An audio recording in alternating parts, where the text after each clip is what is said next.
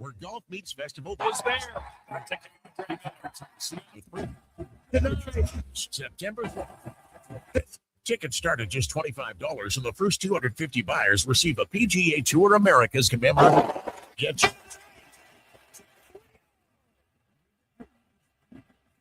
your favorite sports. River Creek Resort and Casino, featuring UFC.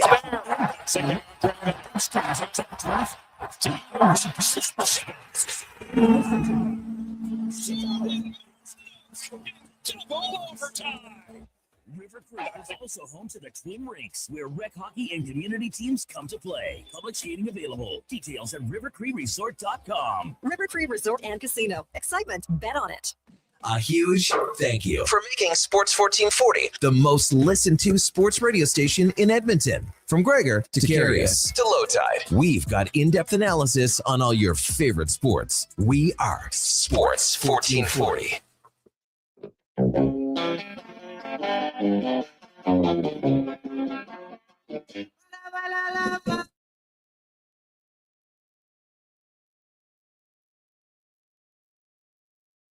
The Jason Gregor Show.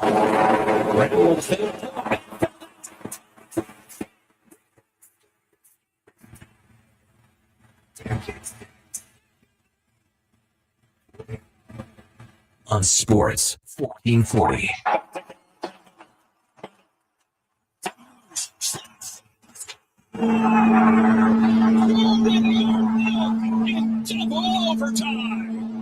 Presented by PlayAlberta.ca, Alberta's only regulated online gambling website.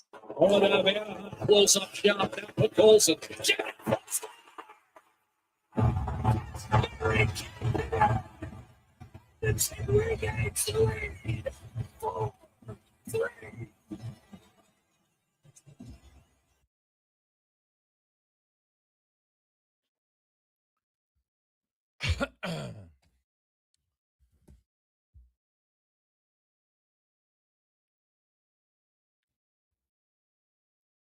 What a terrific Tuesday afternoon. How are you? And welcome to the Jason Gregor Show on Sports 1440, sports1440.ca, YouTube, Facebook, X, and Instagram. Thanks as always for listening. Thanks for watching the show, YouTube, Facebook, X. Be sure to give a thumbs up.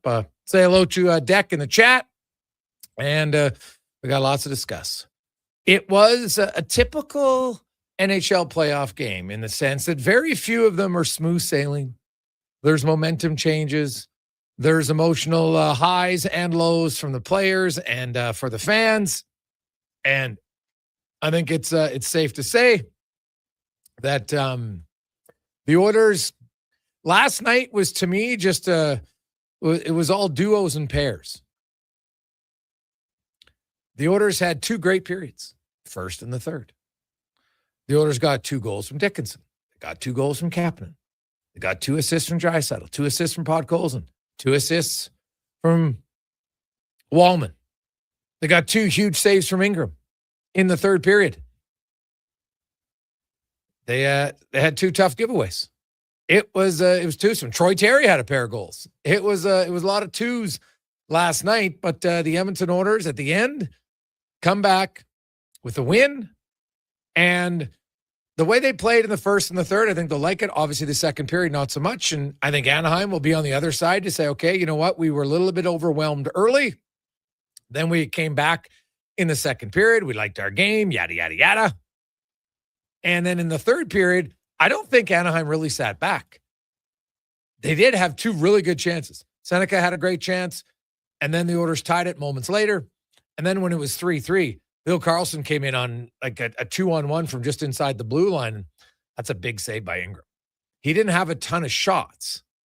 And this is why I'm not going to say it's obsolete, but save percentage to me is becoming less and less important in evaluation of goalies. It can matter at times, but ultimately I don't think it matters in the game because, people Connor Ingram, sub 900. Doesn't matter to me. Now, sub 900 is also maybe more of the average today, but I liked Ingram's game, especially in the third period. And you need your goalie to make a few key saves. And he did.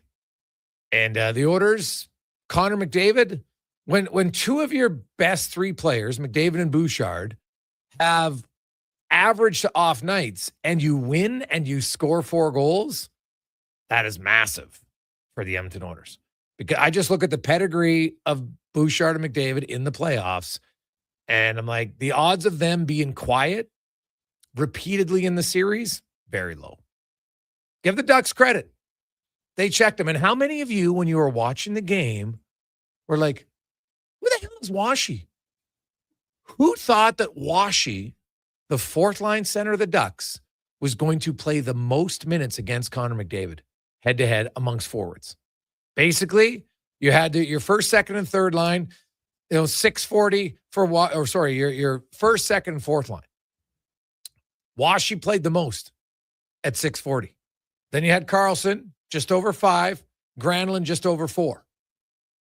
Even Ryan Poling's line, he got 2 minutes in that game, the fewest of any forward. So it was really a team effort, except for the third pair. They did not want Linz and Gudas out there against McDavid. Gudas played the fewest minutes of anybody. It was actually 48 seconds. And Linz played 1 minute. That was it. It was basically your first and second pair rotating fairly even at about 8.5 minutes because McDavid played over 18, 5-on-5. And I'll give the Ducks credit. I thought he got frustrated, and it was an off night for McDavid. Like, look at that one power play. I think he had 4 turnovers on the power play.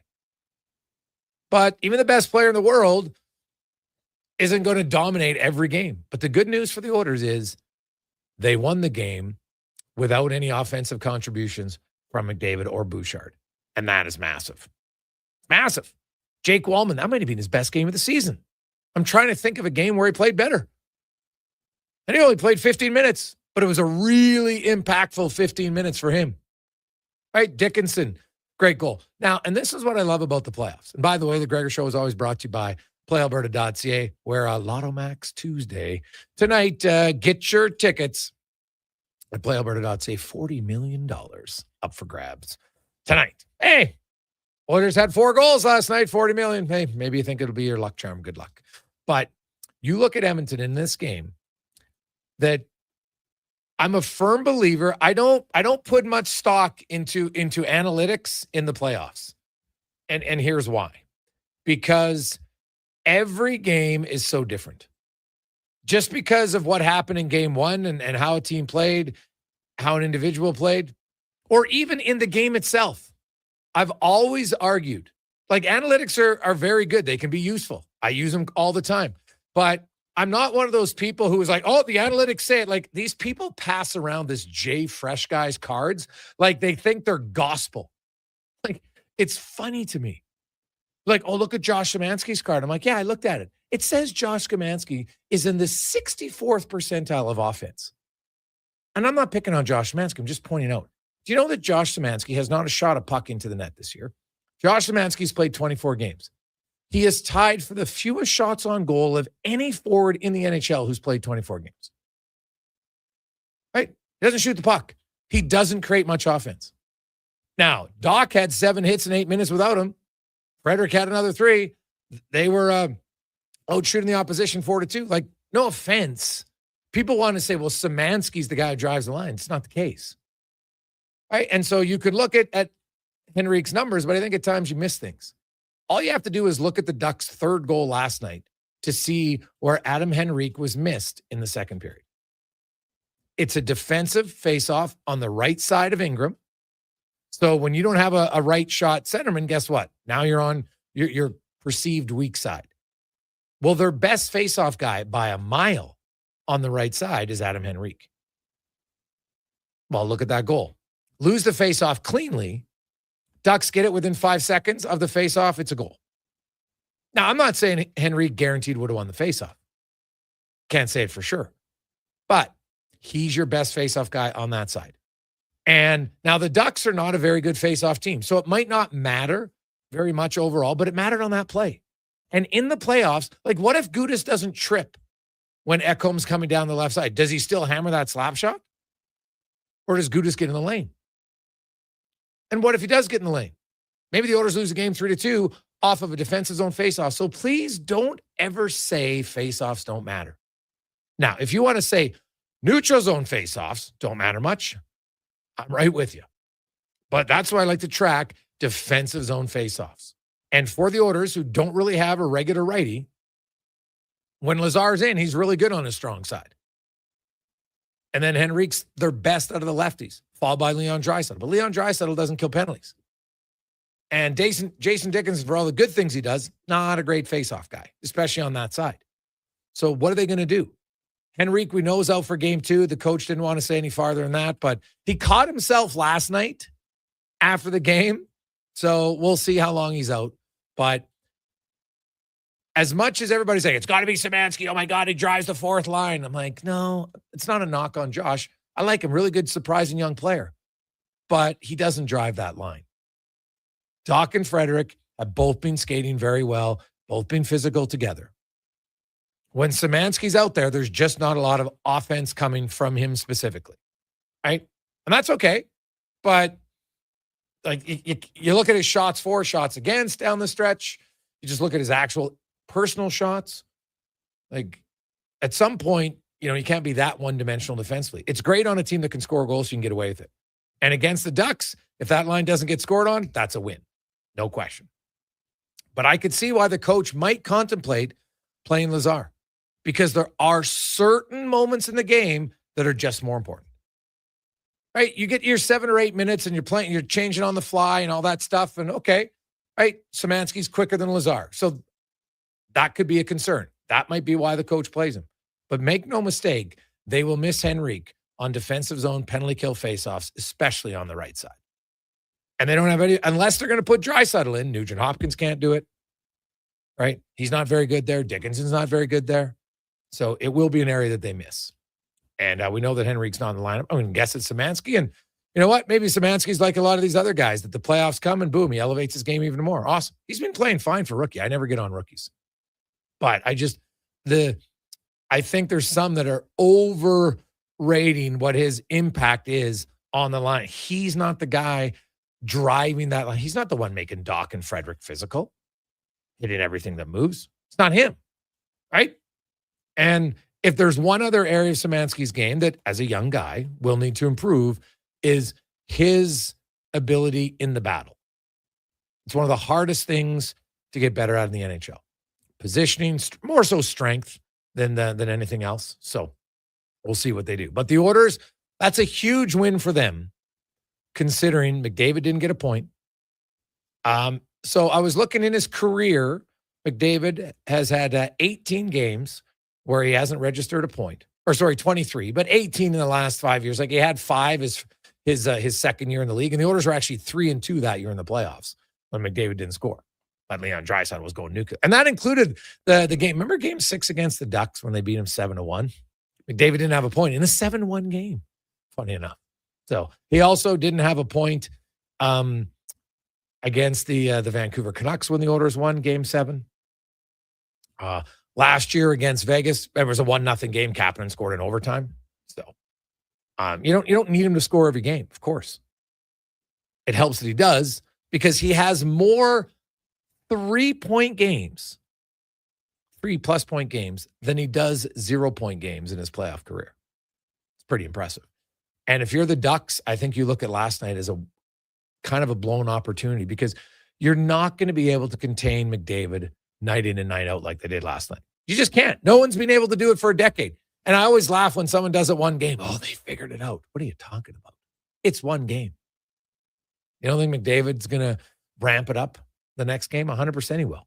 And I think Matt Savoy, early in the game, looked like he'd get the puck and he was like, I got to get it to Connor. I got to get it to Connor. And then in the third period, he started forechecking and moving his feet more, and it was much better. And that's what happens for a lot of guys. Playoffs are damn hard, especially your first time through it, man. It is a big jump. The building's way louder. Like Jason Dickinson talked about it, so did Connor Ingram. I like coming down the walkway that first time, Ingram's just like, holy cow. And I was watching, I didn't get a chance to talk to Connor Murphy, but I thought that Connor Ingram said, well, he goes, I'm standing on the for the national anthem, and I had to reset myself. I had to center myself here because it's hard. You're in the building. Heck, you're watching at home. And you know how loud it is. You're on the ice, it just like the sound resonates even. I've been on the ice before there, and it is loud. Like it's totally different.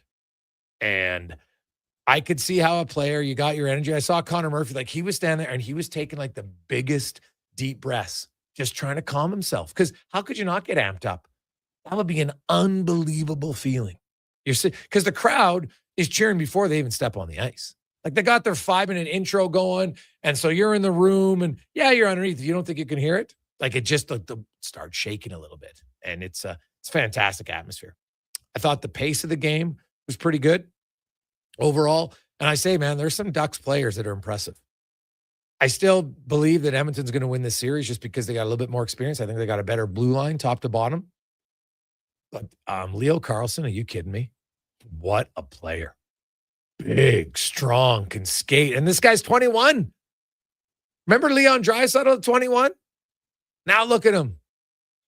Like, I'll be curious what Cutter Gauthier, Leo Carlsson, Seneca, what those guys look like in a few years. I know it's hard to think now, but I know when Connor scored 100 points, you're like, oh, geez, 100 points. Then you look at him, he's scoring 150, 138. He was on pace for 150 another time. And just dominating. You get stronger. You just naturally do, right? You figure out the game. It slows down certain areas. The Ducks, their future's pretty good. That Jackson Lacombe, Connor Halley, is that the first time you've really seen Zach Hyman get hit hard? Right? Yeah, like, honestly. I've never seen him go down like that in that fashion. No, never. That was a hard reverse hits, man. They're no joke. When you can be ready and, you come in as the hitter, and if you're not braced for it, boom, that's what happens. But, man, that Jackson Lacombe, good young player. Minchikov, solid.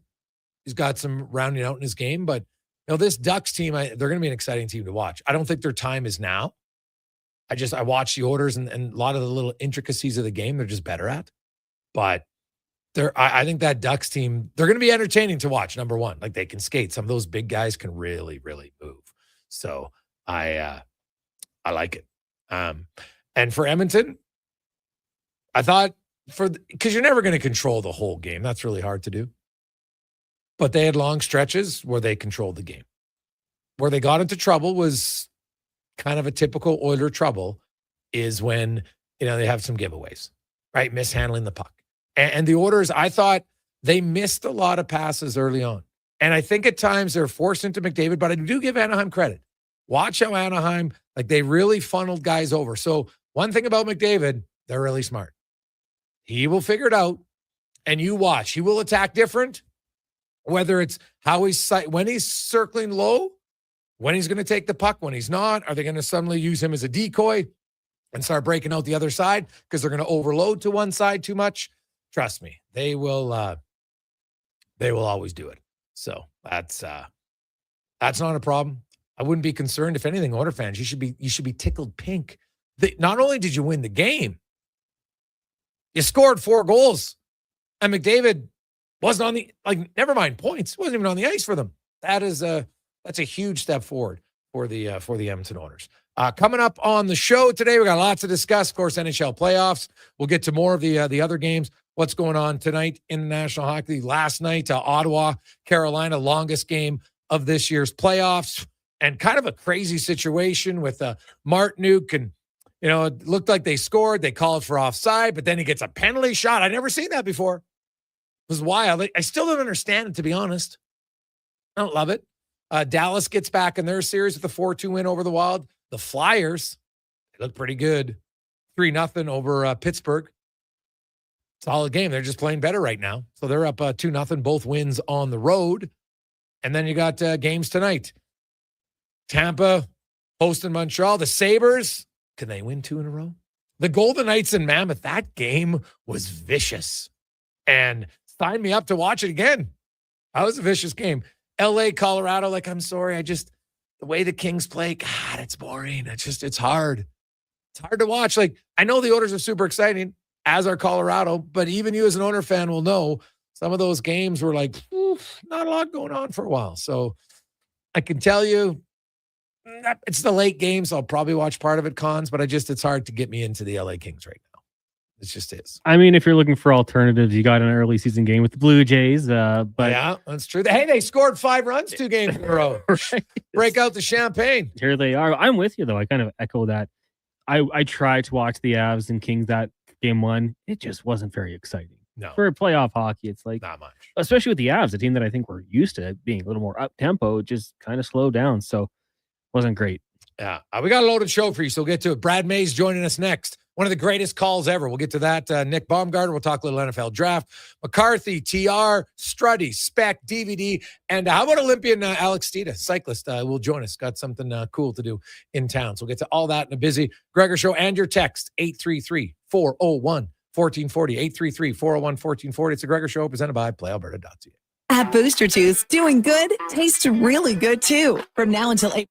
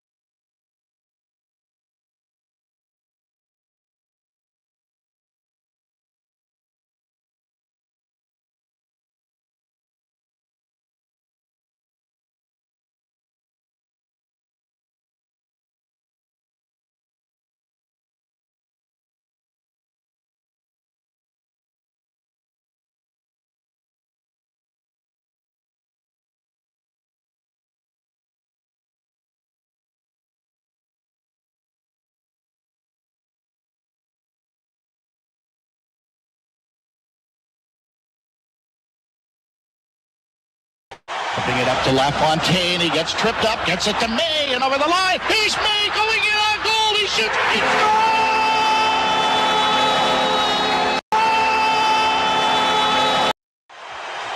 Up to LaFontaine. He gets tripped up, gets it to May, and over the line. He's May going in on goal. He shoots. He scores!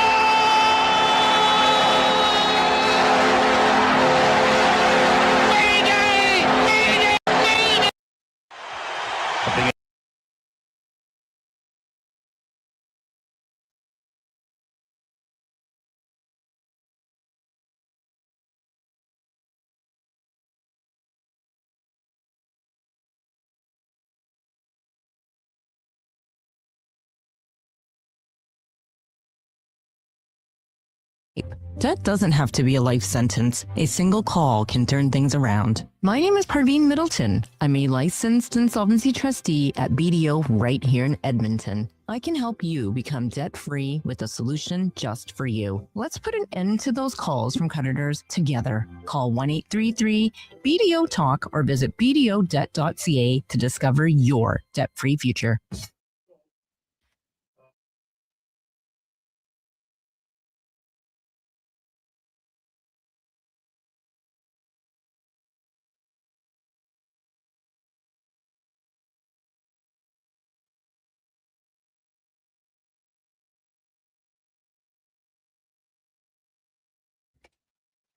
And you can play the video online.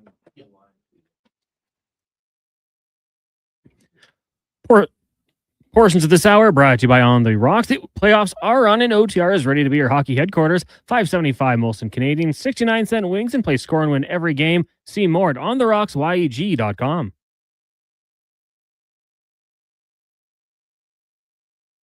Putting it up to LaFontaine. He gets tripped up, gets it to May, and over the line. He's May going in on goal. He shoots. He scores!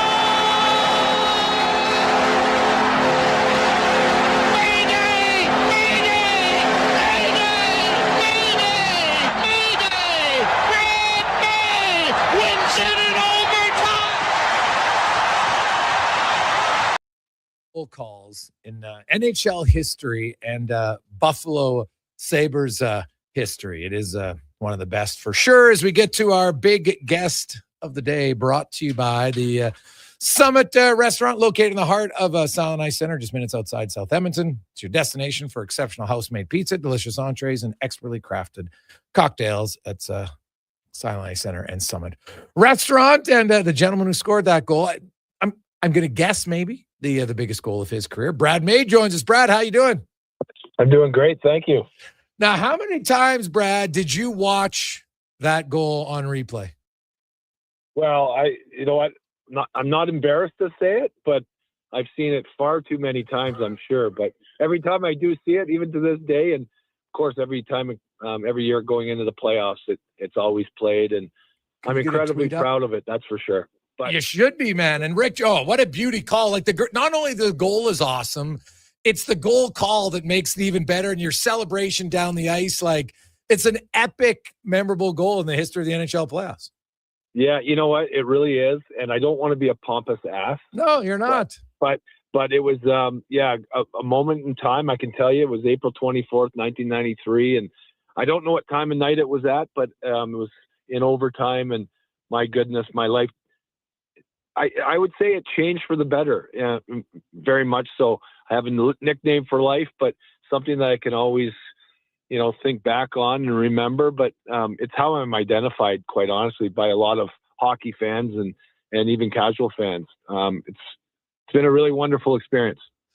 Oh, no doubt. And I'm for a long time, Sabre, you know what? I know, guys, you have an organization that you really feel part of, and then to see it struggle, even though you're not part of it, it's challenging. And it was 14 years and the Sabres didn't make it. And now they finally get into the playoffs. And then, they have the miracle come back in the last 8 minutes. They score 4 goals. They come back and win.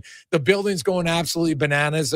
How fun was it for you? Like, did you watch that and be like, okay, Buffalo's back finally? Yeah, so I got a couple things here to unpack. When you get traded from a team, and especially the team that trades you first, of course, the longer you play, I ended up playing for 8 different teams, but the first trade it hurts you. So for a long while, when I was a player, I didn't root for Buffalo. Although it's amazing. Buffalo treated me wonderfully for 8 years, and I got my start there. But there was a lot of things about it. Lindy Ruff was my coach when I got traded. I don't like Lindy Ruff. And now that's my insecurities going forward, and I'm way past it. But for a long time, I wasn't a Buffalo Sabre fan because I was jaded. But when you really think about it, it's been so long. The fans of Buffalo, they've been there. They've hung around. They support their team. They're amazing people. It's a great place to live. I'm really excited for the fans first and foremost. But the players that are playing 5 months ago, they were the worst team in the NHL. Yeah. And it's amazing. They fire their general manager around Christmas time, and all of a sudden this team wins and they can't lose. And now they're one of the better teams in the NHL. It's amazing. The talent didn't change. The physical attributes didn't change. But what did? A belief. And it just goes to show you that any team can resurrect itself if you get the right chemistry and the right people, pulling on the rope in the right direction. And for Buffalo, I'm incredibly happy for them. I can't wait. I've been invited to be down there. Awesome. I'm actually out in Edmonton this weekend, but I think for Game 5 when I get home next Tuesday, I'll be in the building and maybe I'll be the guy that's pounding the drum. I'm not sure. Oh, well, dude. And when they come back, I can guarantee you they're going to play that goal again, and Sabre fans are going to go crazy, and you're going to have a big smile on your face because I couldn't imagine, some people have good things that happen in your life and you watch it over and over again, but something like that, it made a lot of other people happy, right? Like that's why they love the game is when, somebody scores a big goal, they always remember it, especially when, it's not Patty LaFontaine, right? Like it's not a superstar player. It's a character guy that they like and hard-nosed player. And when those type of guys score, it just seems to resonate with fans more. Oh, no, for sure. And the thing is because it's not expected, necessarily. Yeah. And, there's unlikely heroes. And that's the best part about the Stanley Cup playoffs is it takes a team to win. Look at Edmonton last night. They were able to win, but their best players, obviously Leon and Connor, didn't, I shouldn't say contribute, but didn't factor into the scoring. you need other unlikely sources to step up. And that's the greatest thing about the game is it takes the full team to win. And the crazy part, it's over 2 straight months. John Muckler, who used to obviously coach the Oilers, was one of my first coaches with the Buffalo Sabres. And his point was, it's the best team isn't necessarily the team that ends up winning. It's a team playing best at that time. But the point, you have to do it for 2 straight months. And you have to win series differently, 4 different ways. Physical, you have to outman on the special teams in possibly a series. Then probably another series you're going to have to play defensive. And you need goaltending, and you need it all. And that's why it's so difficult. You guys have been treated to a great team the last couple of years, 2 great runs. And I hope, for Edmonton's sake, I hope you guys have another one. Connor McDavid deserves a Stanley Cup, but you got to go out and earn it and got to win it. And I say I don't want to reduce it to one player, but I know I'm a fan too. And literally, he moves the needle for me. I stay up at night. I wake up in the morning waiting for his highlights. Brad May joins us. You mentioned you will be in Edmonton this weekend for the annual Alzheimer's Pro-Am. And I know, Brad, you've played in it for a long time, and you're a fan favorite because, you sit back. You got a lot of good stories from different times. I do want to ask about, there's always rumors and myths sometimes make things bigger than they are, right? That's what's great about your goal. It's video. No one can pretend that it was different than what it was. We all see it. But one of the rumors that went around for a long time back in those Buffalo Sabre days was that, you and Barnaby and a few others, Bugner, would put boxing gloves on and go at it in the dressing room. True or false?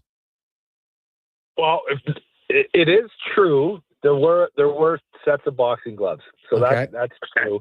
I never once did that with my teammates. Okay. I fought them in practice.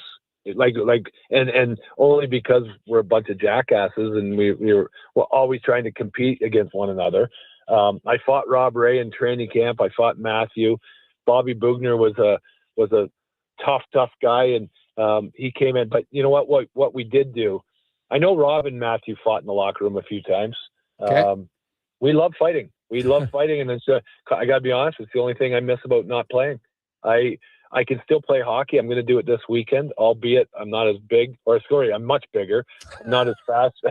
I'm not as fast. I'm not as strong, and certainly not as good. But I can never fight again. And I mean it. When you're actually playing hockey, I know maybe I'm different, but with my team in Buffalo, the guys that I was able to be surrounded with, guys that protected me and stood up for me, and vice versa. I miss that. I miss the energy that comes with it. I had a brother. My brother passed away a couple years ago. We'd fight for each other. It's the same love, and it's the same spirit as you would with brotherly love. I miss that. However, the game of hockey is an unbelievable place. The talent, the skill, the speed, so much better than what we had, what we were. The characters are maybe aren't in the game as much because back then you were able to display yourself differently. But at the end of the day, hockey's in a great place. Your first impression of Dominik Hasek when he joined the Sabres? First impression would be just on the top of my mind, what a weird guy. Okay. That's my first thought. Now, in saying that, here's a guy who grew up in a communist country, Czechoslovakia, and clearly he has different, superstitions, just different methods how he do things. As a goaltender, absolutely incredible. No understanding how he stops the puck. I was like everyone else. This guy has no style. He's so lucky. What's he do? Like, how can he stop the puck? He has no system. There is never a time, or very few times, when Dominik was on the ice that he wasn't square to the puck. And when he wasn't, by making a big save, he was able to get himself back square to the puck in a really, ambidextrous type of way. He's the best goaltender that's ever played. We had practices. We never scored on him. We're talking hundreds and hundreds of shots. When he wasn't sharp, he'd take his helmet off and want us to take one-timers at him. By the way, but 100%. And when he do that, and he did it often, he did it so he could snap himself back into reality where he had to be, focused. Now, my only question is, if I don't know where the puck is going, how in the world does he know? You know what I mean? Yeah. But yeah, what a talent, what a goaltender. Definitely a weird guy, but it's a clash of customs, right? Communist country where he came from to the United States of America that, freedom's everywhere and a lot of choices. So you're telling me in practice, if he felt his game wasn't on, he would take his mask off and say, I want you guys to shoot one-timers at me because what? He felt like it would scare him into stopping the puck? I don't understand it either. That's why I think he's weird.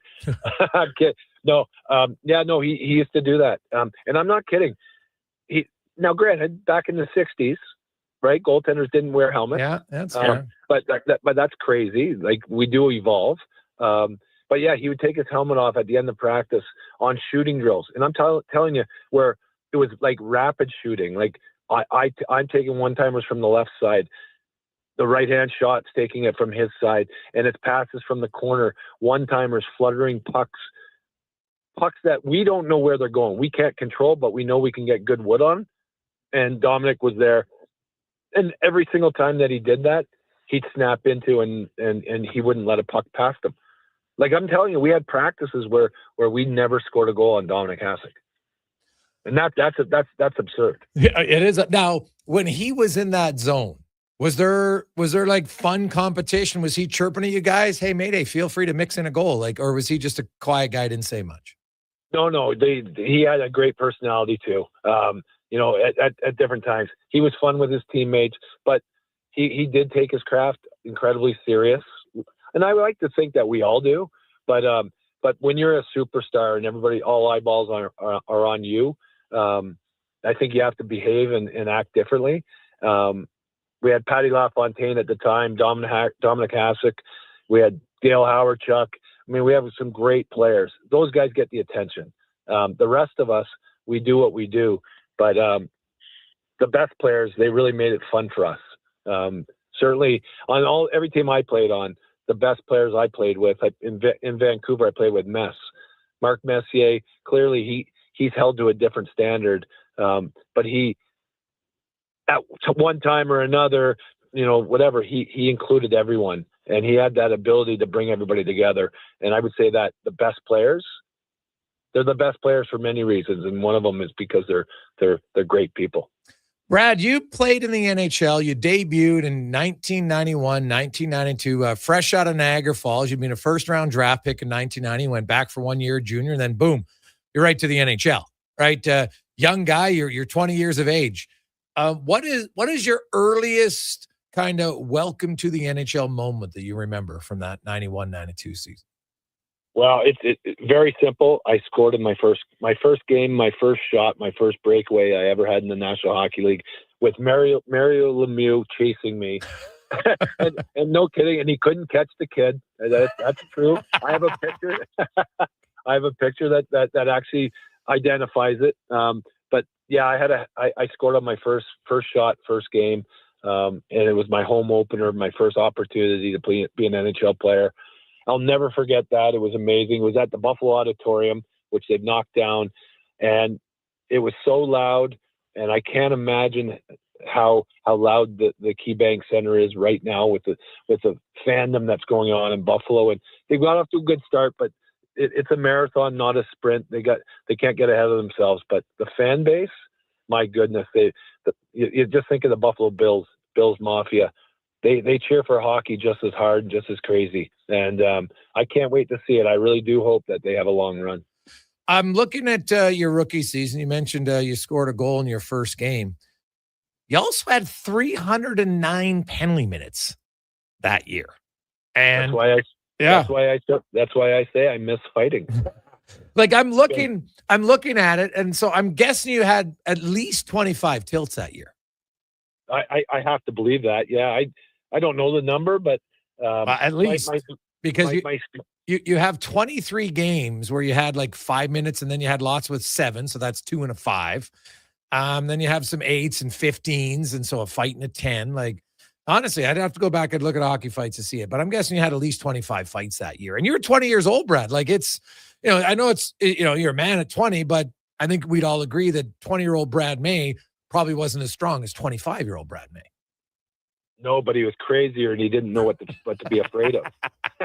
He had a 20-year-old kid, 19 actually, coming into the NHL, turning 20 in November, had no fear. Yeah. And honestly, no fear. You're looking at Porter Mortone right now with the Philadelphia Flyers. But this guy, unbridled enthusiasm. He's scoring goals. He's playing free because he's able to. And then the game catches up to you, and the seriousness of the job and everything else, which is actually sad, right, to think of. And then the coaching gets in there where you have to be really diligent and responsible. As a young guy, you're just out there playing. You're loving it, and you're chasing your dream. I got to do that. My second welcome to the NHL would be a few weeks into my career, and I got in a fight in Montreal against Shane Corson, who you guys know awfully well. Oh yeah. And Corson is he's really tough. And it was a 3-on-3 situation late in the game on a Saturday night. We were down, I want to say 7-2.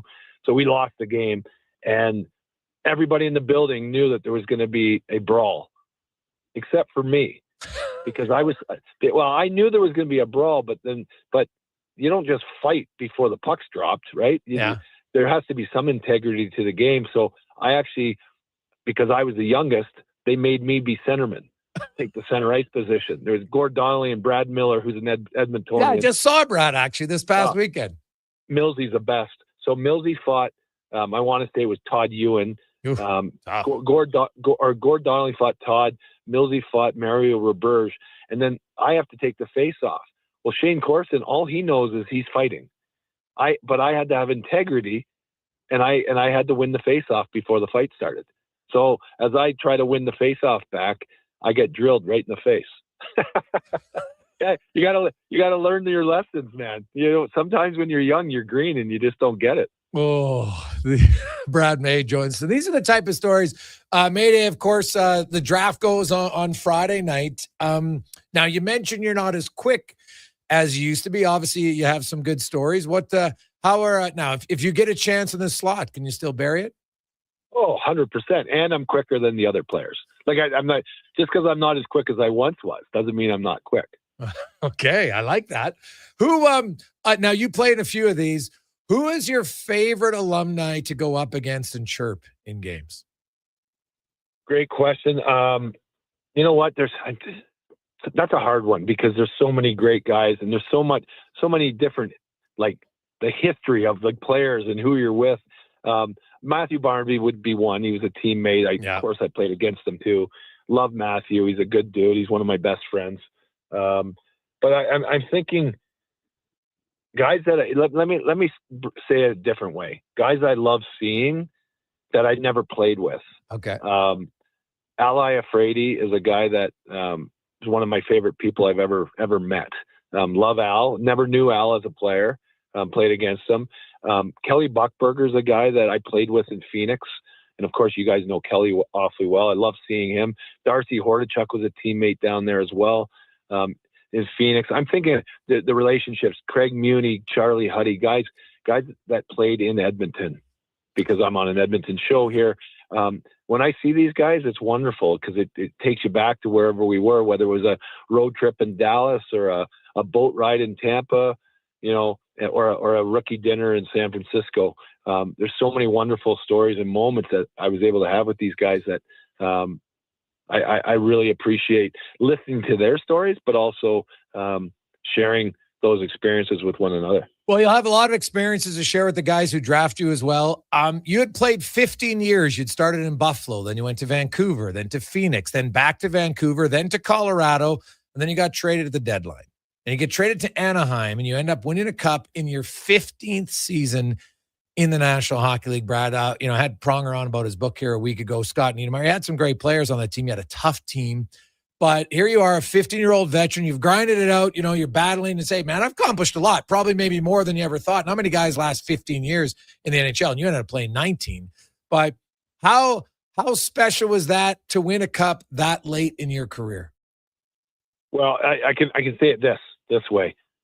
I'm so fortunate, lucky, fortunate, perseverance, obviously, is a big part of this, but I never had a chance before or after to win a Stanley Cup. I had one chance. I played 19 years. I was on good teams. I played with 25 or more Hall of Fame players that are actually in the Hall of Fame today. And, you can talk about all of those things. And I think I only got past the second round of the playoffs once. And that was the year that we won the Stanley Cup. And when I say that, it's awfully difficult. Great teams get knocked off. Yeah. Not to say that, but you think you have good teams, but really, were you that good? Or did you just kind of tell yourself that and believe it? There's so many other factors that go into it.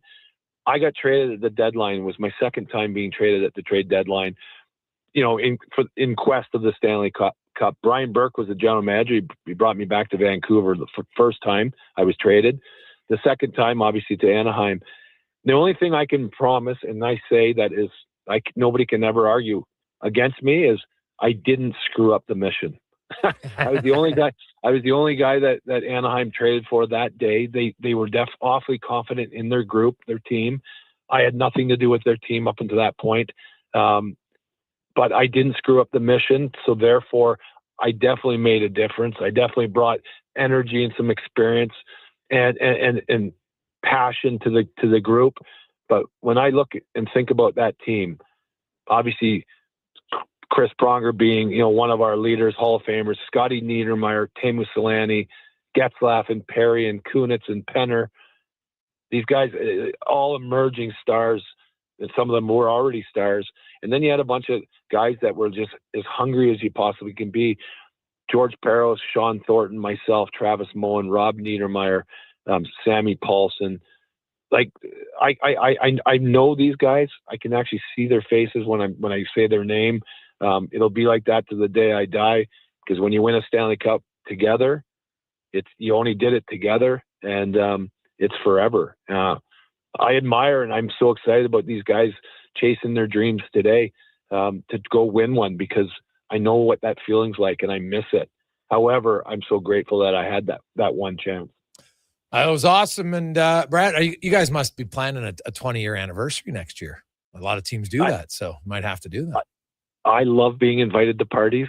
I hope I get the invitation. And I can say one thing: I'll be the first one there, and I'll be the last one standing. Awesome. Well, Brad, I know anybody who wants a draft, you want a good storyteller, guy who still got some wheels and have a lot of fun. Do it at the Pro-Am this Friday. We'll see you at the luncheon. I can't wait.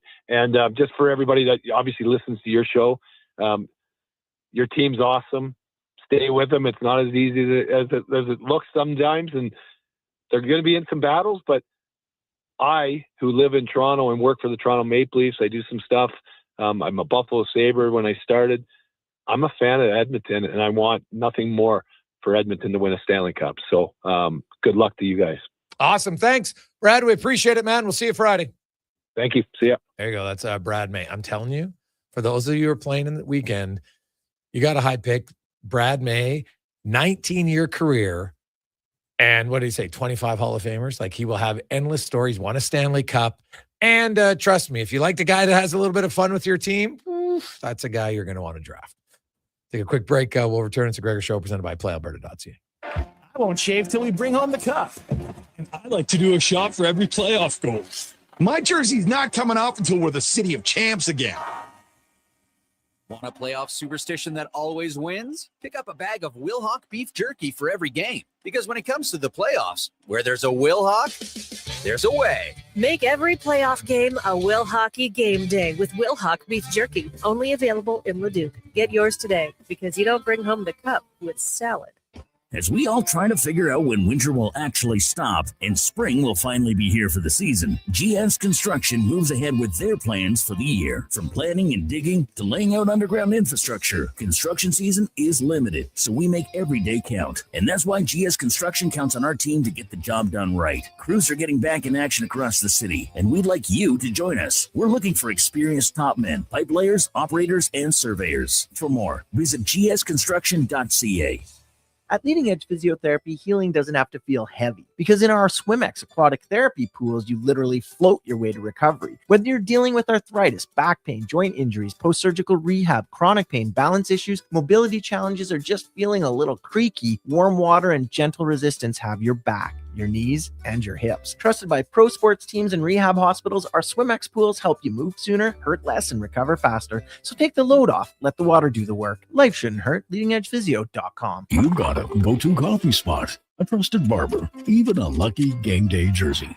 But when it's about looking your absolute best, there's only one name you need: Mr. Dirk. Family run since 1939, we're experts in crafting impeccable tailor-made suits and offering a wide variety of everyday styles. Pair that with personalized one-on-one fittings and the convenience of on-site tailoring. Mr. Dirk elevates your style game. Visit our Edmonton store or explore MrDirk.com. Score big on style with Mr. Dirk. Everything is going to be okay. Any business, regardless of size, can stumble occasionally. I'm Dan McDicken, a licensed insolvency trustee with Faber. If your business is facing financial challenges, our team of chartered insolvency and restructuring professionals have corporate debt recovery solutions that work. Schedule your free Faber Focus session at faber.ca today. Chances of a positive outcome increase if you engage Faber sooner rather than later.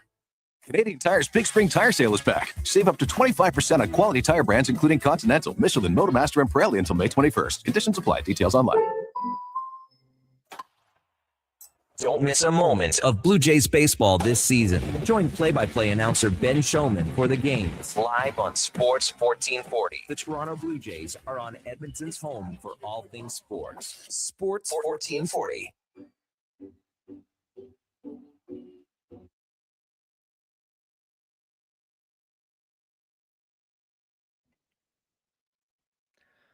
Portions of this hour brought to you by Ewell, helping you finish your electrical project is their goal. From pot lights to electrical panels, the gear you need is at ewell.ca or in person at one of their Edmonton area locations. Ewell.ca, your partners in power. The Jason Gregor Show, the best of Edmonton sports talk and beyond. This is Sports 1440. Presented by PlayAlberta.ca, Alberta's only regulated online gambling website.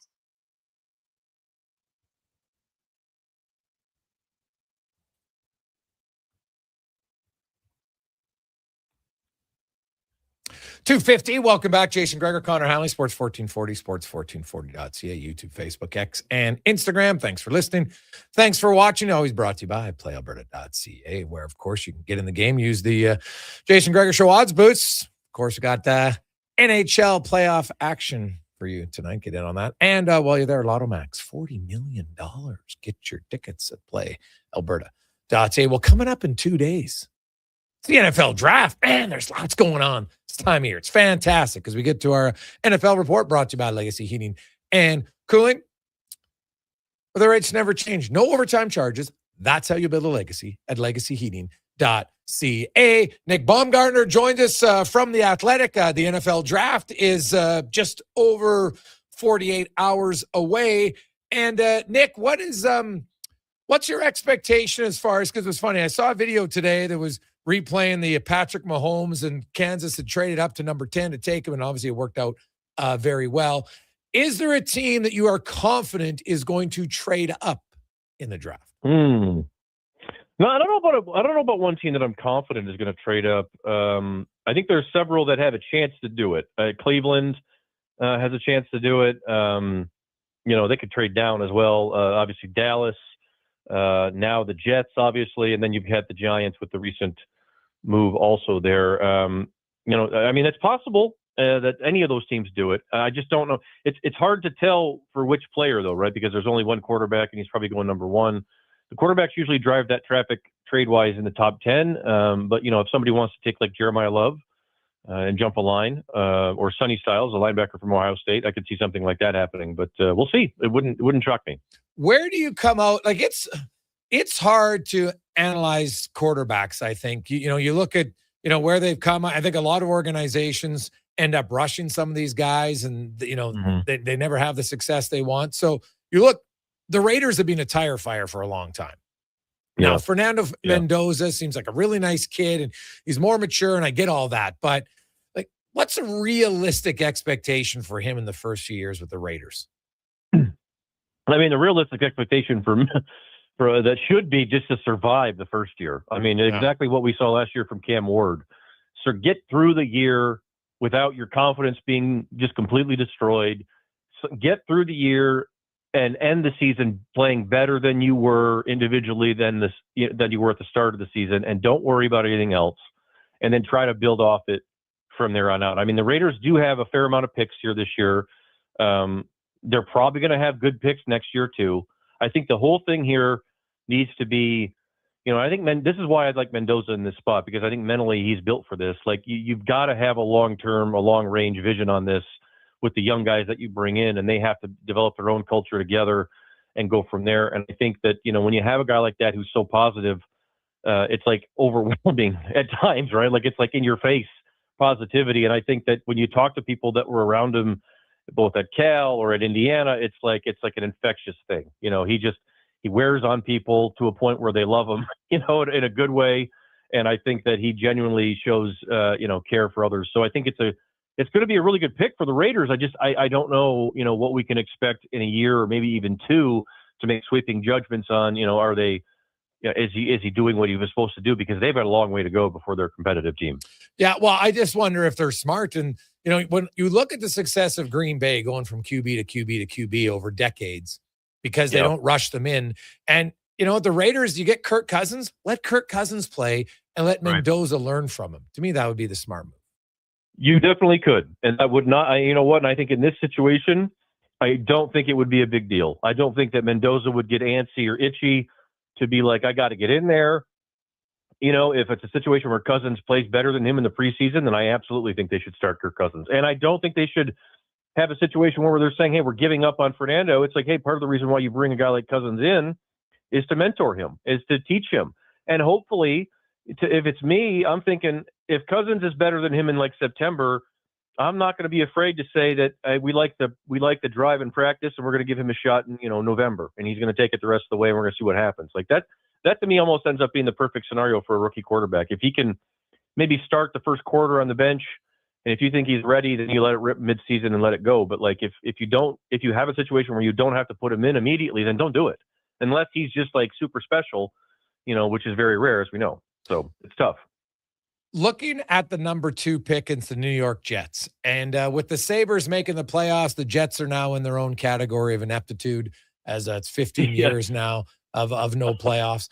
And they don't really even look close, not to be rude, but they don't. Yeah. So like this is the one where, hey, it's exciting to get drafted. Don't get me wrong. But I could see how somebody would be like, geez, I almost don't want to go to the Jets. Can I go anywhere else? But like, is it David Bailey? Is it Arvell Reese? Is it Sonny Styles? Who do you think the Jets are looking at? I mean, I think it's Arvell Reese. I wouldn't be surprised if it's David Bailey. I mean, if I'm the Jets, I would prefer Arvell Reese. I think there's still some mystery there, which one they prefer, overall. I think Reese he's a more versatile player. I think he's got a little bit of a higher ceiling overall. He's more like a Micah Parsons, whereas David Bailey is just a straight up, pass rusher, very good pass rusher. Don't get me wrong.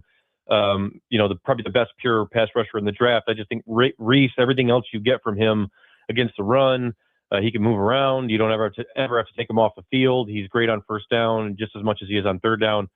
And he's one of the youngest players in the draft. I think long-term, he's the guy for them because I think the Jets right now, you mentioned it, they're not close to a playoff spot. They traded everything they had last year for these next 2 drafts. And what they have to do right now is just take the absolute best player that comes up on the board every single time that they pick for all of this draft and all of next draft. And then somewhere along the way, get a quarterback in there, maybe next year. And I think that's the best case scenario because their roster is pretty bone dry. There's not a whole lot there. It's the most misaligned, mismatched one that I can think of in the NFL, and that's why they're in the situation that they're in. Nick Baumgartner joining us here on the Jason Gregor Show of The Athletic, taking a look at the NFL draft. Nick, it seems like every single year there's a player who has great production at the collegiate level, tests well, and then we get the measurements, and the arm length is just a little too short. Yeah. You see it on both sides of the football. Ruben Bain Jr. would be the biggest victim of that this year, and some off-field things. How far do you think Bain Jr. falls because of this? I'm not sure. With the off-field stuff, I think that most teams, most were aware of that, and I think that they held it sort of close to the vest, didn't talk about it much. But I think that's already if it was going to impact their evaluation, I believe it already has. And I do think the arm length will play a factor. And the hard part about Bain is it's going to be like half the teams or less. I don't know. I mean, that's the number that we're kind of guessing on. But I don't think it's a consensus. I think about half the teams are going to say he's a 3-tech on our board. He's not an edge. There were some teams midseason that had him as a second-round pick. Believe it or not, as dominant as he was off the edge, because I just don't think he'll ever be able to handle it with those. He's got barely 30-inch arms. It's like historically low for an edge defender. It's kind of weird how it works out that way. But then the other half of the league says, turn the tape on, and you watch how fast and violent he is off the ball. The length doesn't matter. He's into the guy's chest, before they're even set on their second step. So I think it's really going to be split through the league, and it's just going to depend on what those teams in the top 10 want to do. It wouldn't surprise me at all if he falls out of the top 10 and we see some receivers go up in there. But I think that's been the question all year, is like, where is he going to end up? Because half the league, I think, really likes him, and the other half just doesn't have anything to do with it. They're like, we're good. We're not that high on him. If we can get him later, that's fine. If not, we're good. Just to get the receivers, I think Connor Halley kind of consensus number one, but there's a lot of guys who it seems like they could get into the first round. Maybe you get a run on receivers. How many do you think go first round, and what do you think the order will be? I think you could have like 6, maybe up to that. Maybe one more in there. But I think for me, I will throw this in there. I wouldn't be shocked if Jordan Tyson slips in front of Connor Tate, and I wouldn't be shocked if both those guys are top 10 picks. Quite honestly, I wouldn't be shocked if both those guys end up in the top 10. Tate is the safest one, the youngest guy. I think he's a really good player. I didn't care about the 40 time. I think he's really good in the air, got a lot better this past year. But Tyson, if he is healthy, if Jordan Tyson's healthy, he's the best receiver in the draft. But the problem is he's never really been healthy year to year throughout his career, right? So that's a tricky one. Then I would probably go Mekhi Lemon, then probably some combination of Denzel Boston from Washington, Casey Concepcion from A&M, Omar Cooper also there from Indiana. Are there any tight ends you really like? Oh yeah, Oregon's Kenyon Sadiq is a freaky guy. I mean, he's about 245 pounds. I think he was around 250 at his pro day. He ran a 4.39 at the combine with a 43-inch vertical, which is just off the charts. I think the 40, I think, is the fastest that's ever been run by a tight end at the combine, at least since like the early 2000s when they started tracking all this stuff. So he is just a mutant, an absolute terrific blocker at the line of scrimmage and out in space. He can line up at any receiver position. And this class in general, this tight end class, is very, very deep. And I think that there will be guys that will be competing for starting jobs that get drafted on day 3, and there will be guys that are probably UDFAs, that end up on rosters, because this is really, really deep tight end class. I think you're going to see a lot of teams dip into it this year. Well, I got to think the Carolina Panthers have to. Yeah, They should be at the top of the list, I would think, for 100% for a tight end team. I mean, they would love just to get a kid like Sadiq. I don't think he's going to fall that far. That's another one where I had Kenyon Sadiq as a top 10 player in the draft on my overall board. I mean, I think he is just a phenomenal athlete. Right there with Sonny Styles as a guy who, athletically could maybe redefine some of what we think of a prototype guy at the tight end position is. He can play X, Z, slot. I mean, there's no limit to what Kenyon Sadiq could, in theory, right, do in the NFL. Plus, he's also, again, one of the youngest players in the draft. Well, it wouldn't be about, you look at certain teams and, if you're talking top 10 player, then I would, like the Commanders, they don't really have a tight end. Yeah. So, no.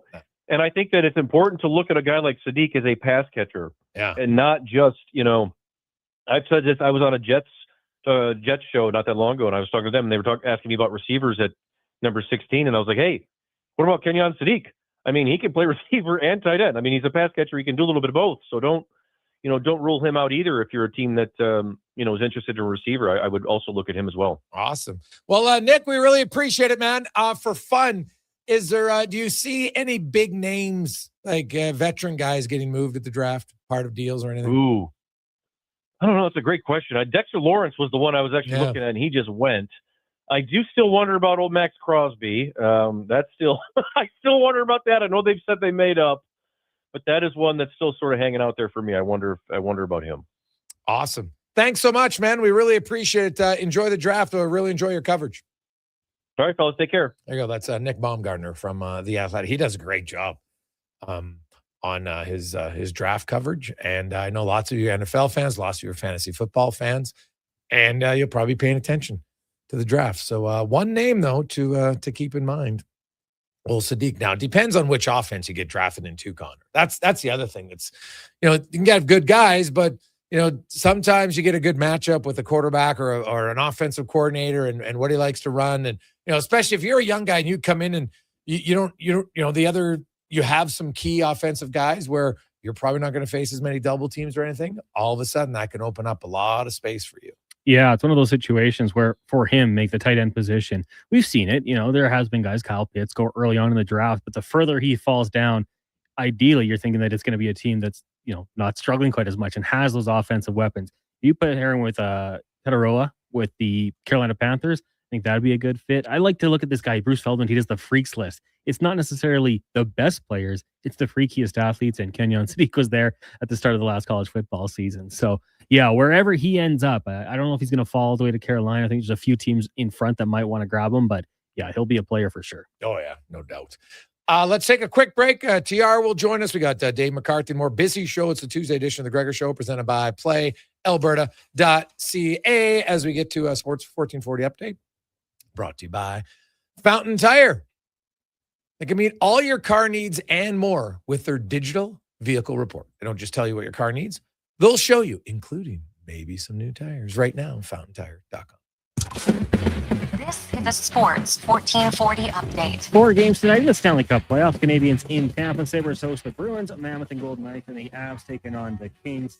Colorado, Vegas, Buffalo, Montreal, all leading those series 1 game tonight. In the association, starting at 5, the Celtics host the Sixers. Blazers in San Antonio. The Lakers up against the Rockets just after 8:30. Toronto Blue Jays once again in Anaheim taking on the Angels. First pitch, 7:38. We'll have that game for you here on Sports 1440. AM feed only. Coverage starting at 7:30. Elsewhere, Brewers in Detroit. The Rays taking on the Reds, Astros, and Guardians. Red Sox host the Yankees. Phillies travel to Chicago to take on the Cubs, and the Mariners hosting the A's. In the AJ League final, Game 3s, they head back to Canmore. Eagles lead the series 2-10 over Whiteport. Puck up at 7 in the BCHL. Crusaders hosting Brooks in Game 3 of their series, tied at 1 apiece. And in the PWHL, New York in Toronto at 5, then at 8, Montreal hosting Vancouver. Coming up in hour 2 of the Jason Gregor Show, we'll be joined by former NHLer Terry Ryan, also Dave McCarthy of SiriusXM, and we'll hear the latest edition of Cam Tate's 2-Minute Warning. I'm Connor Halley. This has been a Sports 1440 update.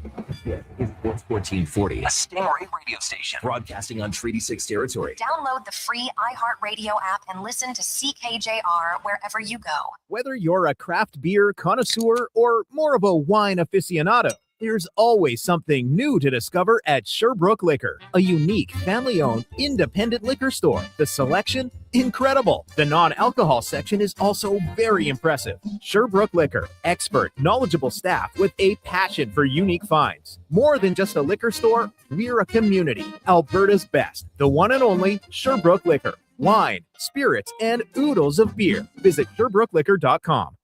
Day or night, tasting just so right. You can order Oodle Noodle at oodlenoodle.ca. Delivering you. Afternoon. How are you? And welcome. Almost right away. Remember, you can order Oodle Noodle at oodlenoodle.ca. So sit on your couch all day and order oodlenoodle.ca. Oodle Noodle. Excavators, loaders, lifts, compaction equipment, and more. Find the XCMG construction equipment you need. Available for rental or sale at Japa Machinery Group. Japa, helping build Alberta from the ground up for 50 years. Visit japamachinery.com. Great news for your weekend project. CFI, that's Custom Floors Inc., is now open 6 days a week with Saturday hours from 10 till 2. Get top quality Canadian products from Beaulieu with the convenience you need. For your free estimate, visit CFI at customfloorsinc.ca. It's playoff time, and we've got a lot to talk about. This is Andrew Walker on Edmonton Sports Leader, Sports 1440. Tune in after every Edmonton playoff game for the Legacy Heating and Cooling postgame show. Visit the experts at legacyheating.ca. You got a go-to coffee spot, a trusted barber, even a lucky game day jersey. But when it's about looking your absolute best, there's only one name you need, Mr. Dirk. Family run since 1939, we're experts in crafting impeccable tailor-made suits and offering a wide variety of everyday styles. Pair that with personalized one-on-one fittings and the convenience of on-site tailoring. Mr. Dirk elevates your style game. Visit our Edmonton store or explore MrDirk.com. Score big on style with Mr. Dirk. Do you work for a company that wants to reach people who love sports? Or maybe you're looking to hire people who love sports. Sports 1440 partners with dozens of local businesses, connecting with tens of thousands of Edmonton sports fans every day. On the radio, on the listening apps, on YouTube, and on social media. Contact our sales team today to see what Sports 1440 can do for you. Email Gregor at sports1440.ca to get started. I've got some good news if you've been thinking about a heavy-duty truck. The 2026 Ram 2500 Black Express is now at St. Albert Dodge. You've got 20-inch black aluminum wheels, black Mopar side steps, body color, bumpers and grille, and a sport performance hood. Available in all the colors for $68,990. Plus, new this year, Ram's best-in-class 10-year powertrain warranty. Now's the time. Head up the trail and see how easy it is to do business at St. Albert Dodge. Missioner Allen Auctioneering's Calgary, Edmonton, Winnipeg Public Unreserved Equipment Auction is this Friday at 9 a.m. featuring backhoes, excavators, forklifts, man lifts, wheel loaders, packers, road reclaimers, skid steers, telehandlers, turf mowers, plus commercial trailers and more. Info at maauctions.com. Bashaw Concrete Products. From concrete and septic tanks to blocks, precast water pads, Jersey barriers and aggregates. Farmers, contractors, homeowners. Plan your next project at BashawConcrete.com. Family owned. Over 60 years pouring. Bashaw Concrete Products. Once again, start here. BashawConcrete.com. Missioner Allen Auctioneering's next Calgary, Edmonton, Winnipeg Public Unreserved Industrial Auction is this Friday at 9 a.m. featuring Japa Equipment Rentals realignment with 5 2022 to 2020 XCMG 250U, 300U, 360U, and 490U excavators. Search Japa at maauctions.com. Portions of this hour brought to you by Cantork, made in Canada, made for Canada, where extreme isn't theoretical. Find your solution at cantork.com. This is Sports 1440, where Edmonton talks sports. On YouTube, Facebook, and X. Here's Jason Gregor. Brought to you by playalberta.ca.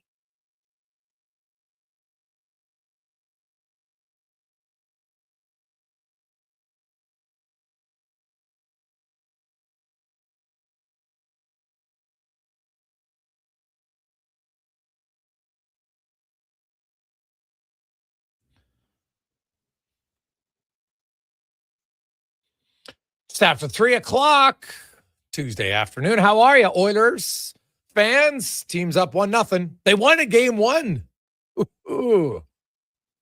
Remember, game ones have not been guarded. Although last year they did win 2, so that's good news. Got better, but historically they haven't been great in round 1 game ones. But they got the win last night. Dominated the first period. Sat back, turned the puck over too much in the second period. Lost key face-off on the penalty kill. But then they came back in the third period. Dickinson and Kapanen, who are the first 2 goal scorers of the game, became in the third and fourth goal scorers again. So each guy with a pair of goals.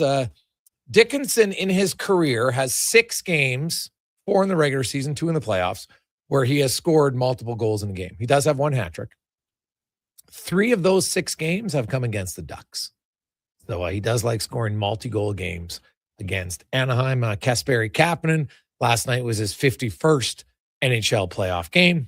Second time he scored 2 goals in a game. First time, though, since 2017, almost a decade ago when he was with the Toronto Maple Leafs. So huge game for both of those guys. Kind of unexpected to have both of them with multiple goal games, but it's a huge win for the Edmonton Oilers. It is the Gregor Show, as always, brought to you by playalberta.ca. You know it would be huge.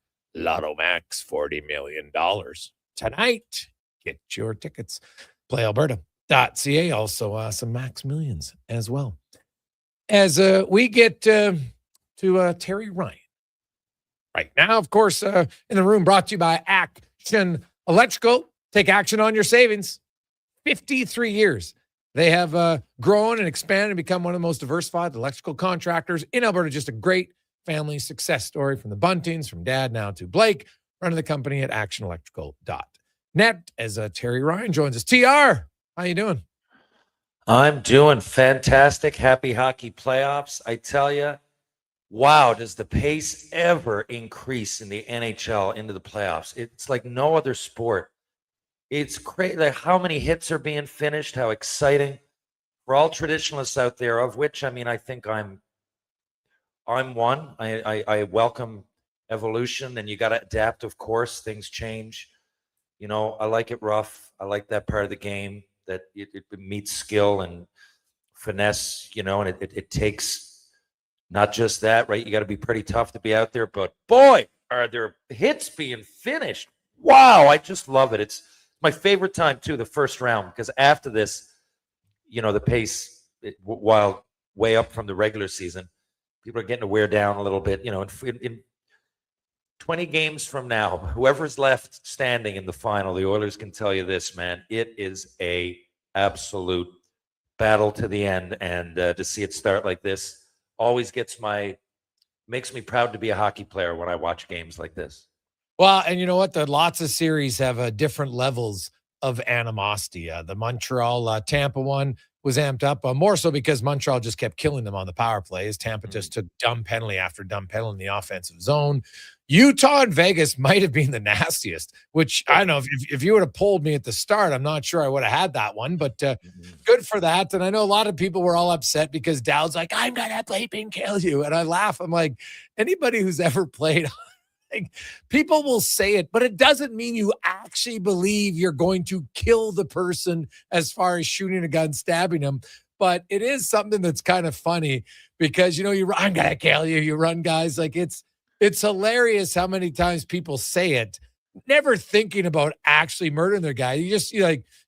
I'm kind of basically, it's like the way of saying they want to hurt you. Like they're mad, they're frustrated. They just don't know how else to say it. But it just makes me laugh when I see some people who clearly have no clue about sports or have no idea that it isn't the real world.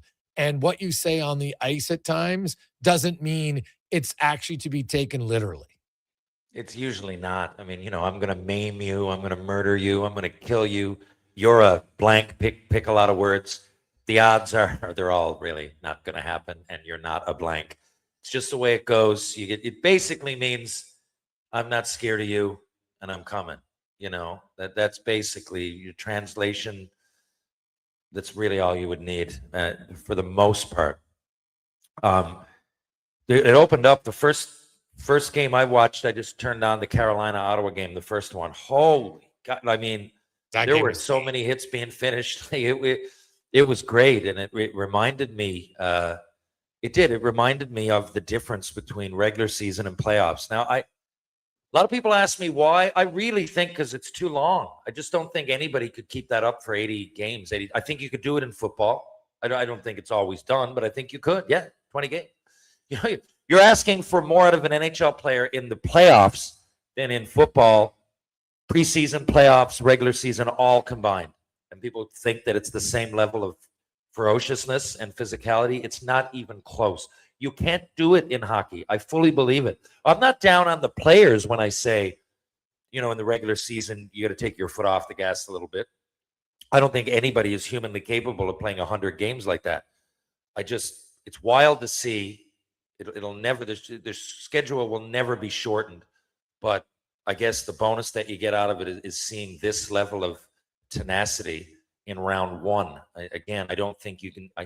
Trying to think of the sports. If you want to start thinking outside the box, Australian roots, football, rugby, I suppose. But I'm just saying of the four major sports, I don't think there's a comparison. I really don't. The Edmonton Oilers get a big win in the opening game against the Anaheim Ducks. They storm out to a 2-0 lead. Then they kind of stub their toe in the second period.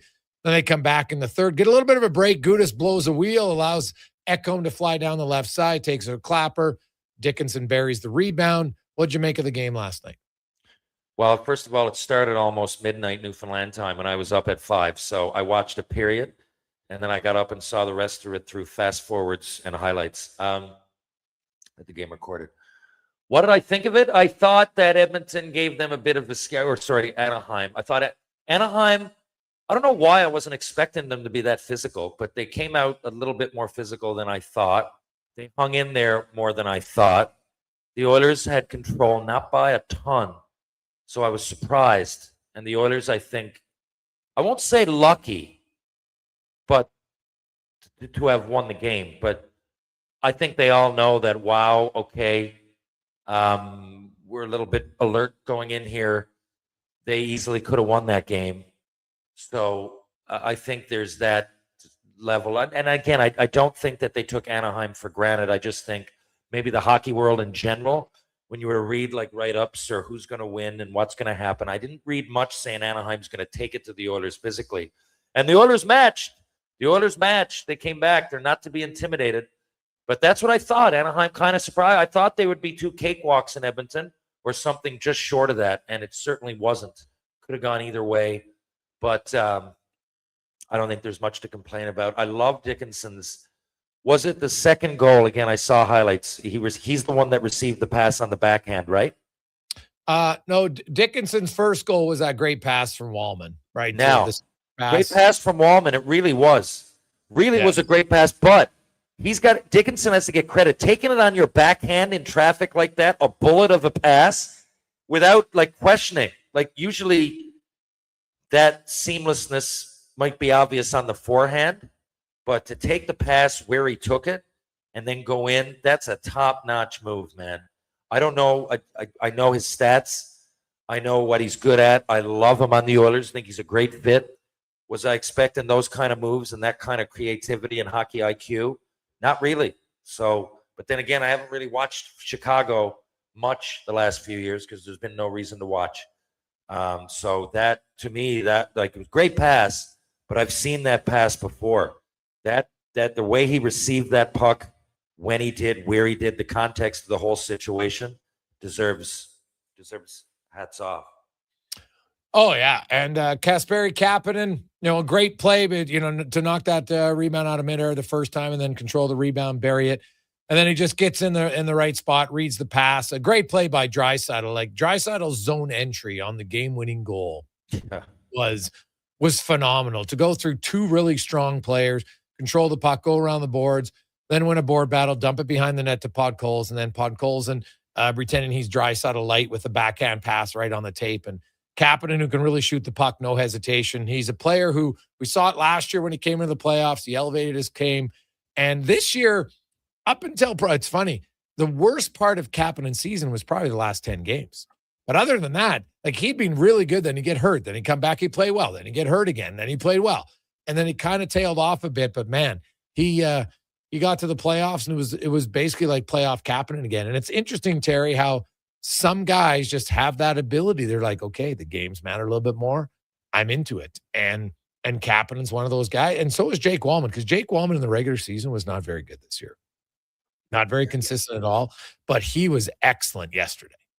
Yeah, like consistency, right? And in Kapanen's case, you kind of, you empathize a little bit because it's hard to be consistent when your health is inconsistent, right? It's hard to keep those numbers up. It's hard to, even if there's numbers, it's hard to flow with the game and with your teammates, and you just keep getting bumped back a little bit. Wallman, it's a long season. It's just a long season. And I think for someone that plays so much, has all these expectations, and at times went for a little dip, it's just easy to kind of expect that. But, he's a fantastic D that now that it seems locked in. The other thing, and Kapanen, I think he really stepped up. But you mentioned Draisaitl at the beginning of that. Again, like every team doesn't have the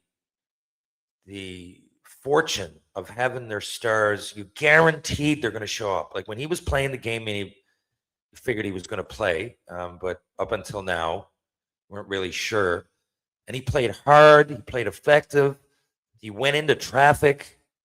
I just can't say enough about the guy. It's one thing to have superstars on your team, but talk to half the league. A lot of them aren't consistent, don't show up. Like, those guys are showing up. You're positive. And what did they win by? A goal. It's often the difference. right? It's often the difference. And not only that, a goal, of course, that Draisaitl has a big part in, but just watch him play. Like, the guy's a leader, right? You knew he was going to come back, and you didn't care. You might have a bad groin, 2 broken ribs, and a separated shoulder, but you know that he's going to do something. It's wild, and it's historically accurate. I'm not just saying this. The eye test is one thing, but both McDavid and Draisaitl are up there in all-time points per game in a different era. Oh, it's just wild. Just wild. Well, Draisaitl actually has the highest points per game in NHL history in game 1 at 1.94 in game 1 of a series. Like, a guy who shows up and gets your team ready to roll, and he's ready to roll when the playoffs start in game 1 of every series. It's pretty impressive for him. He's got the even better than Gretzky, which is pretty damn hard to do. Now, it's only And for Jason, game 1. not to cut you off. Sorry. I want to say one thing, because I'll forget to say it, and I always forget to say it. But people bring up this word, hockey culture. Been hearing it for the last couple of years. You hear hockey. That's what the culture is. There, come in. I'm going to lead. This is what I'm going to do, guys. I'm hurt, and I'm going to come in and be the best. And I'm going to make sure that we have the best chance to beat this team, because I'm going to go out and do it. And I'm going to show you. Now, when you're young, or even if you're not young, you get traded over or whatever, and you come into a room and people play like that and act like that and lead like that, that's the culture. You don't have to go too far beyond it. It's not, what you're dressed. What's he wearing coming to the rink? How is he going to be on the power play? Ooh, is he going to make this? Culture is set by the leaders. And from depending on what kind of leadership group, that can be one person or it can be a committee of people. But look at the Pittsburgh Penguins, or look at the Colorado Avalanche, look at the Edmonton Oilers. That's culture. It's culture because their leaders are fantastic leaders. That's why. And they set the culture. Culture. I keep hearing this word. It's what leadership you have and what they put up with. 833-401-1440, 833-401-1440. Take a quick break. Dave A. McCarthy joins us next on The Gregor Show, presented by PlayAlberta.ca.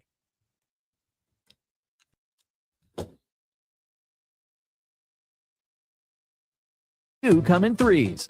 Whether you're into playing any of our exciting casino games, betting on your favorite professional sports teams from around the world, or buying into Canada's biggest lotteries, Play Alberta is the province's only app to do it all.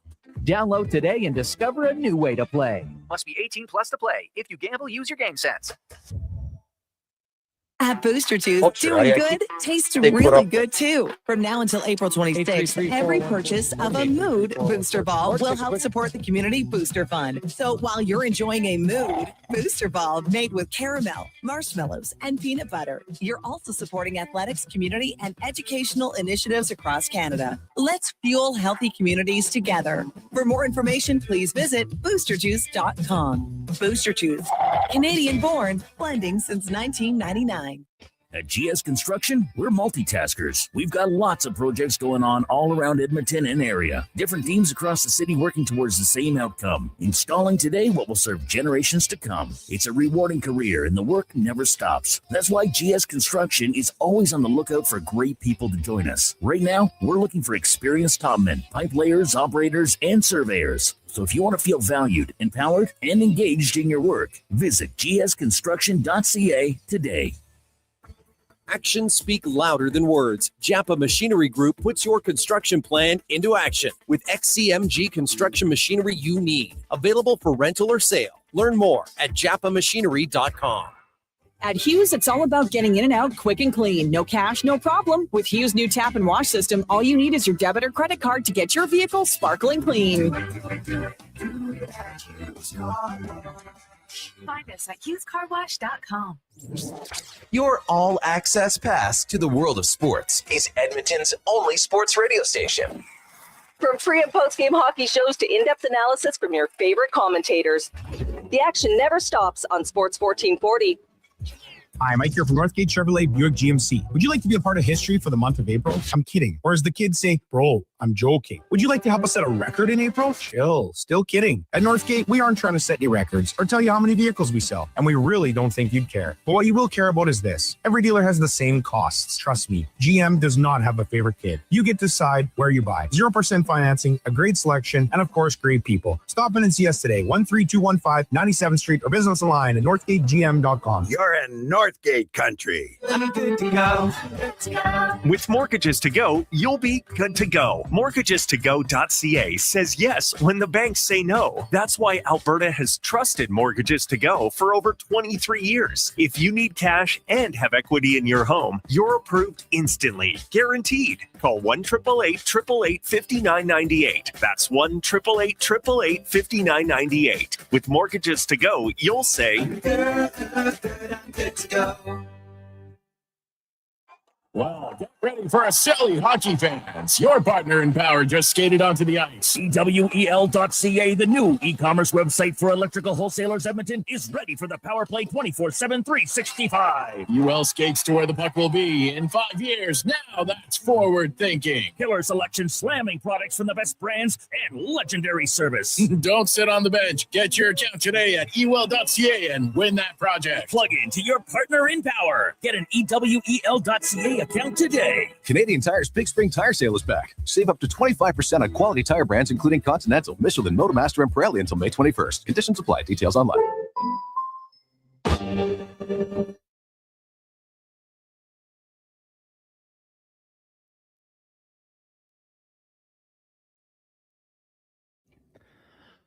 Portions of this hour brought to you by Mortgages to Go. Need cash and have equity in your home? Mortgages to Go has you covered. When the bank says no, they say yes and have been doing so in Alberta for over 23 years. Call 1-888-888-5998 or visit mortgagestogo.ca. This is Sports 1440, where Edmonton talks sports. On YouTube, Facebook, and X. Here's Jason Gregor. Brought to you by playalberta.ca.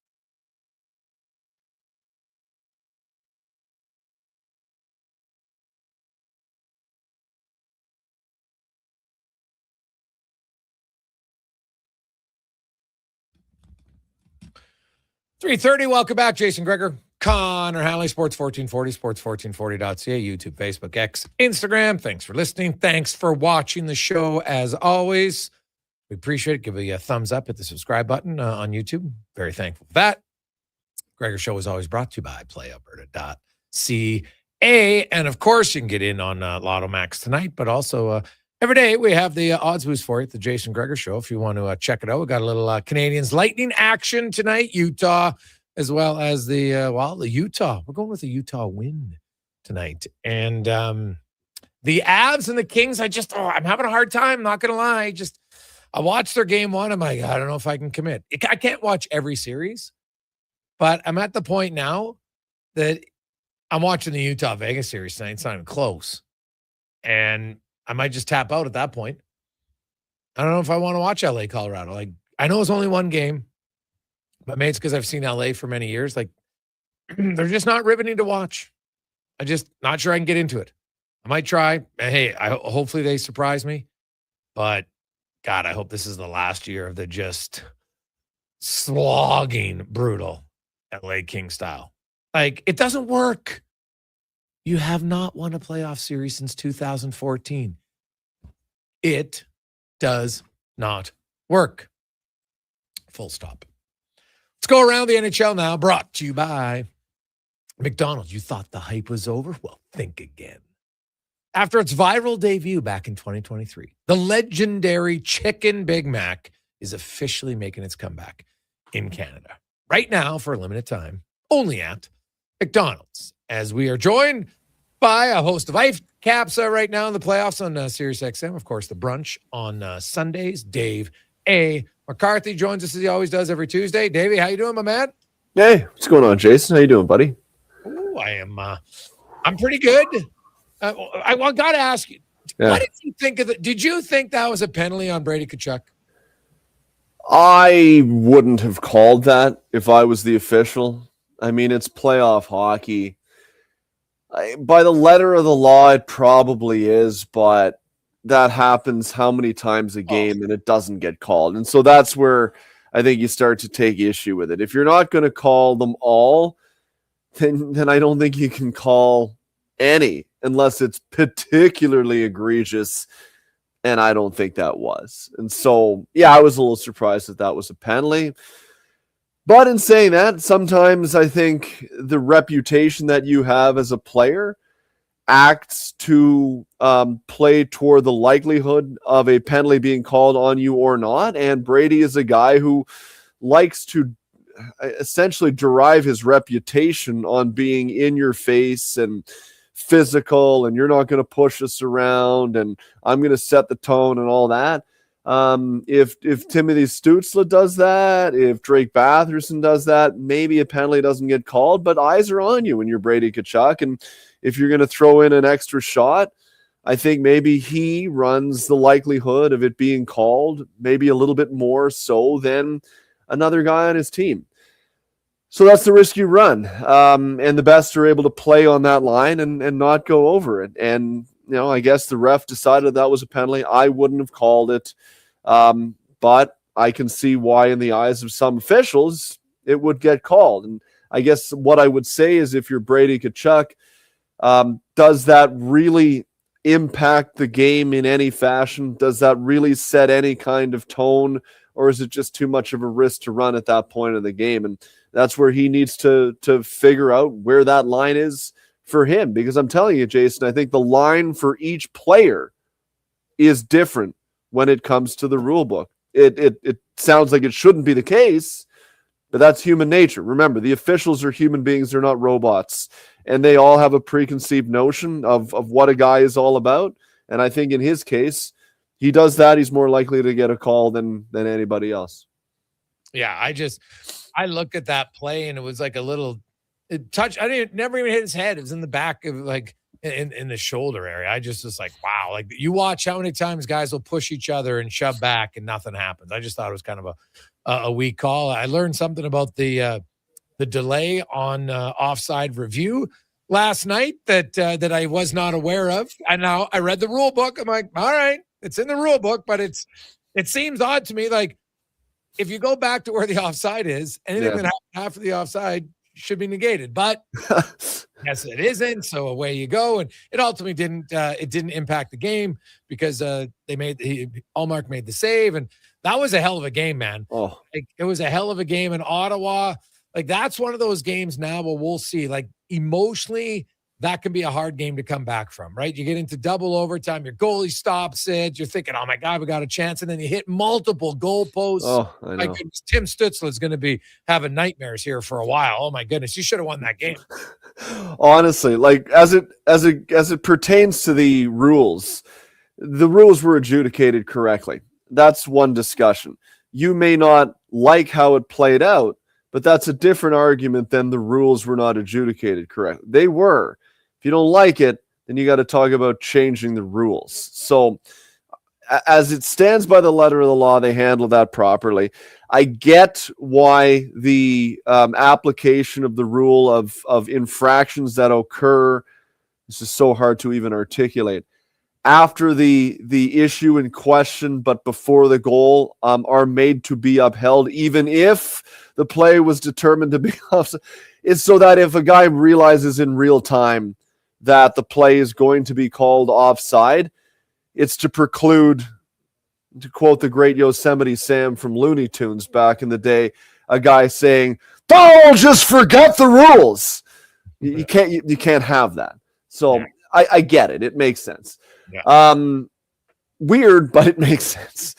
The way the game ended, honestly, when Timothy Stützle made that move and got around Freddie, I got up from the chair. I'm like, game over. Wait, what? That didn't go in? Couldn't believe he didn't put that in the net. Yeah. And so that was a huge miss there. That game should have been over there. Can't believe he missed.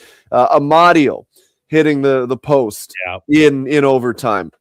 You get away with giving up a goal. The goalie stops the penalty shot. If you're Ottawa, you're thinking, man, this is going to come up us at some point, right? Because I think to an extent they were the better team in overtime. I thought they carried the play. They had the more grade A chances, but for the one that was called back. And then the ultimate goal, I thought they kind of maintained play in the Carolina end a little bit more often than Carolina in the Ottawa end. And so here you go, you play two pretty good games, I think, and you come home down 2-0. Freddie Anderson was just simply a little bit better than Linus Ullmark in game one.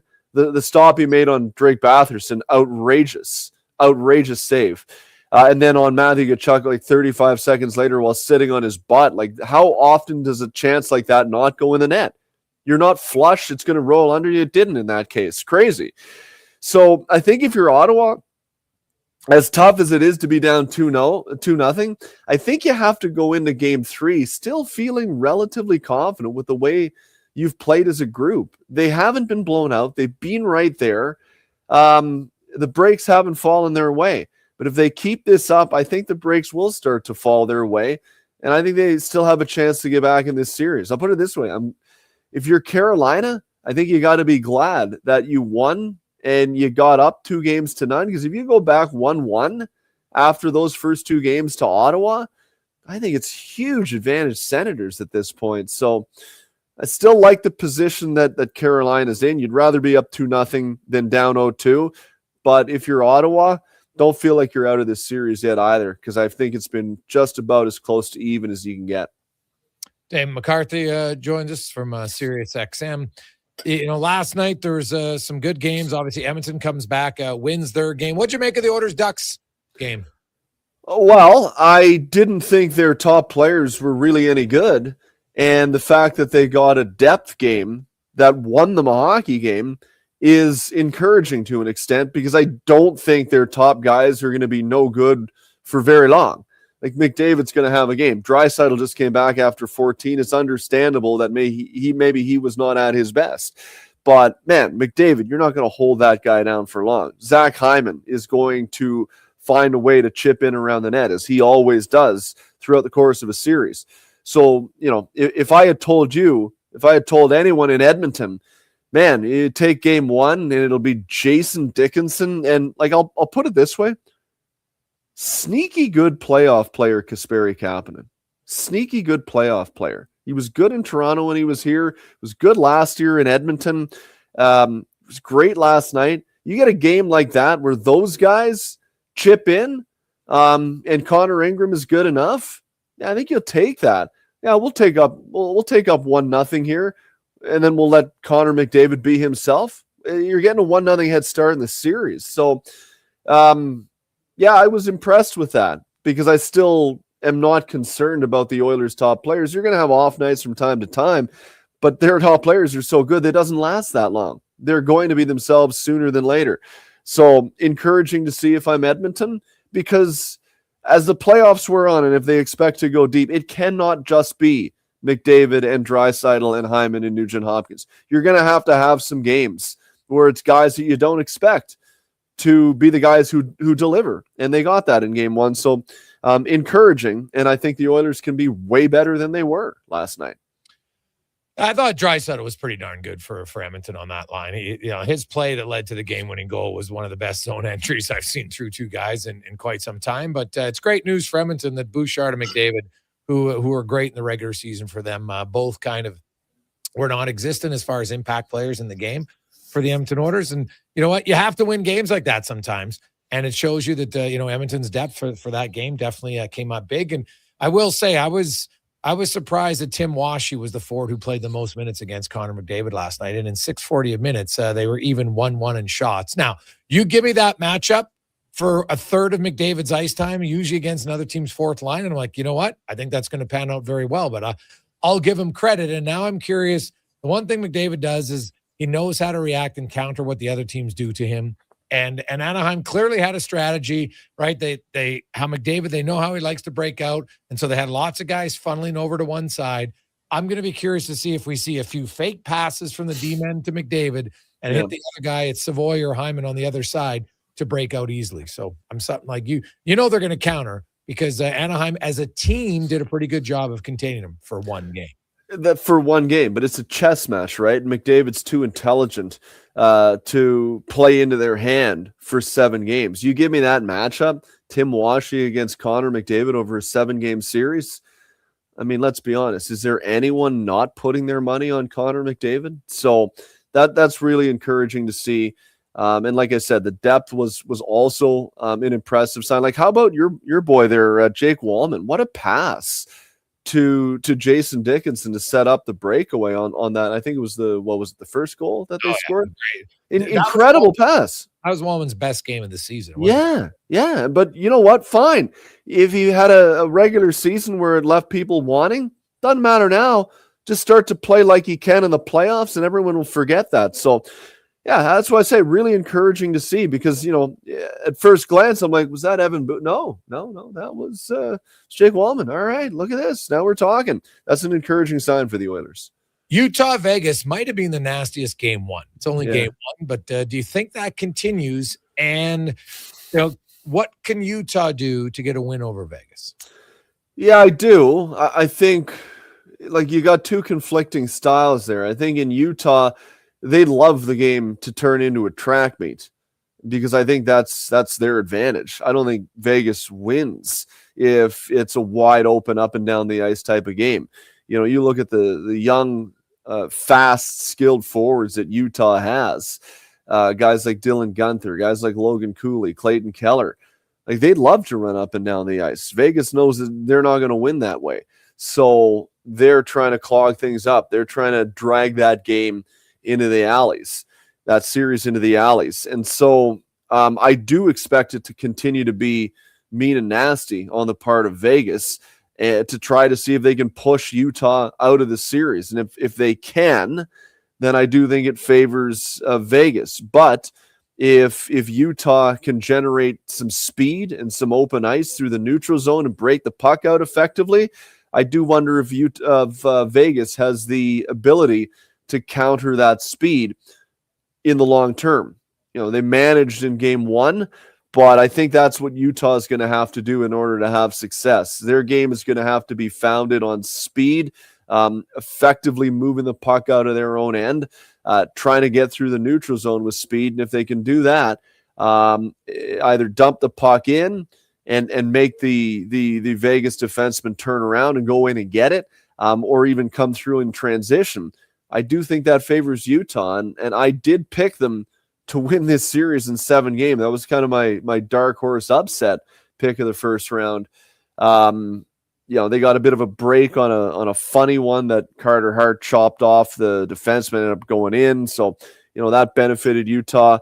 I would like to see them generate more, but credit to Vegas. I thought they controlled the neutral zone pretty well. And to them, that's their key. If they can control the neutral zone, I think they will win this series. But if they can't, if Vegas can Utah can use their speed and their skill to their advantage, then I think it's in Utah's favor, and kind of why I think it's going to be a long series, because I don't know if you can control the neutral zone every single game over a long series. So we'll see what happens. I do expect it to continue to be mean and nasty, but I would not be shocked at all if this was a long series. And I think Utah has the horses that could tip this in their favor, so long as they get serviceable goaltending from Karl Vejmelka. Davey, quickly, Montreal, Tampa Bay. Tampa Bay obviously did not show their experience, took way too many offensive zone penalties, and Slavkovsky crushed them, first player in NHL history to have a hat trick with all 3 coming on the power play. What are you expecting for an encore in game 2 tonight? Yeah, well, like Dobson being out of the lineup really hurts Montreal. Their D is young and inexperienced to begin with, and Dobson is a guy that represents a lot of the veteran presence. No, he doesn't play a heavy game, but he's just a steadying force back there. Not having him in the lineup is a loss. But in saying that, you're right. Tampa did not help themselves at all. You can't take offensive zone penalties. You're offering the other team an opportunity to beat you. It's hard enough to win. Don't be like, here, let us make it easier for you. And that's kind of what they did. And John Cooper said that after the game in game 1. You know, he was pretty forthright in his commentary. He just said it was stupid on our part. Like, we got to be better than that. It's the Stanley Cup playoffs. It's no excuse. You know, and I think he's got the clout to say that to his group. And I think the guys in that room respect him enough, even though he was pointed and direct, and kind of, he didn't call anybody out by name, but certainly called the group out. Guys who took the penalties know who it was. I think they'll look at him and be like, yeah, you know what? He's right. We got to make sure we don't put ourselves in a tight spot. And so game 2, yeah, I'm looking at Tampa Bay's experience to be the advantage for them, and taking that lesson to heart and improving upon it and putting it into action. If you give Montreal opportunities on the power play, I think you're asking for big trouble if you're Tampa Bay. But I would be surprised if they would make those kind of mistakes again. So again, I think this is going to be a long series. I really do. And so I'm going to pick Tampa to win tonight because I don't expect them to shoot themselves in the foot to that extent. If they didn't take those penalties and that were uncharacteristic from their standpoint, I think they win game 1. I think they realize that. I'd be surprised if they make those mistakes again. Davey, we enjoy the first week of the NHL playoffs. It continues tonight. Should be a lot of fun. As always, we'll chat with you Sunday on the brunch. Have a great day. Okay, buddy. See you. There you go. That's Davey McCarthy from Sirius XM. Quick break. We will come back. We got lots of texts to get to. 833-401-1440, 833-401-1440. We'll get to Tater and more. Hold on to your hockey helmets, Edmonton. On the Rocks is serving up 69-cent wings that fly off the plate faster than a slap shot. And Molson Canadian and Coors Light for $5.75. Plus, OTR's TVs are so clear, you'll see the puck better than the ref. That ain't hard, is it? Score and win every game night during Edmonton's playoff run with specials starting 30 minutes before puck drop and last for the whole game. Be a part of the legend. See the menu at ontherocksyeg.com. Hi, Mike here from Northgate Chevrolet Buick GMC. Would you like to be a part of history for the month of April? I'm kidding. Or as the kids say, bro, I'm joking. Would you like to help us set a record in April? Chill. Still kidding. At Northgate, we aren't trying to set any records or tell you how many vehicles we sell, and we really don't think you'd care. But what you will care about is this. Every dealer has the same costs. Trust me, GM does not have a favorite kid. You get to decide where you buy. 0% financing, a great selection, and of course, great people. Stop in and see us today, 13215 97th Street, or business online at northgategm.com. You're in Northgate country. Hey, sports fans, we've got a clear choice for you. At Crystal Glass, we provide customers with the perfect glass for any job. From home to auto and even commercial, installation or repairs, we're your team. Call 310-GLASS or visit crystalglass.ca. Crystal Glass. Nothing beats getting a deal at McDonald's. Why? Because you get a deal now. And a deal later. Redeem an offer from the latest mailer or the McDonald's app and dig into instant savings. Plus, you earn points towards Free McDonald's. Now that's what I call a double whammy of deals. Why does that keep happening? Deals sent right to your door. Check your mailbox for the latest McDonald's mailer loaded with delicious value for a limited time at participating restaurants in Western Canada. Start your day with a blast of sports. Kevin Carius, along with Brandon Douglas, brings the fire, the fun, and the fearless takes. Weekdays, 7 to 11. Text Kevin, 883-401-1440. Mornings with Sports 1440. You don't just need property services, you need problems handled.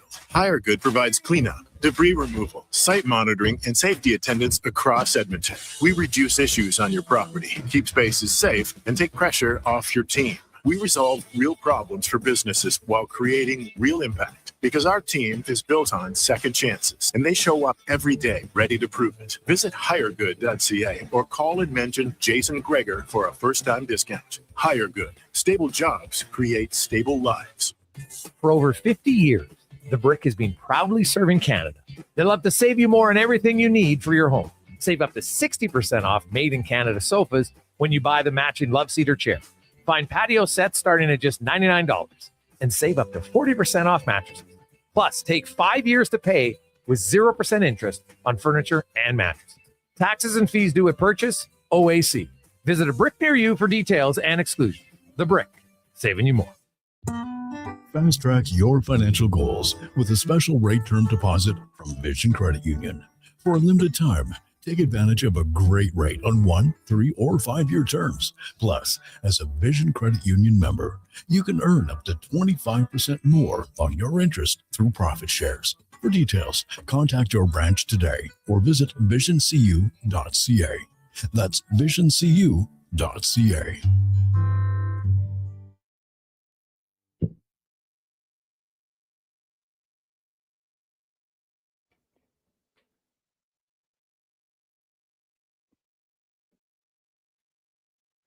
Portions of this hour brought to you by Leading Edge Physio. We treat pain and injuries head to toe and some other issues that might surprise you, like incontinence, vertigo, neuropathy, and cognitive issues. We invest in the technology, techniques, skills, and people that know how and what to fix. Life shouldn't hurt. LeadingEdgePhysio.com.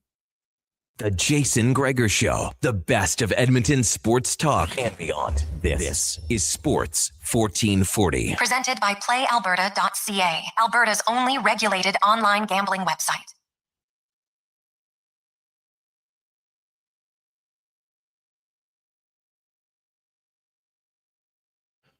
.353 rolling through. Jason Gregor, Connor Halley, Sports 1440, sports1440.ca. Declan running things over to YouTube, Facebook, X, and Instagram. Thanks for listening. Thanks for watching. It's NHL playoffs. We got NBA playoffs. We got WHL playoffs. You got BCHL playoffs. You have NFL draft this week, man. It's a great time to be a sports fan. There's lots and lots to discuss. We've, of course, talked a lot about the Oilers win last night. And here's a few texts, and I want to get to them. 833-401-1440, 833-401-1440. Hey, Gregor, are you concerned with how the Oilers played last night? They keep doing that. They're not going to win the series, from Dan. Well, Dan, the great part I've known about the playoffs is a team can be bad in one game and a team can be really good in one game, and it doesn't guarantee the same thing will happen the next game. Most recent example, look at Dallas, Minnesota. Game 1, the Wild dominated. And what happened in game 2? Dallas controlled the game, got a few stops, and they win 4-2. Now, it's a close series. It's 1-1. But the Oilers didn't play their best, and they won. They didn't play poorly overall. They had long stretches where they were the better team, but they had a brutal second period. So, the playoffs it's never easy. Like, if you get that upset about a loss, that's fine. That's great to be a fan. You'd be disappointed. But I think at times when we have comments like this, Gregor, I can guarantee you right now the Oilers are beating no one with Evan Bouchard. Really, they're beating no one with Evan Bouchard. See, I love a comment like that that's actually factually incorrect.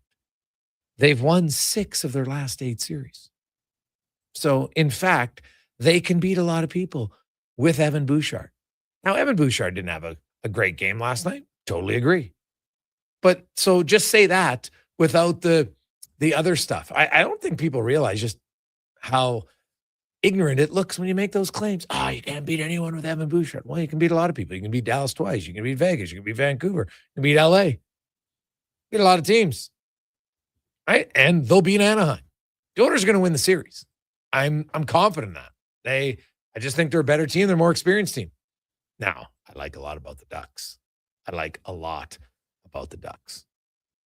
For the future. Not so much the present, but for the future, they've got some pieces that are going to mature and grow. Like Leo Carlsson did you see Leo Carlsson's stat line in the game last night? I'm not sure, because I get it. Everybody's looking at the Oilers, and rightfully so. Leo Carlsson had 10 shots on goal. He was an absolute force, a goal, an assist, and 10 shots on net. Look at the Oilers. Kapanen led them with 7. Then it was down to 3 for McDavid. Carlsson had as many shots as Kapanen and McDavid combined. Then their next guys had 6 and 5. So they kind of had their 3 guys, Carlsson, Seneke, and Troy Terry, who had 2 goals, 3 points. Those were their guys. They combined for 21 of the Ducks shots. 21. So pretty impressive by those 3. Now, you could counter that, and Anaheim would say, hey, we'd like a few more guys to have it, but they had 21. And if you look at the Oilers forwards, Kapanen and McDavid had 10, Dickinson, Savoy, Draisaitl, Podkolzin, and 2. That's 18. Then Hyman, Henrique, Rosovic, and Doc 1. So 22.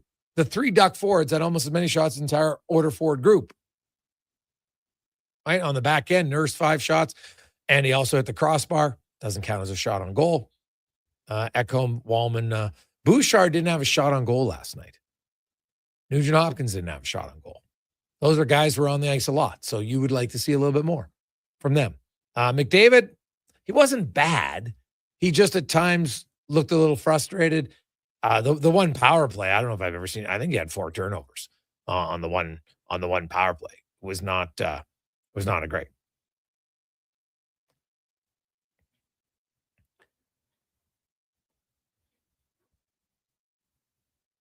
Hey, Gregor, I'll make the same claim. It's not the Ducks. Every other team we play keep pounding to Bouchard's corner.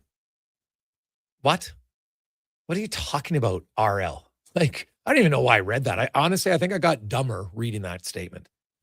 Do you think that Bouchard's one of the best puck-handling defensemen? Oh, but everybody dumps it into his corner. Okay.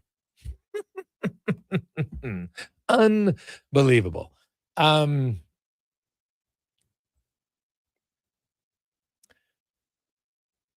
Hey, Greg's, do you think the change to savings time, how's that going to impact sports fans? Well, if you look at it, if they stay on what we are right now, it's not good. You need to go so we're always 2 hours, behind these. Just stay there. Because if we go to, you want to go to standard, not daylight savings. Daylight savings would be an awful decision. From a sports fan perspective, awful. And think about it. I'll just tell you right now. Because next year, if it actually goes through, your games locally, because how TV works, they're going to be starting even later in the first round of the playoffs. Even later. So that would not be ideal. So keep that in mind. I don't think it's great. Well, no, that's not for the playoffs, but for the regular season. It wouldn't be good at all. So now you can talk about, you look at the map, and do people in Grand Prairie want to not have light until 10 a.m.? Right? Like, they've done all the studies on it. People way smarter than me. And they said, if you're going to get rid of it, it would be ideal if everybody got rid of it. Right? That's the challenge. But if you're going to do it, then Alberta should be on standard, not daylight. And you can go read the articles. It's not my opinion. That's what all the people who studied all of it, they'll say it's better. So we'll see. Hey, Greg, would you say Ingram's the calmest goalie the Oilers have had? I don't think Stu Skinner was really ever an excitable goalie. Not really. Right? I think people at times criticize him for not. Rarely would you see Stu Skinner, moving all around. Stu Skinner was the guy who kind of played compact. That was at his best. So, no, I don't. I think that, Ingram, he came up with 2 big saves last night in the third period, which is, that's really what you want from your goalie. 2 key timely saves. Right? I think the time of a save can mean more than the quantity of the saves you get from a goalie. Right? We're not going to see a lot of quantity anymore just by, they track actual shots way more accurately than they did before. So I think people are going to have to, if you're a big believer in save percentage, you're probably going to have to readjust how you view save percentage, because it's not going to be 900. Did Ingram have a good game last night? Yep. It was under 900 save percentage. Does that mean he played poorly? Far from it. But when you have fewer shots, like, giving up 3 goals a game in a hockey game doesn't mean you had a bad game. Not at all. Now, depending on, I guess, how the goals go in. But I look at Ingram, and his play in the third period is exactly what you want. I didn't think any of the first 3 goals were awful by any stretch of the imagination, but it's key timely saves. The first one on Seneca, and that led right to the tying goal a few seconds later. That's a massive save. But the one on Carlson might have been even bigger in the 3-3 game with about 4 minutes to go. The Ducks, really nice zone entry, little touch pass. Carlson comes in late, walks right down the pipe on a 2-on-1. That is a big, big save.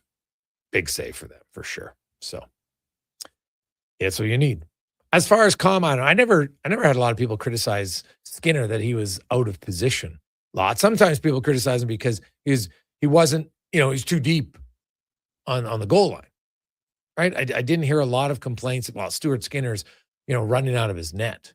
That's not something that I really saw a whole bunch of. Hey, Greg's, who do you think they'll bring in for Henry? Coach wouldn't commit to it today. Well, I got to think it's Josh Szymanski. He's the one who's been playing there the most. And I know there's a lot of people like, oh, I love Josh Szymanski. He's great. And like Josh Szymanski's been one of the more unexpected surprises of the Oilers team. But I'm not sold that Josh Szymanski's like this, do-all, end-all must-have in the lineup. Like, I understand why Adam Henrique played ahead of him. All you have to do is look at the power play goal in the second period. That's why Adam Henrique was in the lineup. He doesn't lose. And if he does lose a faceoff, he rarely loses it clean. Sometimes, yes. But that's what cost him 5 seconds on the power play, right off a blatant faceoff loss. And because the Oilers don't have any right shot center icemen, teams, most of them, because lots of teams have left shot centers, so guess which faceoff side they like to take? On the lefty strong side, which is in the defensive zone, the right side.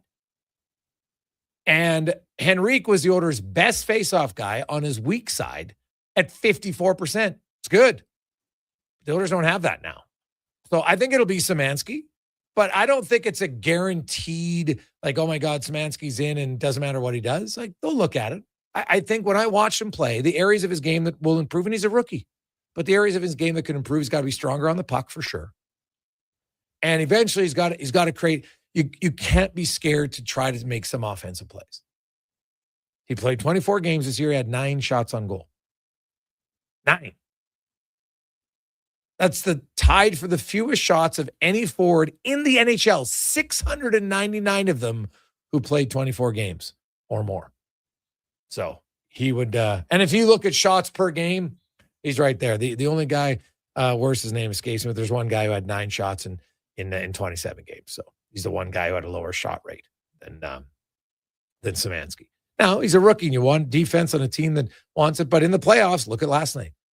Got to have some guys every now and then that step up. So hopefully Szymanski, now maybe he'll just say, man, it's playoffs. Boom. I'm going to be more assertive because he can skate. He's very smart. He's always below the puck. Awesome. But you'd like it to generate a little bit more offense. I never bought into he was the guy driving the Doc Frederick line. Look at him last night. They're both very good. They outshot the opposition when they're on the ice, combined for 10 hits between the two of them. Doc had 7 of them. They were solid.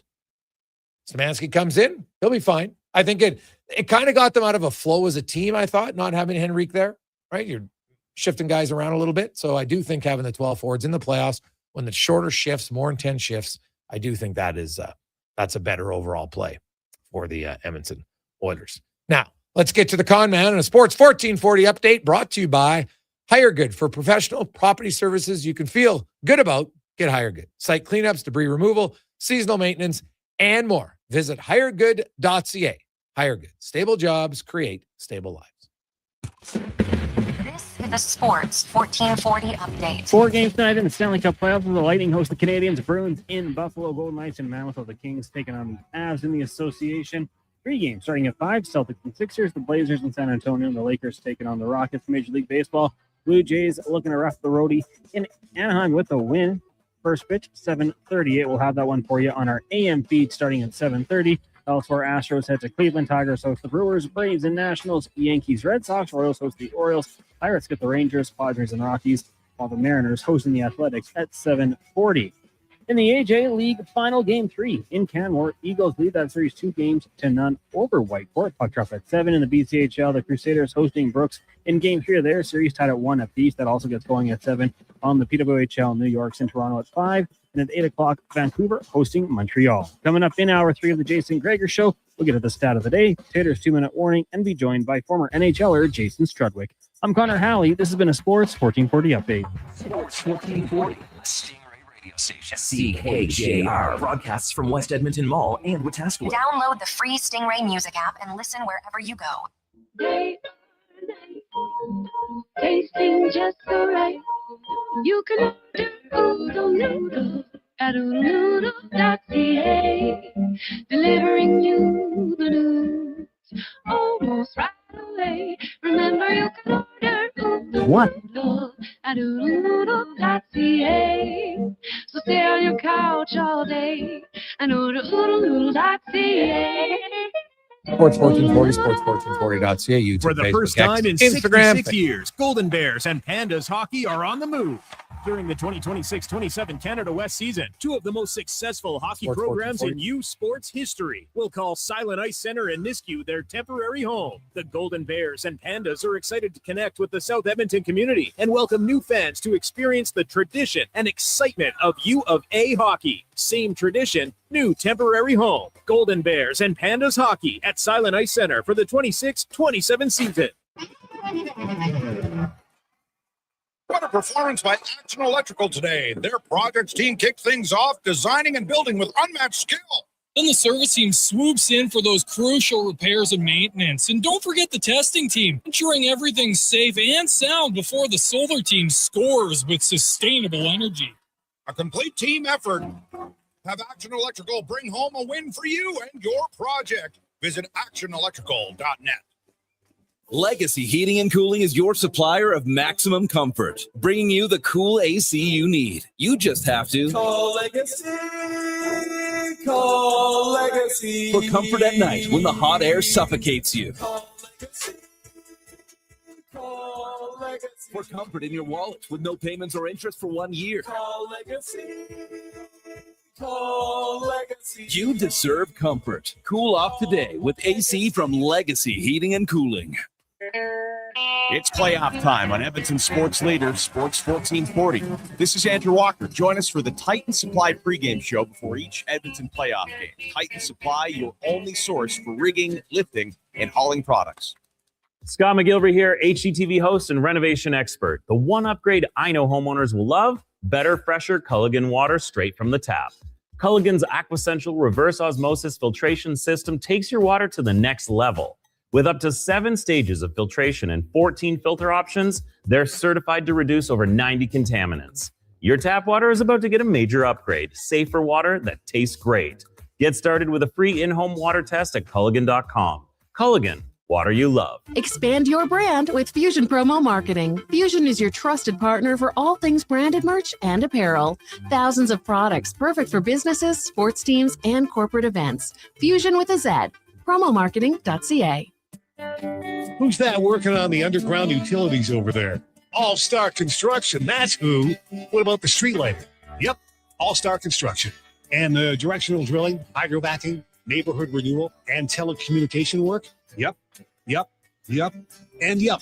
Since 2009, All Star Construction has been doing all that and more, shaping and building Edmonton communities for land developers all around Edmonton. That's what All Star Construction is all about.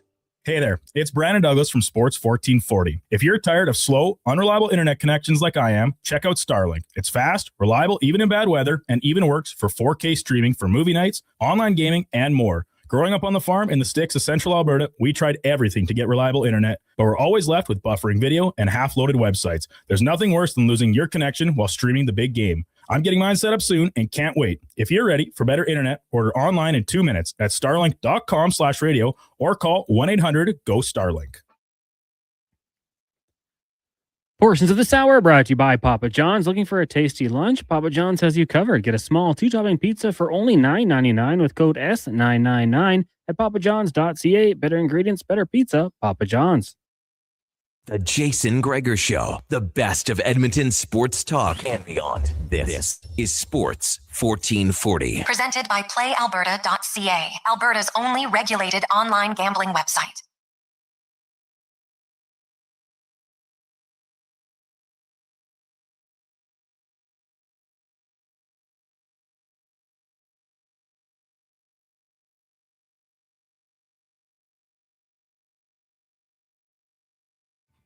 Rolling through.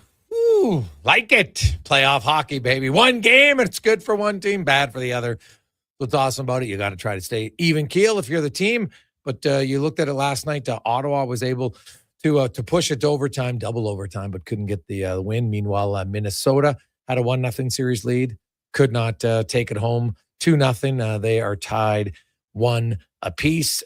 Tonight, you have 4 series ongoing, including Montreal trying to go up 2-0, Buffalo, Vegas, and Colorado. And that's the last 3 are all the home teams in Buffalo, Vegas, and Colorado looking to go up 2-0. Philly on the road, the only road team to go a perfect 2-0. And man, they looked really good against the Penguins. We'll see. Hey, now some people say, series doesn't begin until someone loses at home. Well, then I would say that series has really begun because the home team lost twice. And Flyers look good right now, man. And old Porter Martone, what a start. That guy's just becoming a legend in Philadelphia. And did you see the shift by Owen Tippett on the Garnet Hathaway shorthanded goal? That was a hell of an effort by him to get them up 2-0. 833-401-1440, 833-401-1440. We're going to get to our stats of the day brought to you by All-Star Construction.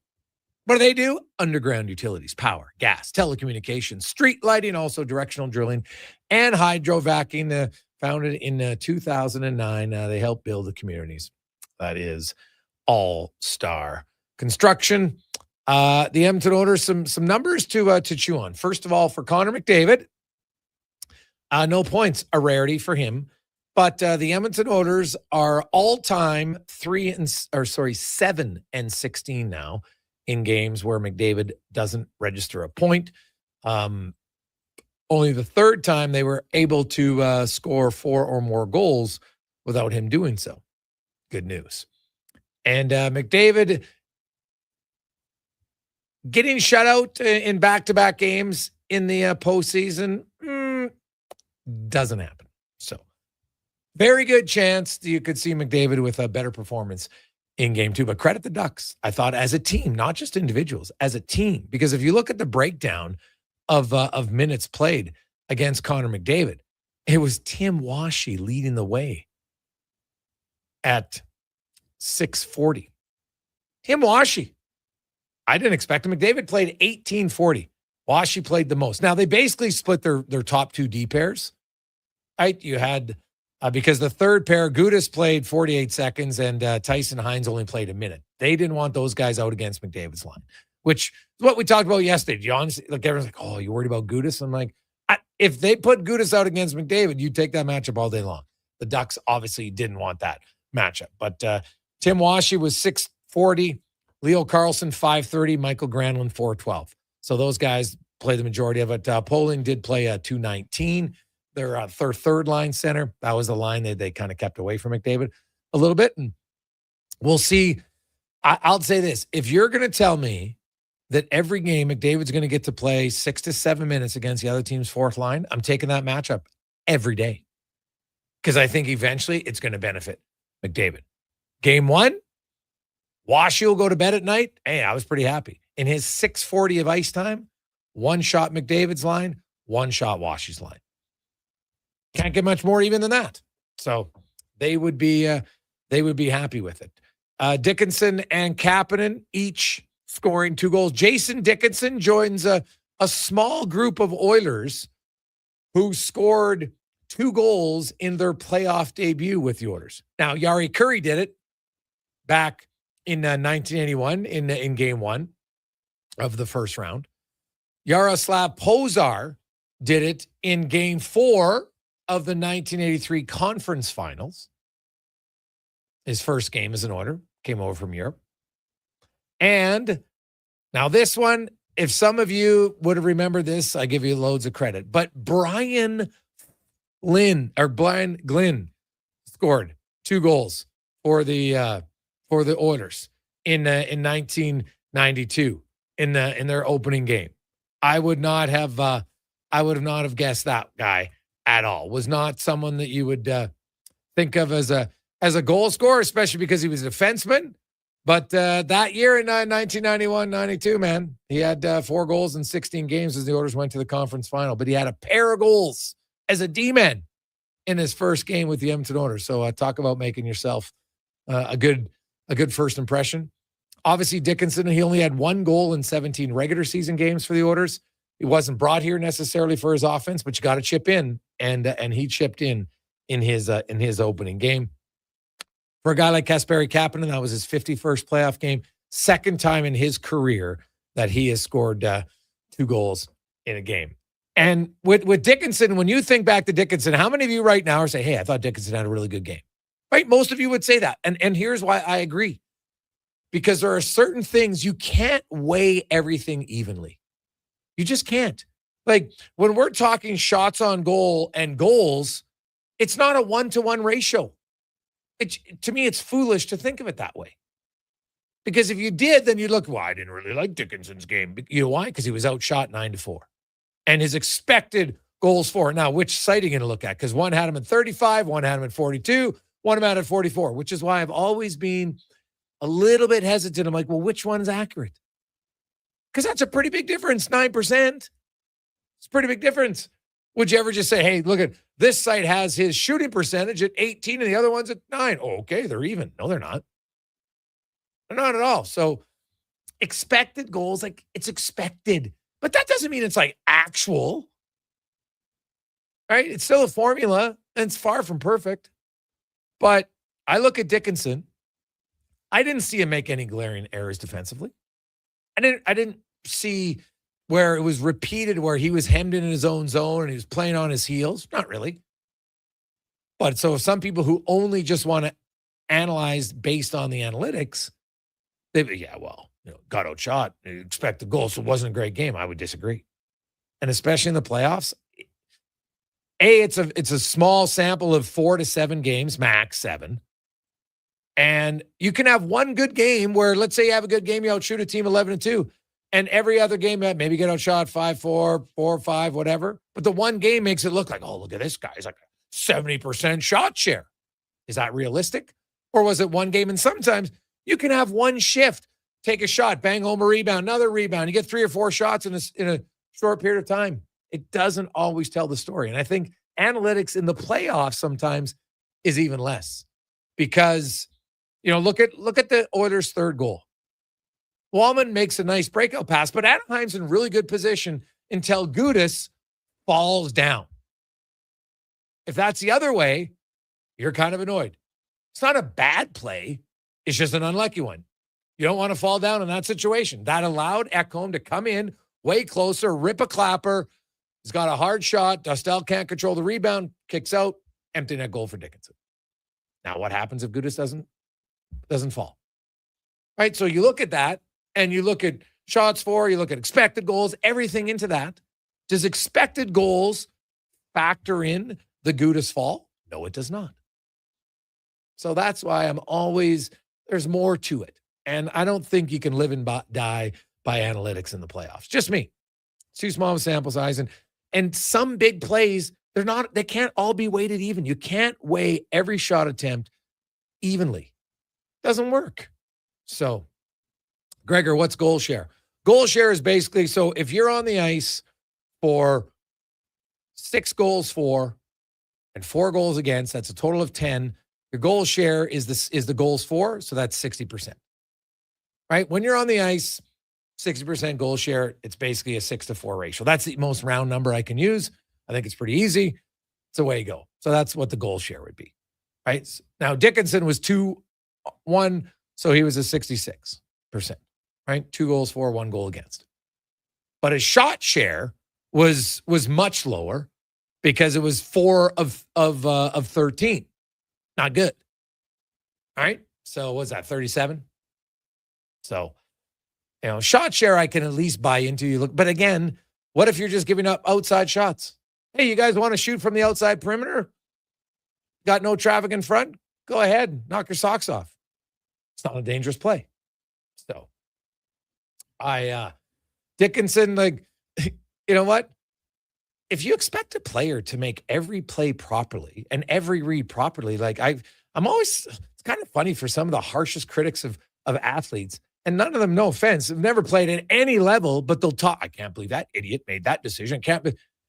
It's quick second, man. Split decision. And sometimes you lean left and all of a sudden you've leaned too far. You give a guy space, it's back your net. That's how you go, right? That's how you go. So, I look at Edmonton, and last night, Dickinson, I thought he played a really good game because he scored 2 massive goals. Those impact the game more. He didn't make any glaring defensive error. Just because you make a wrong read and a guy gets a slot pass, it's going to happen every now and then. That's the game's quick. But overall, it's a great game by him. You look at Jake Wallman. Is that the best game Jake Wallman's played this year? I would argue it might be. 2 assists, 2 hits. It was all over the place. And more importantly, and it doesn't really track, look how many times you saw Wallman. When he's at his best, he has that play where he likes to come behind the net or even in the corner, the forechecker come, and he explodes out the other side away from the pressure. Even in the D zone, if he's in the corner, someone's coming, he's able to do that lateral move, and then he explodes up ice, and he creates space and time for himself. And he did that multiple times. We hadn't really seen that in the regular season. But Jake Wallman now, I know it's only one game, but last year, he was really good in the playoffs. And from one game, man, here's a guy that looked like, all right, let's step it up. And that's good news for the Edmonton Oilers. Some other numbers to chew on for the Oilers. I mentioned, McDavid not scoring points. How about this, though? So he has 18 games with 0 points since 2021. But if you go in his career, it's 23. In his career, 3+ point games, 21. But since 2021, and I'm not including the lockout who was in the bubble. I'm talking fans in the stands from 21 until now, and the Oilers got swept in 4-21. McDavid has played more games where he scored 3 points in a playoff game than he has where he scored 0 points. Because it's 19 with 3+, 25 with 2 points, 18 with 1 point, and 18 with 0 points in those 80 games from 2021 until now. So not bad. How about Colton Dach? What did we talk about yesterday, Cons? I didn't expect the fourth line because they don't kill penalties. You're not going to get 10, 11 minutes on this team when you got McDavid and Draisaitl. You're just not. And I get why. Because those guys are more threatening than most other teams' first and second line centers. They just are. So as a coach, would you give your fourth line 3 more minutes to take it away from them? I can see why you wouldn't, especially when you're trailing in a game. But Colton Dach played 8:04, Frederick 8:33. They outshot the opponents 4-2. Dach had 7 hits. Frederick had 3. They combined for 10. They're physical. I thought it was another strong game by those two. And they didn't really have a regular center after Henrique left the game. And so it is a little bit different, right? Just to get into the flow and get into rotation. So Szymanski likely is probably the guy who draws back in the next game. And the other guy I mentioned was Leo Carlsson. 10 hits, big, huge body. Goal and an assist. That is a guy. Even Oilers fans are probably like, if you take a step back and you cheer for your team, but you're like, okay, I can respect that guy's ability as a player. And Jackson Lacombe, something you don't see very often. You don't see Zach Hyman get rocked like that very often. That was a hard, clean reverse hit. I would expect him to be just fine and ready to roll in game 2 tomorrow night. So that's our stats of the day, brought to you by All-Star Construction. When we come back, Jason Strudwick will join us. We're going to talk Wallman. We're going to talk the Ducks defense and more on the Gregor Show, presented by PlayAlberta.ca. Craving your favorite mouth-watering pizzas? Papa John's has large specialty pizzas for only $19.99 for a limited time. Get a flavorful all the meat, the works, ultimate pepperoni, Hawaiian, barbecue chicken, and more on original thin or New York style crust. Use the code LSPEC at papajohns.ca or on the Papa John's app. Get yours today. Better ingredients, better pizza. Papa John's. One app, triple the action. Play Alberta is proof that good things do come in threes. Whether you're into playing any of our exciting casino games, betting on your favorite professional sports teams from around the world, or buying into Canada's biggest lotteries, Play Alberta is the province's only app to do it all. Download today and discover a new way to play. Must be 18 plus to play. If you gamble, use your game sense. Wondering what you can afford? Let Go Auto do the math with our free car loan calculator. No pressure, no awkward convos, just quick answers on your budget and payments. Bad credit? No credit? We got you. Text CHECK to 780-777-7777. That's CHECK to 780-all-7. Find out what you qualify for and start shopping with confidence. Go Auto. Drive what you love with payments that make sense. Mr. Rooter sees a UFO. Mr. Rooter says 1 plunge, 2. What's this? A UFO? An unidentified floating object is beginning to glow and levitate. Thank you, Mr. Rooter. You have freed us from the gravity of the white hole. Humanity will be spared. Wow. People aren't going to believe this when I put it in our new commercial. If you want to believe in a plumber, call Mr. Rooter. At Fountain Tire, the savings come in threes. Up to 25% off select tires, a mail-in rebate of up to $100 off a set of 4 select tires, and $50 off $150 service. We're basically the BLT of savings. Until April 25th. Restrictions apply. Book today. You don't just need property services. You need problems handled.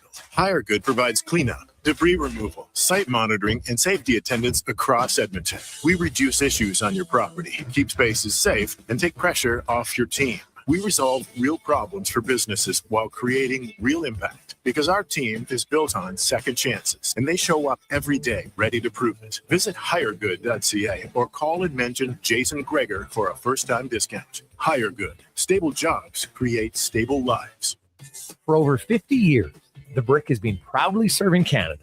They love to save you more on everything you need for your home. Save up to 60% off made-in-Canada sofas when you buy the matching love seat or chair. Find patio sets starting at just $99 and save up to 40% off mattresses. Plus, take 5 years to pay with 0% interest on furniture and mattresses. Taxes and fees due at purchase, OAC. Visit a Brick near you for details and exclusions. The Brick, saving you more. Debt can take over your life. The stress, the constant worry, it can feel like you're drowning. When people come to see me, they're often anxious and feeling hopeless. But when I explain how I can help them get out of debt, those feelings melt away. I'm Parveen Middleton, licensed insolvency trustee at BDO here in Edmonton. I will create a personalized debt relief plan so you can move forward with confidence. Call 1-833-BDO-TALK or visit bdodebt.ca to discover your debt-free future. Is your business ready to grow? Not sure how? We have your solution. We are Stingray. Whether your customers are around the corner or across the country, Stingray connects you with radio to digital advertising, including connected TV, search and social, programmatic, digital advertising, and digital out of home. From idea to execution, we've got you covered. With creative and production, cross-platform integration, detailed reporting, and one-on-one support, it's the easy way to make your business grow. Get started now at stingraymediasolutions.com. It's the EV for City Wildlife, the all-new, all-electric 2026 Subaru Uncharted. Quick charging with get-up and go performance. And best of all, so much fun. So test drive the all-new, all-electric 2026 Uncharted today and discover why it's definitely the Subaru for you. The EV for City Wildlife. To learn more about this very exciting arrival and all things Subaru, start here. Subaru.ca. Welcome to Uncommon. Welcome to Subaru. Smart, connected, community-driven. Jason Gregor sets the standard for sports talk in Edmonton. Join the conversation on Sports 1440. Text Gregor, 833-401-1440. Sports 1440, where Edmonton talks sports.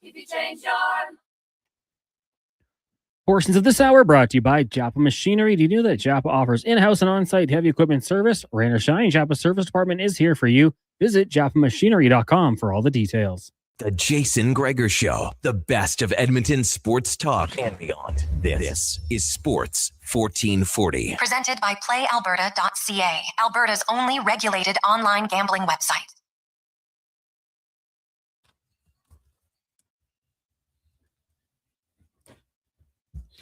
$4:30. How are you?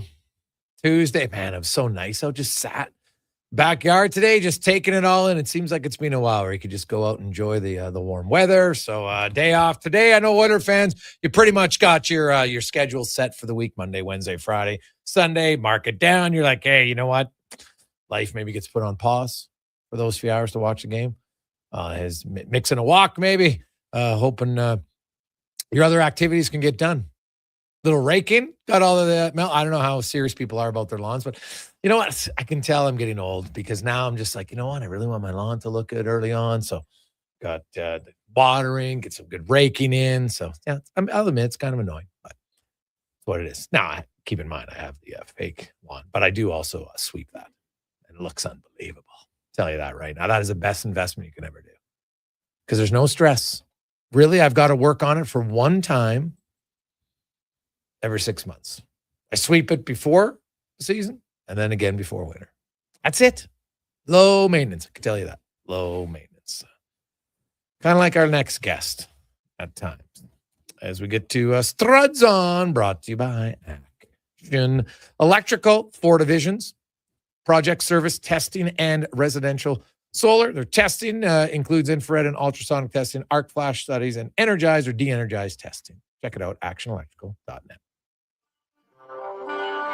The Jason Gregor Show presents Struds On. I don't believe in tea bags. I use loose leaf tea. It is so much better than the tea bags. I'll eat tea bags. I'll Struds On. I'm not a huge DJ guy. I mean, I guess if you hand me a couple glow sticks and a tight white t-shirt that I can get wet, maybe I'd be into it. Struds On. There's a lone steakhouse I used to go to down in Kentucky, and they had bowls of peanuts. I wasn't sucking on those ones. You need to have clean nut. I'm talking about the kind you get in a bag at an Elks game. You know what I mean? It's time for Struds On.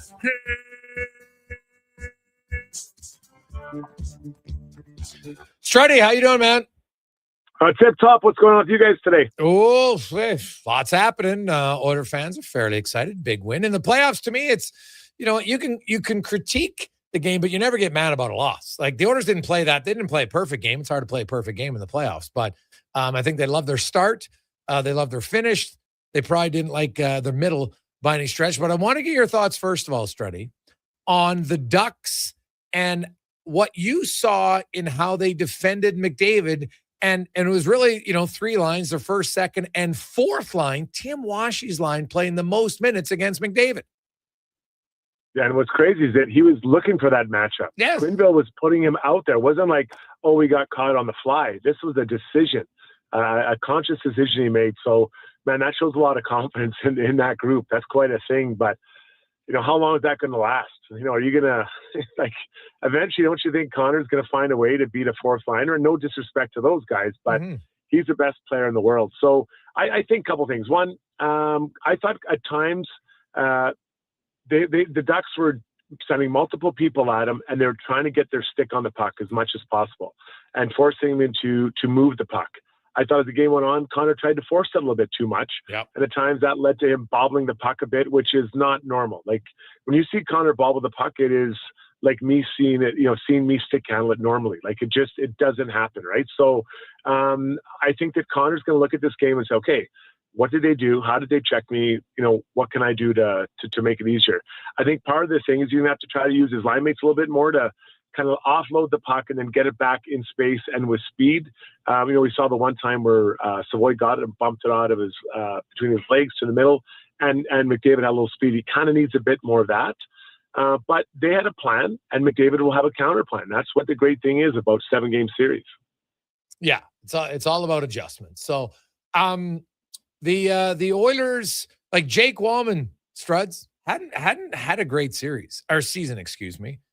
But it was almost like he just said, okay, I'm back to playoff Jake Wallman last night. He was fantastic. He sure was, and he's had his challenges. I don't know what his offseason could look like because of some injuries. And then, to me, it looked like he was gassed sometimes.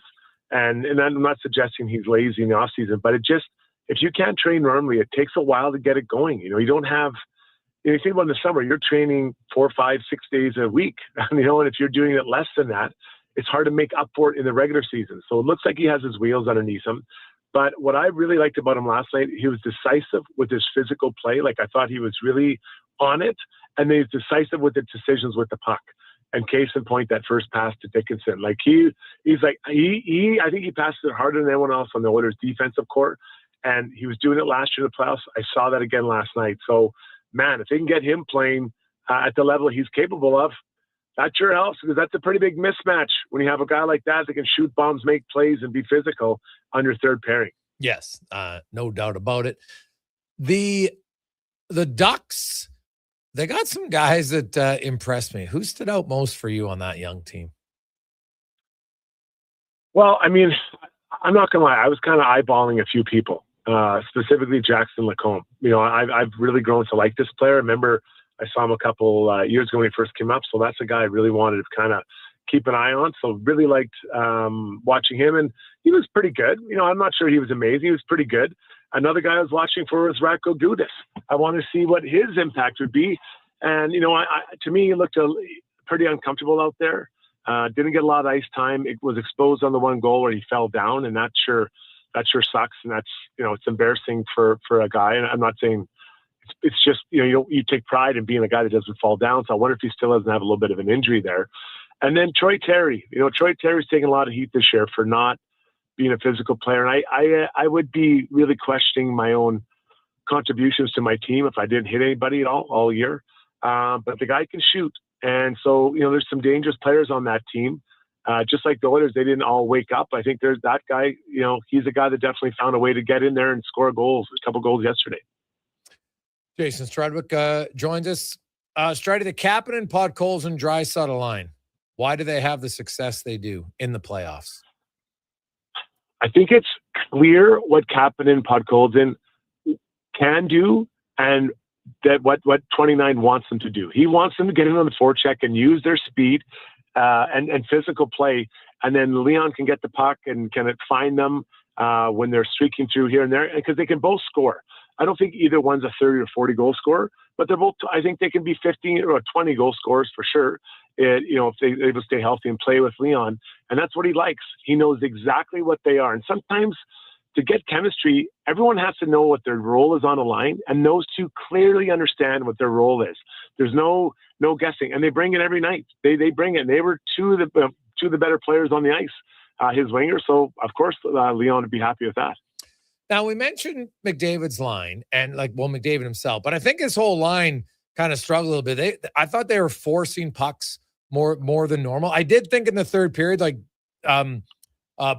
Matt Savoy kind of got over maybe the rookie jitters a little bit and was in on the forecheck and created some turnovers with his speed, which he's done all year long. And I fully expect him to be better. But how Anaheim defended McDavid, and they really at times would overswarm to one side.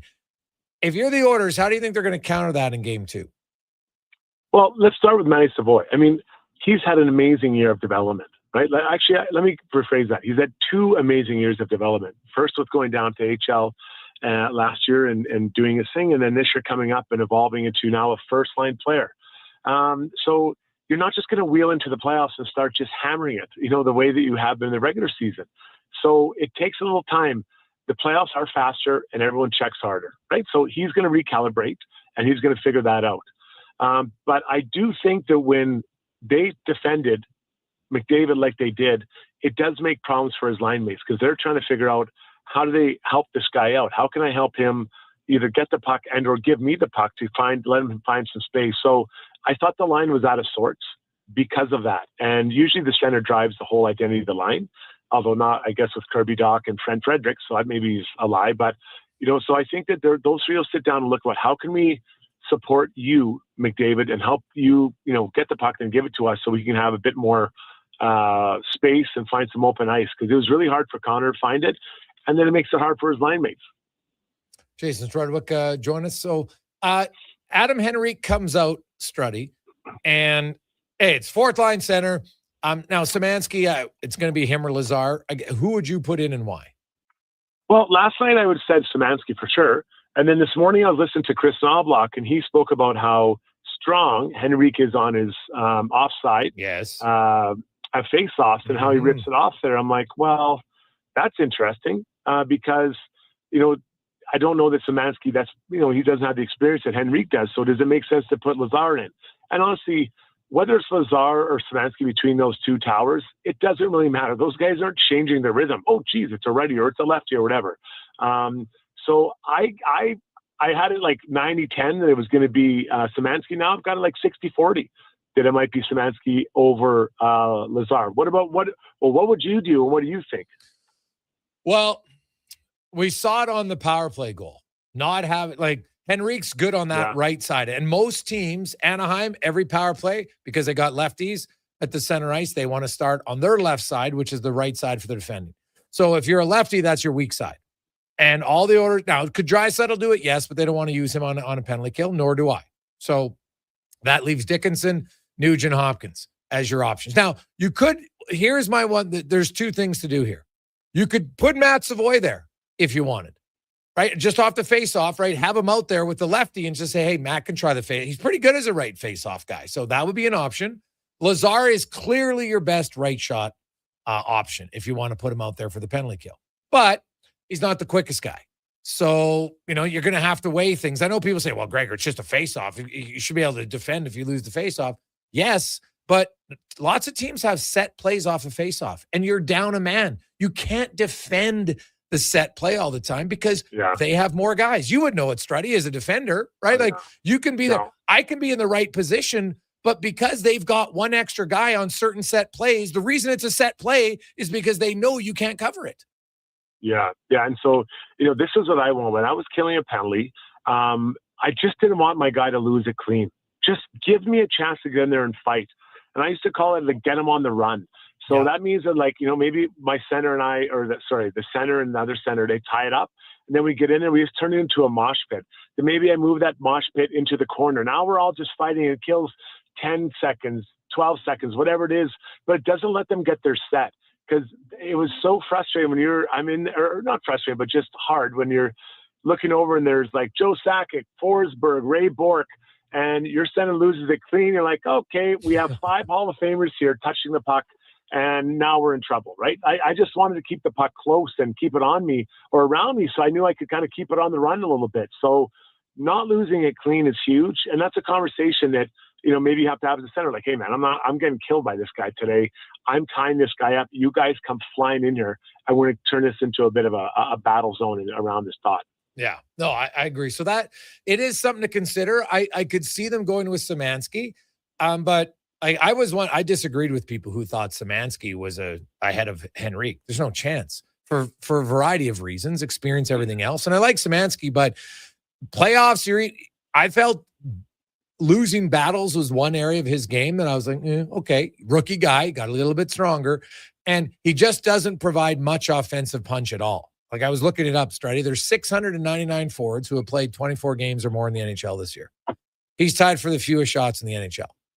And so he doesn't generate, and that's fine. He's very good at being defensively aware, which this team needed. So it's not a criticism of him, but I could see how the coach looks and was like, okay, I'm going with Henrique. And if he's worried about that right shot face-off, then Lazar is the option. But in the meantime, if you do dress Szymanski, why can't you have your number one penalty killer in the regular season in minutes in Matt Savoy? Why can't he at least try a face-off on that side? Yeah, you could send him out there. And I don't know how many draws Matt's taken this year, and then, has he been, was he out there practicing today, or could they practice tomorrow morning and work on those things? Just at least to get him some reps in there, because usually a center taken against you in the PK, he's not messing around. This is a guy that can snap it back for the reasons we just kind of highlighted. My gut tells me it's going to be Szymanski, but I wouldn't be surprised if it was Lazar. And, Szymanski, you're right. He doesn't create a lot offensively, but I think that's part of what the charm that, he seems to be liked by Knoblauch, because he trusts him. He trusts him not to get, dusted up on a misread or a misplay. And I think that he can evolve and add that offense to his game. Like this offseason, we're a little ahead of ourselves. I'm getting ahead of ourselves, but this offseason, I really, say, hey man, go work with Leon or whoever's practicing, work with this guy to add offense to your game. I'd ask the coach, send me clips of course, times where I could have jumped up, but I didn't jump up, right? He has to add that. So, but starting defensively and getting the trust of your coach, that's a pretty hard thing. And you look at the Oilers, Savoy has clearly done that. Clearly, he's done that this year as a rookie. And Szymanski, in this short window, he's earned the trust of the coach as well. So that goes a long way to getting you minutes and more importantly, I guess, Greg's, a spot on the team. Yeah, I'm looking up Savoy's numbers. They're not great in the defensive zone, so that might not be a good option now that I've looked through it. So offensive zone, he's okay. Defensive zone, not very good. So probably not an option for them. So, you probably can live with it if you have to, because the Ducks, and the thing is, Struddy, the Ducks aren't even that good of a face-off team. That's what, if the Henrique injury is long-term, then they might have to look at Lazar. And I know that they're worried about foot speed, but not everybody has to be a burner. Lazar's a smart player. You know what? Maybe you pick and choose some things. But if Curtis Lazar can't win, let's say, a dump and chase foot race as much, you're like, okay, limits us. But if he can win a key faceoff on shorthanded, allows us to ice the puck and limit the opportunities, there's certain things that just have more value, right? Even though they're less chance, but a goal against like last night, Struddy, if Gudas doesn't fall, maybe the Oilers don't tie the game, right? That's just a fact. Absolutely. So that third goal was massive for Anaheim. And you don't like, you're going to lose faceoffs, but I like what you said. Don't lose it cleanly. That's the difference. It's a killer. Losing it clean on the penalty kill is really, really hard. And I'd be interested to know the stats on a PK. What, if you lose it, the odds of a goal has got to go up.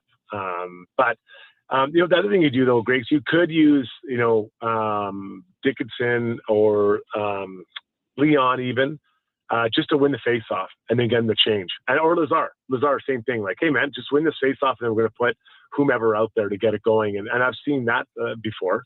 The problem is it does put wear and tear on Leon. You hate to kind of waste those reps on him. That's why I think it's maybe Dickinson. You send him out there. And I don't know what his odds are on his weak side, but you got to find, you don't have your number one option. So they got to figure out what their second and third options are.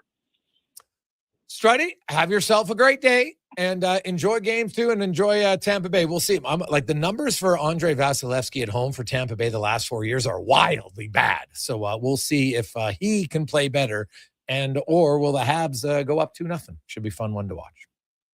Great games tonight. Talk to you later, buddy. There you go. That is Jason Strudwick. Quick break. We'll come back. 5 questions on the Gregor Show, presented by PlayAlberta.ca. Welcome to Silent Ice Center, the region's newest hockey and event center in Nisku. Featuring 2 NHL-size ice surfaces, premium seating, private suites, and an electric atmosphere. From elite hockey to major tournaments, concerts, and special events, this is where the action lives. And with Summit Restaurant overlooking the rink, every event is a full experience. Silent Ice Center, built for champions, built for the community. Book your ice, your event, or your next big night at Silent Ice Center. Email booking@silenticecenter.com. Action Electrical's projects team takes the field, folks, ready to execute the entire play for new commercial builds. Absolutely. They're masters of design build, sketching strategy from initial blueprints to core electrical infrastructure. The team never misses on complex projects. Known for handling big league constructions and major renovations, ensuring flawless execution, hire the Action Electrical team to bring home a win for your project. Visit actionelectrical.net. Getting your vehicle sparkling clean doesn't have to cost a fortune. Take it into Hughes today and pay just loonies a wash. Find us at hughescarwash.com. The job isn't done until the last load is hauled, and having a semi-trailer out of commission is not an option. Whether replacing or adding to your convoy, Edmonton Trailer has a huge inventory of new and used semi-trailers, trusted by the gravel, logging, oil field, fluids, and freight industries. Find a trailer right for you online or at one of their 3 locations. For sales, service, parts, rental, and finance, when you're in it for the long haul, Edmonton Trailer. Nothing beats getting a deal at McDonald's. Why? Because you get a deal now. And a deal later. Redeem an offer from the latest mailer or the McDonald's app and dig into instant savings. Plus, you earn points towards Free McDonald's. Now that's what I call a double whammy of deals. Why does that keep happening? Deals sent right to your door. Check your mailbox for the latest McDonald's mailer loaded with delicious value. For a limited time at participating restaurants in Western Canada. For over 60 years, the folks at Diablo Boots have been selling the best Canadian-made boots. Handcrafted in Winnipeg, Canada West makes the best quality cowboy, biker, and work boots for Diablo Boots with replaceable soles and heels. Why buy cheaper quality like Ariat, Justin, and Red Wing made in China when Canadian-made is better? Support Canada's workers and Diablo Boots for the best boots. So save on boots by Save On Foods. That's Diablo Boots, 3340 Gateway Boulevard on the east side of Save On Foods. Canada West and Diablo Boots, the 2 best names in the boots business. This May, look for your census letter in the mail.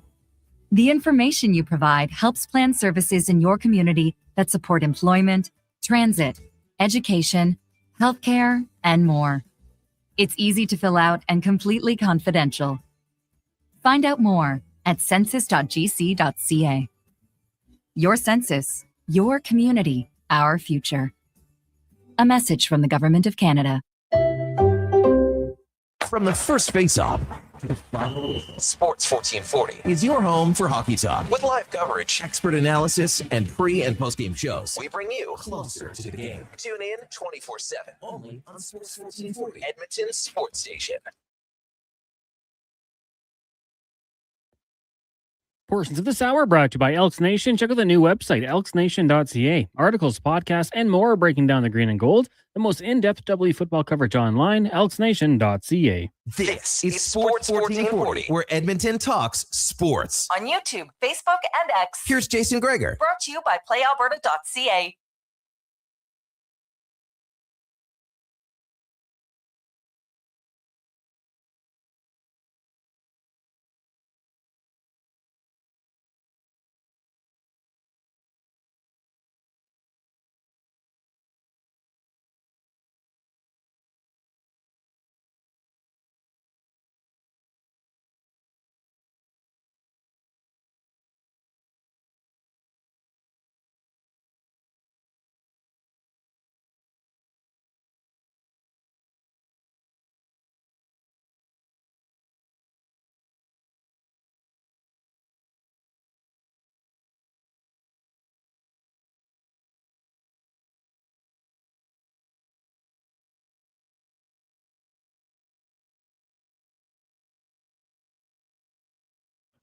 $4.54.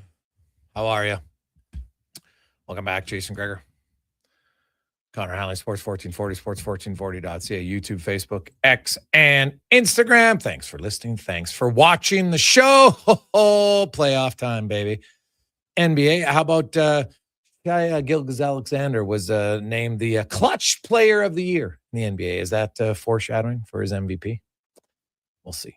We shall see. Wemby was the unanimous winner for the defensive player of the year. No surprise, like that guy is. Well, just his height and everything, his athleticism changes completely how you defend and how you attack. Like, guys are so scared at certain times. You got to lay the ball off the glass almost at the top of the backboard. Otherwise, it's a block. It's crazy. Let's get to 5 questions now.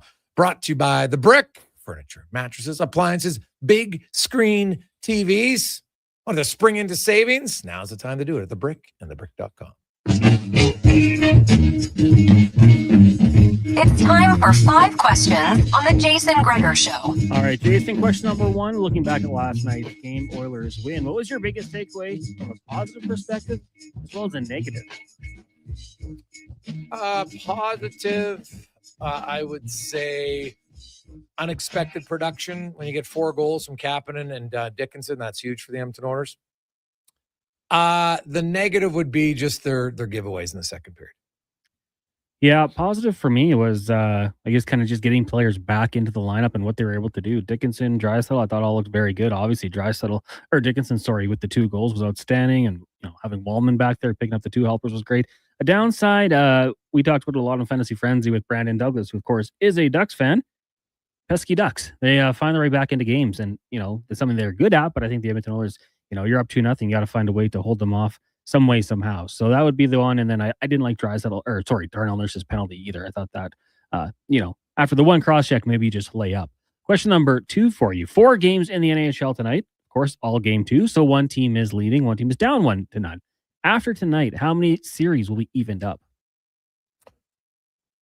I'm going to say, so Minnesota's even.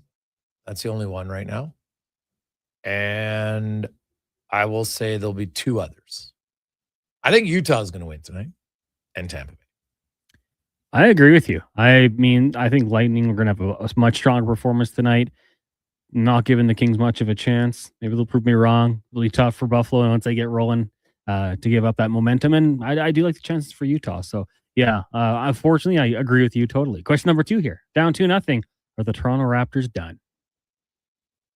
Oh, God. Like, by the way, can someone text Ingram? Does he know the playoffs are on? Like, oh, my God, what a no-show. So, yeah, it's not looking great. But I'm not going to say it's over yet. I do believe in that the series doesn't begin until the home team loses. So I will say the Raptors, I don't love their chances. because home or away, if Ingram doesn't wake up and the other guys don't play better, they don't have a chance. So I'm going to say they got like a 35% chance. Yeah, I'm going to say they're done. I know we always say not till you lose at home, but I don't think it matters here. I'm counting the Toronto Raptors out. I just haven't liked what I've seen. So hopefully they'll prove me wrong, but I think they are done. Question number 4. We discussed the NFL draft today earlier on in the show. Give me a prospect or 2, maybe 3 that intrigues you going into Thursday night. Go ahead. I really like kind of the debate for the number 2 overall pick with David Bailey and Arvel Reese. I think that's something that's intriguing. You know, maybe one guy has more upside long term, another guy maybe more pro ready. And just sticking with kind of the higher end pick, Jeremiah Love. He's, when it comes to talent, he's right up there, but he is playing that running back position that has become a little devalued the last little while here. So I think those would be the names I'm watching out for. Okay. Well, I'm always intrigued by the quarterback, but in this case, I'm more intrigued by, are they actually going to play Kirk Cousins? Because then, you know what, Cons? I think it'd be a very smart draft pick for them. But if all of a sudden they're going to rush him in, I'm just like, I don't love it. But I'm going to go with the tight end position, because the tight end, Cons, has become much more valuable. We've seen some guys come in that can make a big impact. So Kenyon Sadiq would be my guy right away. And I don't know if he'll drop that far, because I think they're picking, are they 18th or 19th? I can't remember off the top of my head. But the Carolina Panthers could really use a tight end. So I'm going to say it now. That's my call of who trades up in the draft. Panthers to get him. Go get your guy. Yes. I'll also throw in Monroe Freeling, who doesn't start a ton of games at the collegiate level. Jamad McCoy out of Tennessee, who missed last year with an injury, as guys. And then Jordan Tyson, who we talked about earlier on in the show, just battling injuries. When he's out there, he's stud. But the injuries have to be a concern. Final question for you. The Riverhawks released their theme night schedule for the upcoming season. Of these themes, is there one that stands out, one you might want to get down to? And of the ones they didn't use, other themes they potentially could have stolen, what would be your favorite? Oh, God. Which are the ones that I'd want to go to? Well, I probably would go to the just to people I think who have a really hard job, a very important job. So in June, they're doing the First Responders and Healthcare Hero Night. So that one I think is a shout out to all of them. That's one for sure. And I guess if I had to do another one, I'd want to go to the Baseball and Body Slams night. So the wrestlers are going to be slamming on tables. That's always comedy. So I would go with that one. Yeah, I mean, that'll be a good one for sure. I'm looking here. Paws in the Park, May 31st. Dogs at the Field. That's always going to be a good time. And then I think just any Tuesday for $2 hot dogs. Oh, well, yeah. What can I say? That's one way to get me in. I wish they would have brought back the short kings and tall queens. All men under 5'7" and women over 5'10" get half price admission. Oh, that's a classic. Did it go over well? I'm not sure exactly. I can't remember that, but that's something different. Yeah. I unfortunately would not qualify. Barely an inch and a half or so, preventing me from that half price admission. Yeah, but there you go. It would have been a good little promo. That is a funny promo. I would. Anytime they bring disco night back, I just think it's awesome. So lots of people like to dress up in disco attire. Just something. Well, I get it. It's cool. Like, it's hard to top kind of going retro. Like, anytime a theme party that you go to where it's a disco theme, you can find lots of good outfits, man. Some sick clothes from that era.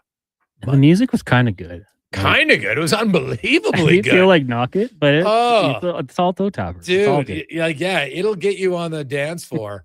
No question. Like, there's some I Will Survive, Gloria Gaynor, The Freak, Staying Alive. You kidding me? There's so many good songs. Disco Inferno, Funky Town, the original one, I should say.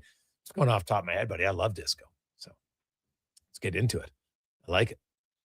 Coming up, Mark Spector will join us. The Oilers did not skate today. Neither did the Ducks. Both teams, Oilers are going to have a full practice. They've kind of gone away from that lately, but they're going to have a full skate, not an optional on the game. It's kind of what it's going to be like, I would think, in the playoffs now. In between, you don't you get your rest. Some guys might take a twirl, but for the most part, not a lot of it, unless there's an extra day off between games. So Oilers did not have a skate today, and no official return for a timeline yet on Adam Henrique, but I don't know. Knobloch caught himself last night, so I'm kind of guessing that might not see Henrique for a while, which is unfortunate. Let's get to the Con Man on Sports 1440 update, brought to you by Northgate Chevrolet Buick GMC, where if you are looking for a vehicle, now's the time. Stop in the brand new Autoplex, a great place to shop. Look for new vehicles, and with it's getting warm outside, maybe a little sports car that tickles your fancy. Check out all the vets they got right now. NorthgateGM.com. This is a Sports 1440 update. Stanley Cup playoffs rolling on tonight, getting going shortly. Lightning and Canadians, followed by the Bruins, Sabres, Golden Knights, and then the Kings in Denver. In the association, you got the Sixers taking on the Celtics. Spurs host the Blazers, with the Rockets in LA for a matchup with the Lakers. Major League Baseball, Jay's still in Anaheim, taking on the Angels. First pitch, 7:40. We'll have that one for you here on our AM feed only. Around the league, you got the Pirates and Rangers, Cubbies, Phillies, Orioles, Royals. Early on, Yankees and Red Sox scoreless, while the Nationals lead the Braves 1-0. Marlins and Cards tied at 1 apiece. Cards to the Astros 2-0, heading into the fourth. Coming up in hour 4 of the Jason Gregor Show, we'll get to Mark Spector. We'll also hear from Derek Van Diest of NHL.com and Canadian Cycling Hall of Famer Alex Dida. I'm Connor Halley. This has been a Sports 1440 update. Sports 1440 in West Edmonton Mall and Wetaskiwin. CKJR is a Stingray radio station. Download the free radio player app and listen wherever you go. Craving your favorite mouth-watering pizzas?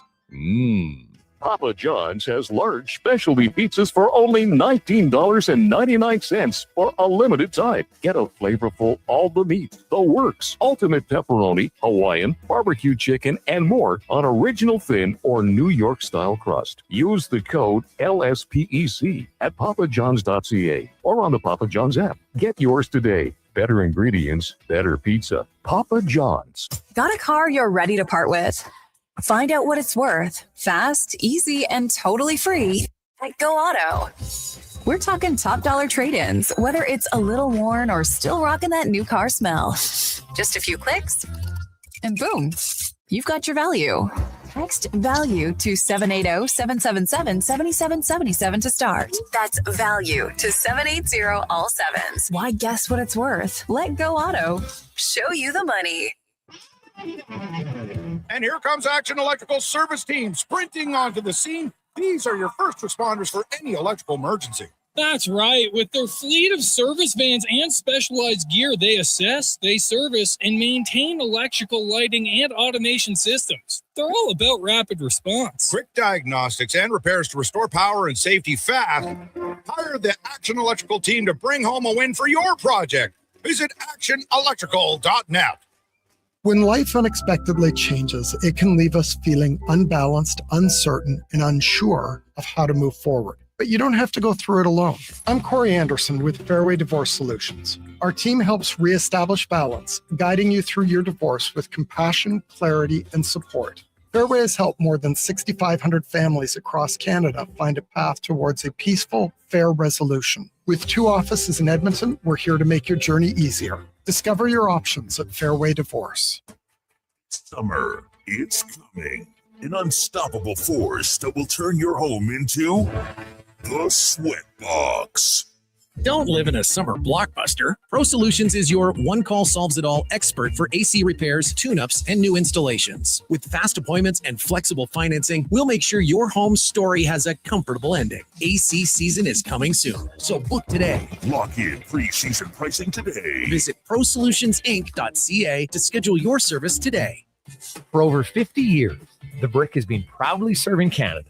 They love to save you more on everything you need for your home. Save up to 60% off made-in-Canada sofas when you buy the matching love seat or chair. Find patio sets starting at just $99 and save up to 40% off mattresses. Plus, take 5 years to pay with 0% interest on furniture and mattresses. Taxes and fees due at purchase, OAC. Visit a Brick near you for details and exclusions. The Brick, saving you more. McDavid and Auctioneering's Calgary, Edmonton, Winnipeg Public Unreserved Equipment Auction is this Friday at 9 a.m. featuring backhoes, excavators, forklifts, man lifts, wheel loaders, packers, road reclaimers, skid steers, telehandlers, turf mowers, plus commercial trailers and more. Info at maauctions.com. Hey there, it's Brandon Douglas from Sports 1440. If you're tired of slow, unreliable internet connections like I am, check out Starlink. It's fast, reliable, even in bad weather, and even works for 4K streaming for movie nights, online gaming, and more. Growing up on the farm in the sticks of central Alberta, we tried everything to get reliable internet, but we're always left with buffering video and half-loaded websites. There's nothing worse than losing your connection while streaming the big game. I'm getting mine set up soon and can't wait. If you're ready for better internet, order online in 2 minutes at starlink.com/radio or call 1-800-GO-STARLINK. McDavid and Auctioneering's next Calgary, Edmonton, Winnipeg Public Unreserved Industrial Auctions are this Thursday and Friday at 9 a.m. These major events include multiple lanes selling a large section of multi-purpose trucks, equipment, and commercial trailers. Info at maauctions.com.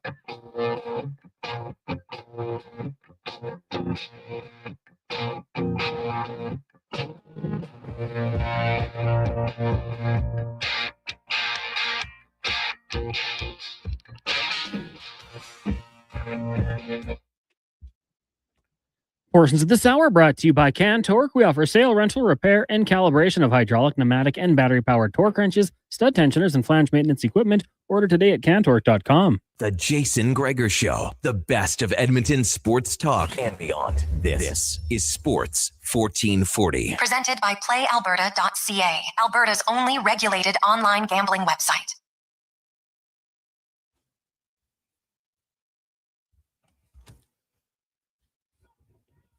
Flying through a Tuesday afternoon. How are you? Jason Gregor Show, presented by PlayAlberta.ca, Alberta's only regulated online gambling website where 100% of the revenue stays right here in the province at PlayAlberta.ca. You can get in. Of course, Jason Gregor Show specials are always there.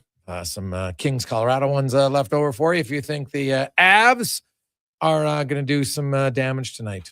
Check it out, PlayAlberta.ca. Also, Lotto Max tonight up for grabs. Ooh, just a cool $40 million. Get your tickets, PlayAlberta.ca. Where all the revenue stays right here in the province. Time now for the Spec Report, brought to you by GS Construction. Are you an experienced top man, pipe layer, operator? Well, guess what? They're hiring. gsconstruction.ca/careers to work for a fantastic company that loves promoting from within. As we welcome to the show Mark Spector from Rogers Sportsnet. Spec, good afternoon. How you doing? Never been better, man. Never been better. Going out for a couple beers with a little bit of traveling media guys tonight. Oh, show around our fair city, watch a little bit of hockey. Oh, good. Should be fun. Should be fun. I like to be the Chamber of Commerce, the visiting, kind of guy that shows you all the bright sides of Edmonton. What crappy bar should I take him to? I got a few options. I'll send you a text. We'll see. Depends what type of night you want, Spec. If it's a calm night, or is it have one that sneaks up on you? Yeah. You never know. The Oilers they didn't kind of sneak up on Anaheim. They had a great first period. They get 2 goals from Dickinson and Kapanen. The second period, however, the Oilers did not like, but then they bounced back in that game. It was interesting. Like, Adam Henrique got hurt late in the first period, Spec, and I don't know if it had to do with, because suddenly now you're down a 4 and you're switching combinations. If that had something to do with it, probably not. But I know they missed him on the the penalty kill, because that goal by the Ducks was a direct result of losing the faceoff cleanly 5 seconds later in the back of your net. And hey, Henrique, hasn't had a dominant year by any stretch, but the areas he's good at was noticeable in that game. And so Szymanski or Lazar, who do you think it's going to be? I think it'll be Szymanski, but you can make a pretty good case for Lazar, for sure. I think the what was missing in that game for me was, and I think for the Oilers, their plan was to come out and really limit Anaheim's chances, to frustrate the young offensive Ducks team, to give them nothing, to have them get frustrated with the lack of offensive chances. Well, none of that happened. Leo Carlson had 9 shots on net, So I'd say to you that the Oilers want to play a way stingier defensive game. And that lends me to believe that Lazar is closer to the solution to that. But I really like Szymanski. He's a young player, and given a few playoff games, he may cement himself in that lineup. So I'm going to say it's Szymanski. That's going to be my guess. What do you think? Yeah, I think it's probably Szymanski. I think he'll come in and he's not going to be the answer for the faceoff, especially on his weak side. So they're probably just going to have to, I like what Struddy said, just don't lose it cleanly, right? You're going to lose some faceoffs. That's fine. Try not to lose it cleanly. And that's going to be the challenge. It's probably going to be Dickinson, I would think, who's going to take most of those draws. So it'll kind of be falling on him a little bit. Maybe Nugent Hopkins. We'll see. Connor Ingram, who, is always very calm. His quote, "The bulk of my career, I played out of the Mullet Arena. So to walk out that tunnel, it's a different animal. It's loud in there. It was fun. I had to center myself with a few deep breaths." Connor Ingram, didn't steal the game, but he made 2 huge saves in the third period. Yeah, I think people in Edmonton should be proud of what they got there, like the people who go to the games and make all that noise. And I get it, everybody. I know how much money people spend to go. I know that there's been 8 rounds the last 2 years. And for people to show up yesterday and that atmosphere in Edmonton is still excellent. Nobody sings that anthem the way Edmontonians do. That's become the signature moment, and guys talk about it. Like everybody that we talked to today, really paid a bit of a homage to what it was like to be in a playoff atmosphere and to walk out of that tunnel and to hear the Dostal, excuse me, the netminder for Anaheim said, "Man, I listened to that anthem." He says, "I just had to look around and take it all in." And, they've created something here. It's an experience, even for grizzled NHL veterans, man. They come in this building and it's something. And that's pretty cool. I think we got something really neat here at Edmonton. So I forget what your question was even, but I thought the atmosphere was enough that when a guy like Alex Killorn's talking about it, he's played some pretty big playoff games in a lot of important, loud buildings. You must have something good there.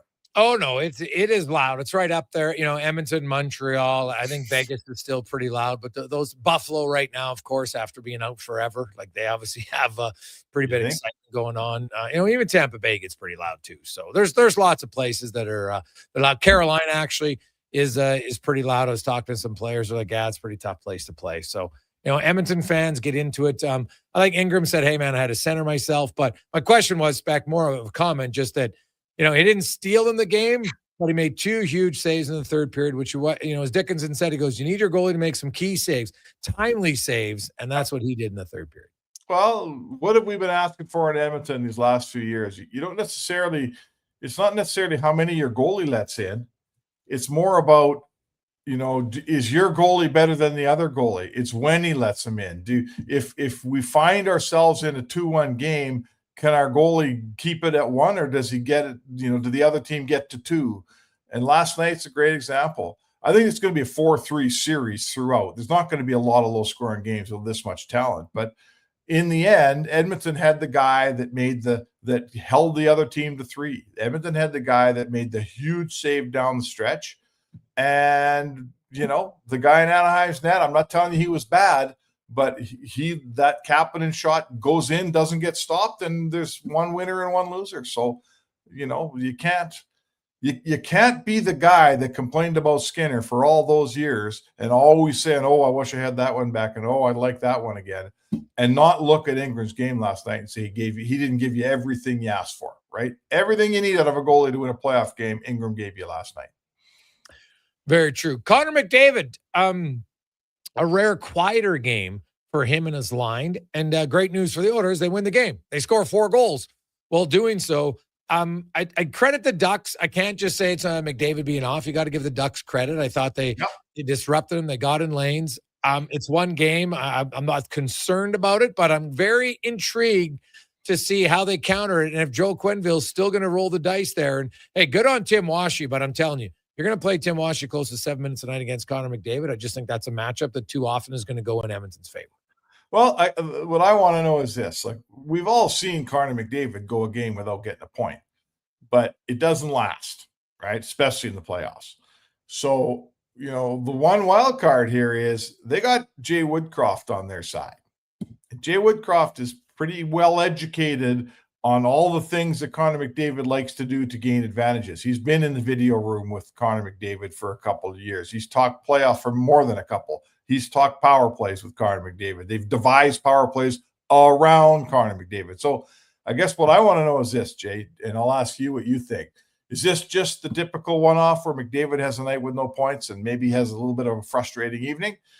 Or does Anaheim know something that most other teams don't? And maybe there's more to this than just an off night for 97. Yeah, I don't know. People have been saying for a long time, Connor McDavid at the start of this year, you know what? Guys have figured him out. He's reached his peak. I'm just like, I know. So I am not remotely even thinking that Anaheim has solved the Rubik's Cube as Connor McDavid. It was one game. I thought the Oilers, with his line, I thought McDavid tried to force things on the power play too often. I thought at 5-on-5, they were rushing passes. I thought there was a lot of passes in the skates that slowed things down. So I'll be shocked. Doesn't mean it's impossible, but I'd be shocked if McDavid has as quiet of a game 2 as he did a game 1. Okay. Look, I just thought there were certain situations, like, for instance, the zone entry on the power play. Yeah. McDavid's just, part of the reason why Edmonton's power play has been the best in the league for 5 years is that they don't fool around with zone entries. They just take one and get started. And that's because of McDavid. No one in the league has a cleaner, more consistent zone entry in the power play than Edmonton. And last night it wasn't clean and it wasn't consistent, and it was McDavid that they were checking at the line. They had something going on there. They piled up a couple of guys at the blue line, and Connor McDavid had a hard time getting through. So I guess all I'll say to you is, and I'm on your side on this. This isn't me saying, oh boy, they got Connor McDavid figured out. I'm not saying that, folks. But I am saying this is the first time he's gone into a playoff series against his old coach. And maybe don't disrespect that too much. There's some knowledge there that other coaches never had. Yeah, potentially. Same coach slow Draisaitl down, so that's why I'm kind of like, we'll see. Draisaitl, first game back. Draisaitl now owns the NHL's best points per game in game 1 of a series in NHL history, even higher than Wayne Gretzky. He's at 1.94 points per game in game 1 of a series for Leon Draisaitl, coming off a guy who'd been out for 5 weeks. He looked pretty good. Now, he admitted afterwards, because even on the power play spec, they missed his own entry. He misfired twice in the power play. His own words, he goes, hey, if I'm not out that long, I'm probably hitting that one a lot cleaner. So, for Draisaitl to say, you know what? Yeah, it was a good start for me, but I'm not where my game is at. That's another thing that bodes well for the Oilers. Yeah, no. As good as he was, and he was great, like he's still, speaking of zone entries, that zone entry he forced on the final winning goal where he squeezed by 2 guys and took it behind the net and made a play to Podkolzin. That was just unbelievably, good play. But he threw a lot of kind of hopeful passes. His passing game was okay. He turned over some pucks. Him fanning in his office like that, you never see that. So I agree with him. I would tell you that he was probably at about 70% last night, of the Leon Draisaitl that we know and that we know he'll get to. So listen, this is why it was such a tough one for Anaheim to lose. They shut down the best power play in the league. No goals, not that many chances. They shut down the best player in the world. No points. They shut down their opponent's first line. No points. Their best defenseman, Evan Bouchard, wasn't a good night for him. Wasn't great. Leon Draisaitl, I'm telling you, his game's just going to get better and better and better. That's a game when you're Anaheim, man. Like, you got to win that game, because the Oilers, I'd put the jug of beer on the table and tell you that's probably the worst Edmonton's going to play this series, and you didn't win. Yeah, I agree. I think Anaheim is probably kicking themselves a little bit that And hey, Gudas blowing the wheel really was a massive impact on that game because that allowed Ekholm to get in a lot closer and bomb a shot, harder to control the rebound. Boom, they score. And then obviously Draisaitl makes a great play and a nice pass by Podkolzin to set it up. So we'll find out tomorrow. We'll see Szymanski and Lazar. It's going to be a full skate at an optional. They haven't had that in a month. And away we go. Oilers and Ducks game 2 tomorrow. And then, of course, we got Montreal, Tampa Bay just getting going right now. And the Habs are all over them early on. Vasilevsky. Vasil, I don't know if you saw his comments, but he's just like, what a joke it's kind of being. He's talking about his play at home in Tampa Bay for the last few years. So I'd expect a good performance from Mr. Vasilevsky tonight. You know what? Like, I know people like to complain about the first round and matchups and 2 versus 3 in the Central. And I'll tell you what, I'm hearing a lot of noise out of places like Buffalo and Toronto about how the playoffs are supposed to be run. Right? From a town in Buffalo that hasn't been in the playoffs in 14 years, and a town in Toronto that when they get there, they don't know what the hell to do. And they're instructing the rest of the hockey world on how the playoffs should be formatted. Give me a break. You know what? These playoffs are awesome. Every year we watch the first round.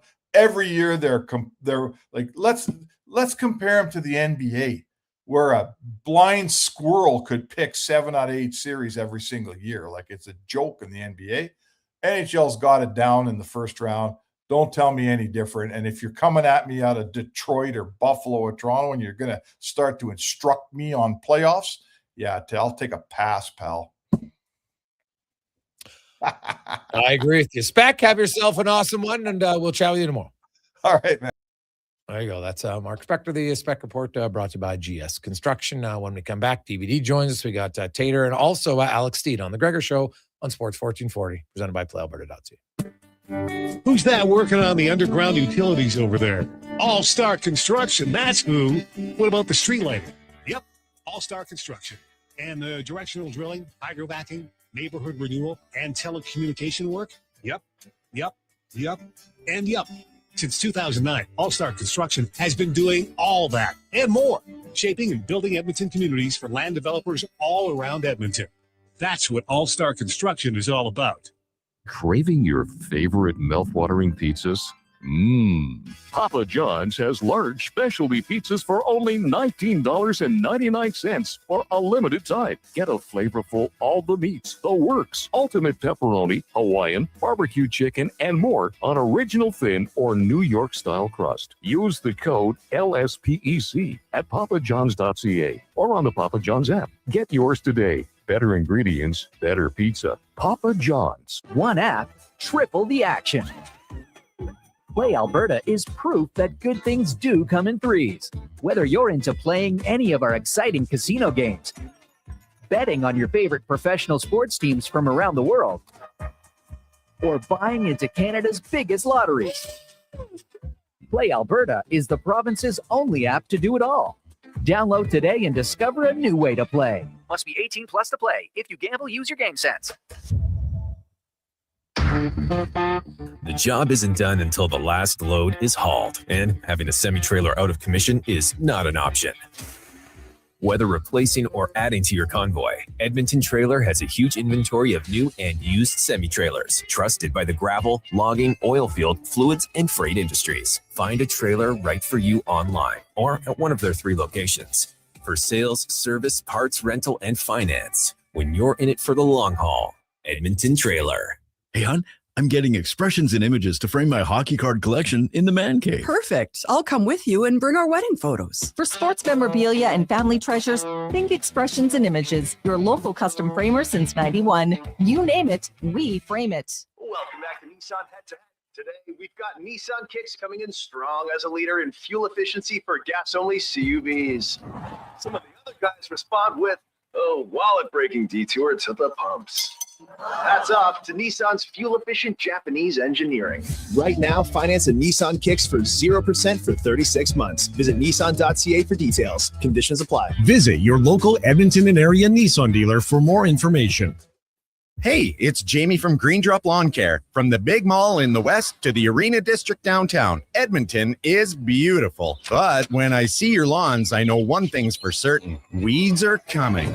Be proactive and take advantage of our early bird savings until April 30th. Green Drop has been Canada's lawn expert since 1979. And they're in your community, keeping your yard looking beautiful with affordable lawn care packages that include fertilizer, weed control, drought fighter, and more. Visit greendrop.com.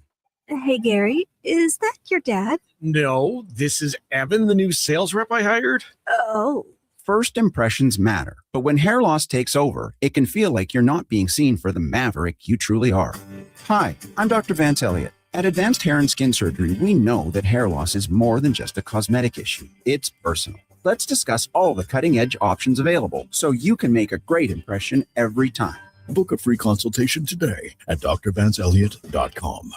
For over 60 years, the folks at Diablo Boots have been selling the best Canadian-made boots. Handcrafted in Winnipeg, Canada West makes the best quality cowboy, biker, and work boots for Diablo Boots with replaceable soles and heels. Why buy cheaper quality like Ariat, Justin, and Red Wing made in China when Canadian-made is better? Support Canada's workers and Diablo Boots for the best boots. So save on boots by Save On Foods. That's Diablo Boots, 3340 Gateway Boulevard on the east side of Save On Foods. Canada West and Diablo Boots, the two best names in the boots business. Allen Olson Auctions presents the annual Rimby Spring Consignment Sale. Online bidding is open right now and closes tomorrow. This massive 5-ring auction includes farm machinery, vehicles, RVs, skid steers, attachments, lawn and garden equipment, livestock equipment, and building materials, tires, tools, and so much more. Plus 3 real estate auctions selling in Rimby and Parkland County. For more info, call Allen Olson Auctions today at 403-843-2747 or visit allenolsonauction.com.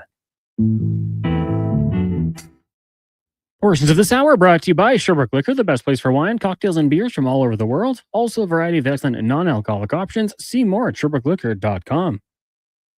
The Jason Gregor Show, the best of Edmonton sports talk and beyond. This is Sports 1440. Presented by PlayAlberta.ca, Alberta's only regulated online gambling website.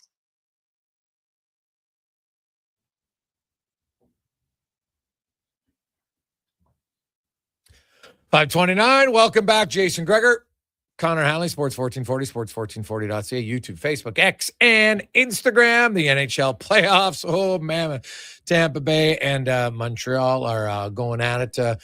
Lots of wrestling matches. Each team trying to just not give up an inch anywhere on the ice. The Lightning got the first goal of the game. Brendan Hagel. After the Canadians had the first 5 shots in the game, they were all over them, but Hagel scores, and you know what? This series is getting dirty, man. It's awesome. It's awesome. There's lots of animosity between these two teams. And Oiler fans, if you're looking for some off-game insight tonight, you might want to check out the Mammoth Golden Knights. Their first game was vicious at times. I loved it. So we'll see if that continues on tonight. Now we're going to get to Cam Tate with the 2-minute warning, now brought to you by Legacy Heating and Cooling, where the rates never change. No overtime charges. That's how you build a legacy at legacyheating.ca. Cam Tate, longtime journalist in town. Cam, of course, born with cerebral palsy. He's in a wheelchair. He's never let him slow him down. 45 years in the industry, and he always wanted to be in radio. So now Cam's words come to life in the 2-minute warning. I don't know what he was thinking as he walked behind press row at Rogers Place Monday night. Eyes forward, focused, calm, ready. A smart blue suit, starched white shirt, the consummate professional. In the playoffs, a team needs all kinds. He's proof. I will never know the weight of the pads or the hush of 20,000 fans, but I watch Calvin Pickard. I personally think he should be in the Oilers lineup, but that's another story. The NHL allows a third goalie in the playoffs. For the Oilers, it's Pickard, and they couldn't have a better man. 47 years in this game. I've seen so many backups drift into the shadows. Not him. Teammates call him the anti-pressure. When things get tight, when the room grows tense, he keeps it light. Reminds them it's just a game. No ego, no demands, 0 complaints. He's played for more teams than I've had diet sodas, long bus rides, cold rinks, waivers, and uncertainty. Things got hard. Teams looked elsewhere. But Pickard stayed steady, found his place again. Leon Draisaitl once called him one of the best teammates he's ever had. Think about that. One of the best in the world, pointing to the backup goalie as the gold standard. Pickard is the first on the ice, takes the extra shots, shows the young players what matters, that the crest is bigger than any individual name. That's leadership. No fanfare, no parade. He just brings his gear and works. When the lights grew brightest in last year's playoffs, he stepped into the net, gave the Oilers stillness in a game of chaos. Above all, I hope we remember what he teaches. Talent fills arenas, but character? That's what wins championships. When the shadows lengthen, you keep your head down. You stay ready. Whether that be in the press box as the third goalie or planting his skates in the ice, get ready for a defensive zone faceoff. 2-minute warning. Gregor, Halley, Kruger. Everything okay over there? Got everything you need? Or do you need a hit? This is Cam Tate, Sports 1440. Now I'm curious. A hit? What's going on there, Deck? Something we need to talk about? There's something in those nasal bandages? Who knows? We'll see. We got a lot of text line in 833-401-1440, 833-401-1440. Hey, Gregor, don't you think Anaheim has the blueprint on how to beat the Oilers after watching Florida beat them twice in the finals? No. Because they don't have the players. They don't have a veteran team. They don't have a Barkov. They don't have a third line. Like, look at the third line in Anaheim and look at the third line last year in Florida. And keep in mind that Florida had multiple players have career years to win the cup in the playoffs. That's what you need, right? Not just a few, but multiple. And that's just how it is. Like, the playoffs are hard, and sometimes you need a little bit of luck, and you definitely need health. But you look at Florida, and like Sam Bennett's never scoring 15 goals again in the playoffs. It's not happening, right? Ovechkin and Crosby couldn't do it twice in the playoffs. And it's not a knock on Sam Bennett. It's just not happening again, right? But look at how many guys they had, either point-of-game players or right there, right? They had, 6 guys with 20 points? Brad Marchand was on their third line. He had 10 goals and 20 points, right? Verhaeghe, no. You can't just say, hey, look at how they do it, because not only they countered them at times, but then they had guys to finish off, Lusterine and Lundell, right? Like, they had 8 forwards with 18 points or more in 23 games. Like, if you prorate that, you're talking 8 guys in a regular season that are come up to, over 60 points. Like, it just doesn't happen in a full season. Like, it was an amazing run by Florida. So it's not as easy to just say, hey, let's do what Florida did. Teams would love to do it, but you got to have the skill to do it and the experience to do it. So no, I don't think you can do that at all. So not where I come out on anyway. So Greg's, what about Todd McClellan? He didn't seem to have success slowing down McDavid. Hey, great point, man.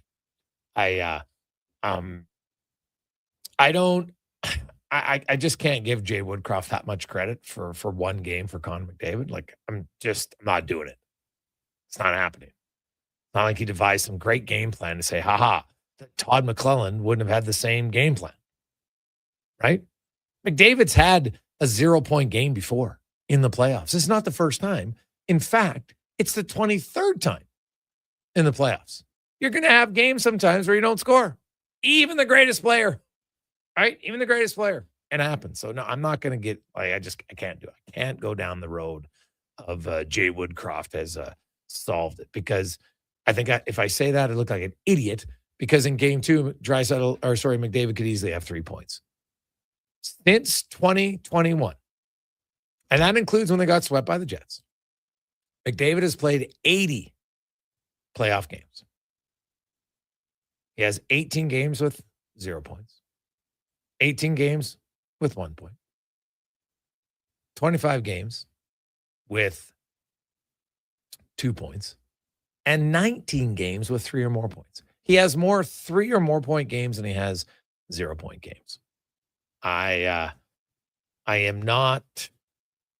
I give Anaheim credit. Do I think it's something that McDavid won't figure out based on past history? I do not. Take a quick break, and when we come back, we'll talk to a top-end athlete who's got a fantastic event going on Coming up, guy racing the Tour de France and other places next on the Gregor Show, presented by PlayAlberta.ca. Need a new ride for road trips, errands, or just life on the go? Go Auto offers a massive selection with over 15,000 new and used vehicles to choose from. With over 70 locations across Western Canada, finding your next ride has never been easier. Whether it's a roomy SUV for the family, a sleek car for the open road, or a rugged truck for your weekend adventures, you'll find it here at a price you'll love. Explore thousands of vehicles today at goauto.ca. Legacy Heating and Cooling jingle auditions take one for Gene Principe. Hey, thanks for being on time. I'm always punctual. Now, how about some cool beats while I drop the heat? Ready when you are. Tall legacy, tall legacy. Nice. Boom! I'm a musical genius. Legacy's going to love this for AC season. What's not to love with no interest and no Principe payments for 1 year? Are you always like this? Yep. Unlike Legacy, I never know when to cool it. Legacy Heating and Cooling. Don't let equipment failure stop you cold. At AWS Welding in Nisku, our factory-trained service techs are on hand for all welding equipment repairs. We're a fully warranted center for Miller, Lincoln, and ESAB. And we service all makes and models. Proper, regular service extends the life of your gear and keeps it running at peak capacity. Don't wait for a breakdown. Book your service appointment today at 780-979-0470. AWS Welding. We make it happen. For over 50 years, The Brick has been proudly serving Canada. They love to save you more on everything you need for your home. Save up to 60% off made in Canada sofas when you buy the matching love seat or chair. Find patio sets starting at just $99 and save up to 40% off mattresses. Plus, take 5 years to pay with 0% interest on furniture and mattresses. Taxes and fees due at purchase, OAC. Visit a Brick near you for details and exclusions. The Brick, saving you more. Edmonton's go-to station for all things sports. It's Sports 1440. From Low Tide to Kevin Carius and Jason Gregor, we deliver the latest on your favorite teams. Tune in 24 hours a day, 7 days a week. To Sports 1440. Nothing beats getting a deal at McDonald's. Why? Because you get a deal now. And a deal later. Redeem an offer from the latest mailer or the McDonald's app and dig into instant savings. Plus, you earn points towards free McDonald's. Now that's what I call a double whammy of deals. Why does that keep happening? Deals sent right to your door. Check your mailbox for the latest McDonald's mailer loaded with delicious value for a limited time at participating restaurants in Western Canada. At Fountain Tire, the savings come in threes. Up to 25% off select tires, a mail-in rebate of up to $100 off a set of 4 select tires, and $50 off $150 service. We're basically the BLT of savings. Until April 25th. Restrictions apply. Book today. Portions of this hour brought to you by Crystal Glass, your clear choice for residential windows, locally manufactured and installed. Crystal Glass provides a beautiful product and incredible customer services for all of your residential needs. Call 310 Glass or visit crystalglass.ca for a quote. The Jason Gregor Show, the best of Edmonton sports talk and beyond. This is Sports 1440. Presented by PlayAlberta.ca, Alberta's only regulated online gambling website.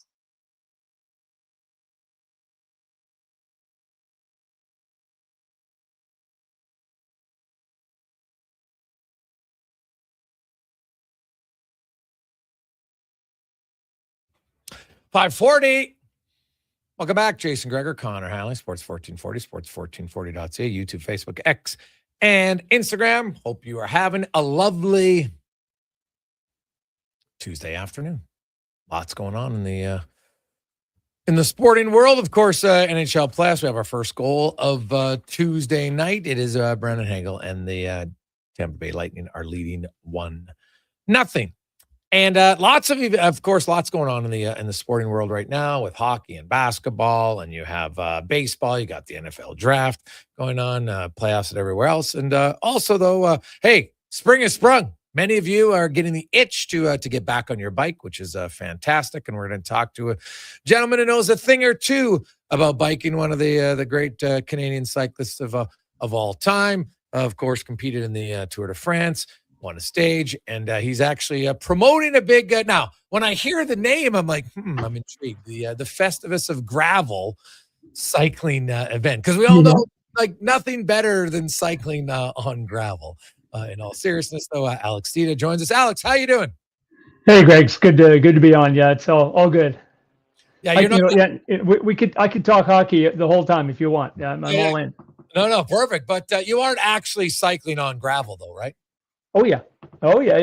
I mean, cycling. There's so many different facets of cycling. Road cycling. We got the new velodrome now here in Edmonton, which is unreal to ride on. And there's gravel cycling. I kind of view riding a bike of we have special bikes for gravel with wider tires. I kind of view it as the ODR of cycling. Oh, okay. Right. When you go skating ODR, you've got your gloves, your skates, stick. That's it. Right. Yeah. When we ride on gravel, it's like everything's kind of, you don't worry about all the stuff. You just go and ride. And and there's less cars, and it's harder to ride on gravel because it's soft. Yeah. Right. Yeah. So it's a challenge. Just like you're skating on ODR, man. It's like there's cracks and there's like 50 guys on the ice. It's crazy. Yeah.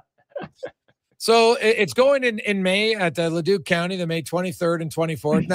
Now this, of course, is a big fundraiser for the Prostate Cancer Center, and you're a prostate cancer survivor, so this is something that's very near and dear to you. You understand the challenges of it. So tell us a little bit about it. Can people still sign up for it? Is it more for donations? What's happening? Well, yeah, we really want people to participate. Yeah, you could donate, but it's about getting out there and just putting your leg over a saddle and start pedaling. We've got a 24-kilometer distance for people who aren't that trained. They're just starting out riding their bike in the spring. You can ride on a mountain bike. It's probably the best bike to use because it can roll on the soft gravel. And we start at Leduc Rec Center, and that 24-kilometer distance just goes out along Saunders Lake, goes to one of our partners, Rig Hand Distillery. Jeff Stewart there is really nice. And we actually go through the distillery and then 12 kilometers back, and you've got a custom labeled Leduc Brewing IPA waiting for you. Okay. So where can people go if they want to register? How can they sign up? Well, if you look at the festivusofgravel.ca website, you'll find a link there to take you to the Man Van Prostate Cancer Awareness Ride. There, just scroll down a bit, you'll see Man Van, and that's really the place I want. If you're not a serious cyclist, come out and just join us. Join us for that 24-kilometer ride. Take your time. We'll have food. We've got a nice pork barbecue at the end. We're working with a lot of local partners, right? Like Jay over at CycleWorks. He says hi, by the way. Okay, nice. Yep. Matt and the team at Ericsson Nissan. I see they're a sponsor of yours with Nissan dealers. So they're going to provide all the follow vehicles. I mentioned Jeff at Rig Hand. All the Edmonton bike shops are coming out to man the aid stations. We got Vicious Cycle, Mud, Sweat, and Gears, United Cycle, Crankies, Revolution, Hardcore. They all come out, man an aid station, support all the riders who are doing the 24, the 50, the 90, and the 150 distances. There's 100. So like the 150, because you're riding on gravel, you can't ride as fast as you would, obviously on a road bike. Yeah. So what would be the guesstimate of time to ride the 150 on gravel? Well, the fast guys, believe it or not, they're riding fast on gravel. They've got special bikes built for speed on gravel. We call it fast gravel. They'll probably ride around 30K an hour. So it'll probably take them about 5 hours to do 150K. They go through the aid stations. They don't even stop. They just grab a bottle, have someone there who's helping them, and then other people might take longer, of course, because they're not racing it. So they might go at 20K an hour. So, it might take them 7-8 hours. Okay. Now, is there a minimum requirement to fundraise to sign up? There is not. We're making it super easy this year. We want to get, different, people from all walks of life just to swing their leg over a bike and get out and ride that 24K. A lot of it's on the 24K lap is on the multi-way around Telford Lake. So there's a paved section. Then we go on into a dirt track around Saunders Lake, a little secret trail I'm building out there. So that really makes it fun. It's super casual, no minimum, but do pre-register for sure. Okay. And what are the start times? Yeah. So yeah, we have the longer distances start earlier, so they finish around the same time. So 8 a.m. is when the 150-kilometer distance goes. 9 a.m. is when the 90-kilometer distance goes. 9:15 is when the 24-kilometer distance goes, because they're just going to go out and back, and they come back on the final 12K when the other riders are actually finishing. So a lot of people will be finishing together. And then the 50K starts at 10 a.m. Then we have some kids races from 10:30 to noon while we're waiting for the rest of the guys to finish. Okay. Yeah. And then is there like a barbecue, dinner, anything afterwards? Yeah, 100%. Like I said, Leduc Brewing is brewing up a custom IPA with a custom Festivus of Gravel label for us. And we've got the guys. Oh gosh, we've got a really good barbecue guy. And his name escapes me at the moment. I'm embarrassed about that. But he is bringing a pork barbecue for us. Okay. Yeah, I'm gonna find that guy's name right now. Actually, I'm sorry about that. Yeah, he's got to be cross-eyed. How many years have you done the Festivus of Gravel? Yeah, so this is our 4th year. Okay. And we were running it out of Thorsby, which is a little bit further away, smaller town. It helped us get started, but in order to grow and to get more people engaged, we had to go to a bigger town. Leduc was the natural place to go. Yeah, the guys at Cornerstone Barbecue are doing our pig barbecue. It's going to be amazing. Yes. So again, for anybody listening, this is on May 23rd, and now it's the May 23rd weekend, right? When you're right. Gonna be So the 23rd is sign on and do a recon of the route if you'd like. Okay. Sunday the 24th is the event day. Okay. Yeah. So now when you say recon, you can come there on the 23rd, you register, and can you go around the track to know where you're going? You can. And what people will do is if they're kind of racing it, right, they'll probably go backwards on the course and preview the last 10, 15, 20K to see where it goes and where they might have an advantage if they attacked or something like that. So that's for the serious riders. So how many serious riders are you would you expect to be? Well, we grew 3 years ago at 75. Last year we had 196. This year we're expecting 250 plus riders. And, I'm going to say, the top third of those riders are serious training athletes of all ages. They've been riding on the velodrome all winter. They've been riding on their indoor bike trainers all in their basements. And this is probably the first event of the year that they have to go out and give her. So it's going to be an amazing event. And, fingers crossed with the weather. Today was great. Friday, not so good. But that's the best part about being outside is you learn to experience and ride in all sorts of weather. Well, I was going to ask you about if it's rain on the gravel, it's already soft. Is the rain worse or better for gravel? It's actually better. It actually helps pack it down. It's not as loose, and then you don't have the dust. Yes. But you do have some spray and mud. Right. So there's a bit of a give and take there. But riding on a wet gravel road is actually faster. Yeah, you'll actually roll quite a bit faster. And the guys who know will use the right tires and the right tire pressure to take advantage of that. So for people that just want to go out there for fun, like, hey man, I want to go out there, but if there's a lot of dust, do you recommend, is there a special mask anywhere so you don't come out with all dust face? Or you just say, no, that's part of it. Yeah, it's part of it. But you can use a balaclava or a little just something to cover your face if you'd like, depending how sensitive you are to the dust. But generally it's not that bad. It's only when you're behind a vehicle that the dust is coming up, and for the most part, people are, once they leave we neutralize the first 4 kilometers, and then once they're out on the track, they generally split up and they're riding in 1s and 2s and 3s, and it's not that bad. Well, Alec, it sounds awesome, man. Best of luck. Hopefully you guys raise a lot of money and you get a few more bikers. Once again, if anybody out there wants to go, it's festivusofgravel.ca, and I'm on the website right now, and it's any question you have. It has answered where to register, what the distances are, where it's going to be, all the sign up. So it'll be awesome. So look forward to it. And quickly, give me your thoughts. What's going to happen in Game 2 of the Orders? Yeah. I mean, both teams are fortunate, but in a few different places, a little puck luck here and there, right? But I think I got the feeling that the Oilers have their feet under them now. It was a bit of a the game kind of went back and forth. They were that second period, man, that got me scared, but they came back, and that's given them confidence. And I think that confidence now is going to roll. Yeah, awesome, Alex. Thanks so much for this, man. We appreciate it. Right on. Thanks, Greg.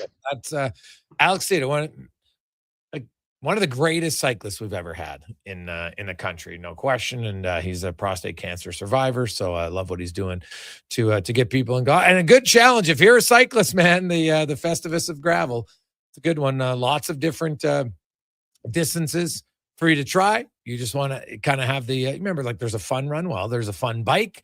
It's 24K. Then there's the Hammer at 50K. The Thunder, which is 90K, and then the Braveheart, which is 150-ish kilometer race. So you can check it out. That's May 23rd and 24th. Really, the race is on the 24th. 23rd, people can come from out of town. They set up. There's campsites and everything. So you can go to festivusofgravel.ca. And guess what? Tampa and Montreal, there's a little melee, not a brawl. If one person calls it a brawl, again, I'm going to snap. When everybody's wrestling around, it's not a brawl. It's a melee. Okay? No fights are on. But guess what? Tampa Bay takes a penalty, and the Montreal Canadiens power play is crushing them.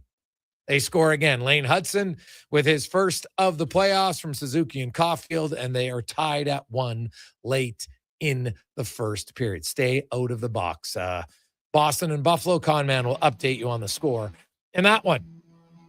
Coming up tomorrow, we'll have lots. We'll find out who's officially in. We think it's Szymanski, but we'll find out for sure tomorrow. On behalf of Connor Halley, Declan Kruger, I am Jason Gregor. Have yourselves a wonderful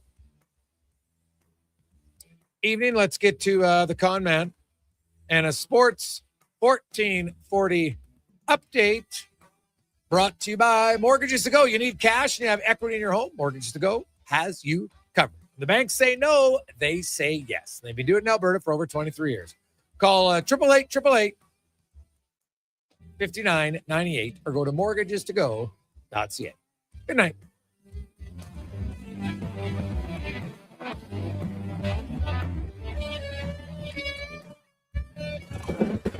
This is the Sports 1440 update. Stanley Cup playoffs rolling on, just about wrapping up in the first period. Lightning and Canadiens tied at 1 apiece. Montreal leads that series 1-0. Sabres ruined scoreless early in the first. Later tonight, Golden Knights hosting the Mammoth and the Kings in Denver. In the association, Celtics up on the Sixers 39, or tied at 39 right now. Second quarter, Boston leads that series 1-0. Later night, Spurs, Blazers, and the Rockets meeting the Lakers. In the majors, the Jays taking on the Angels just after 7:30. We'll have that one for you here on Sports 1440's AM feed only.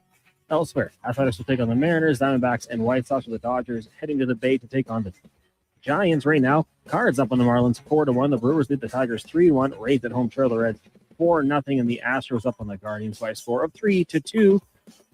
Tonight in the AJ, League Final Game 3. Canmore leading the Eagles 2-0. That series puck drop 7 o'clock. In the BCHL, Crusaders hosting Brooks in Game 3 of their series. That one tied at 1 apiece, also starting at 7. PWHL later on tonight, you got Vancouver taking on Montreal. That'll do it for us here on the Gregor Show. Coming up next, Fox Sports Radio, Blue Jays baseball at 7:30 AM feed. If you're streaming, you've got Fox Sports Radio. I'm Connor Halley. This has been a Sports 1440 update.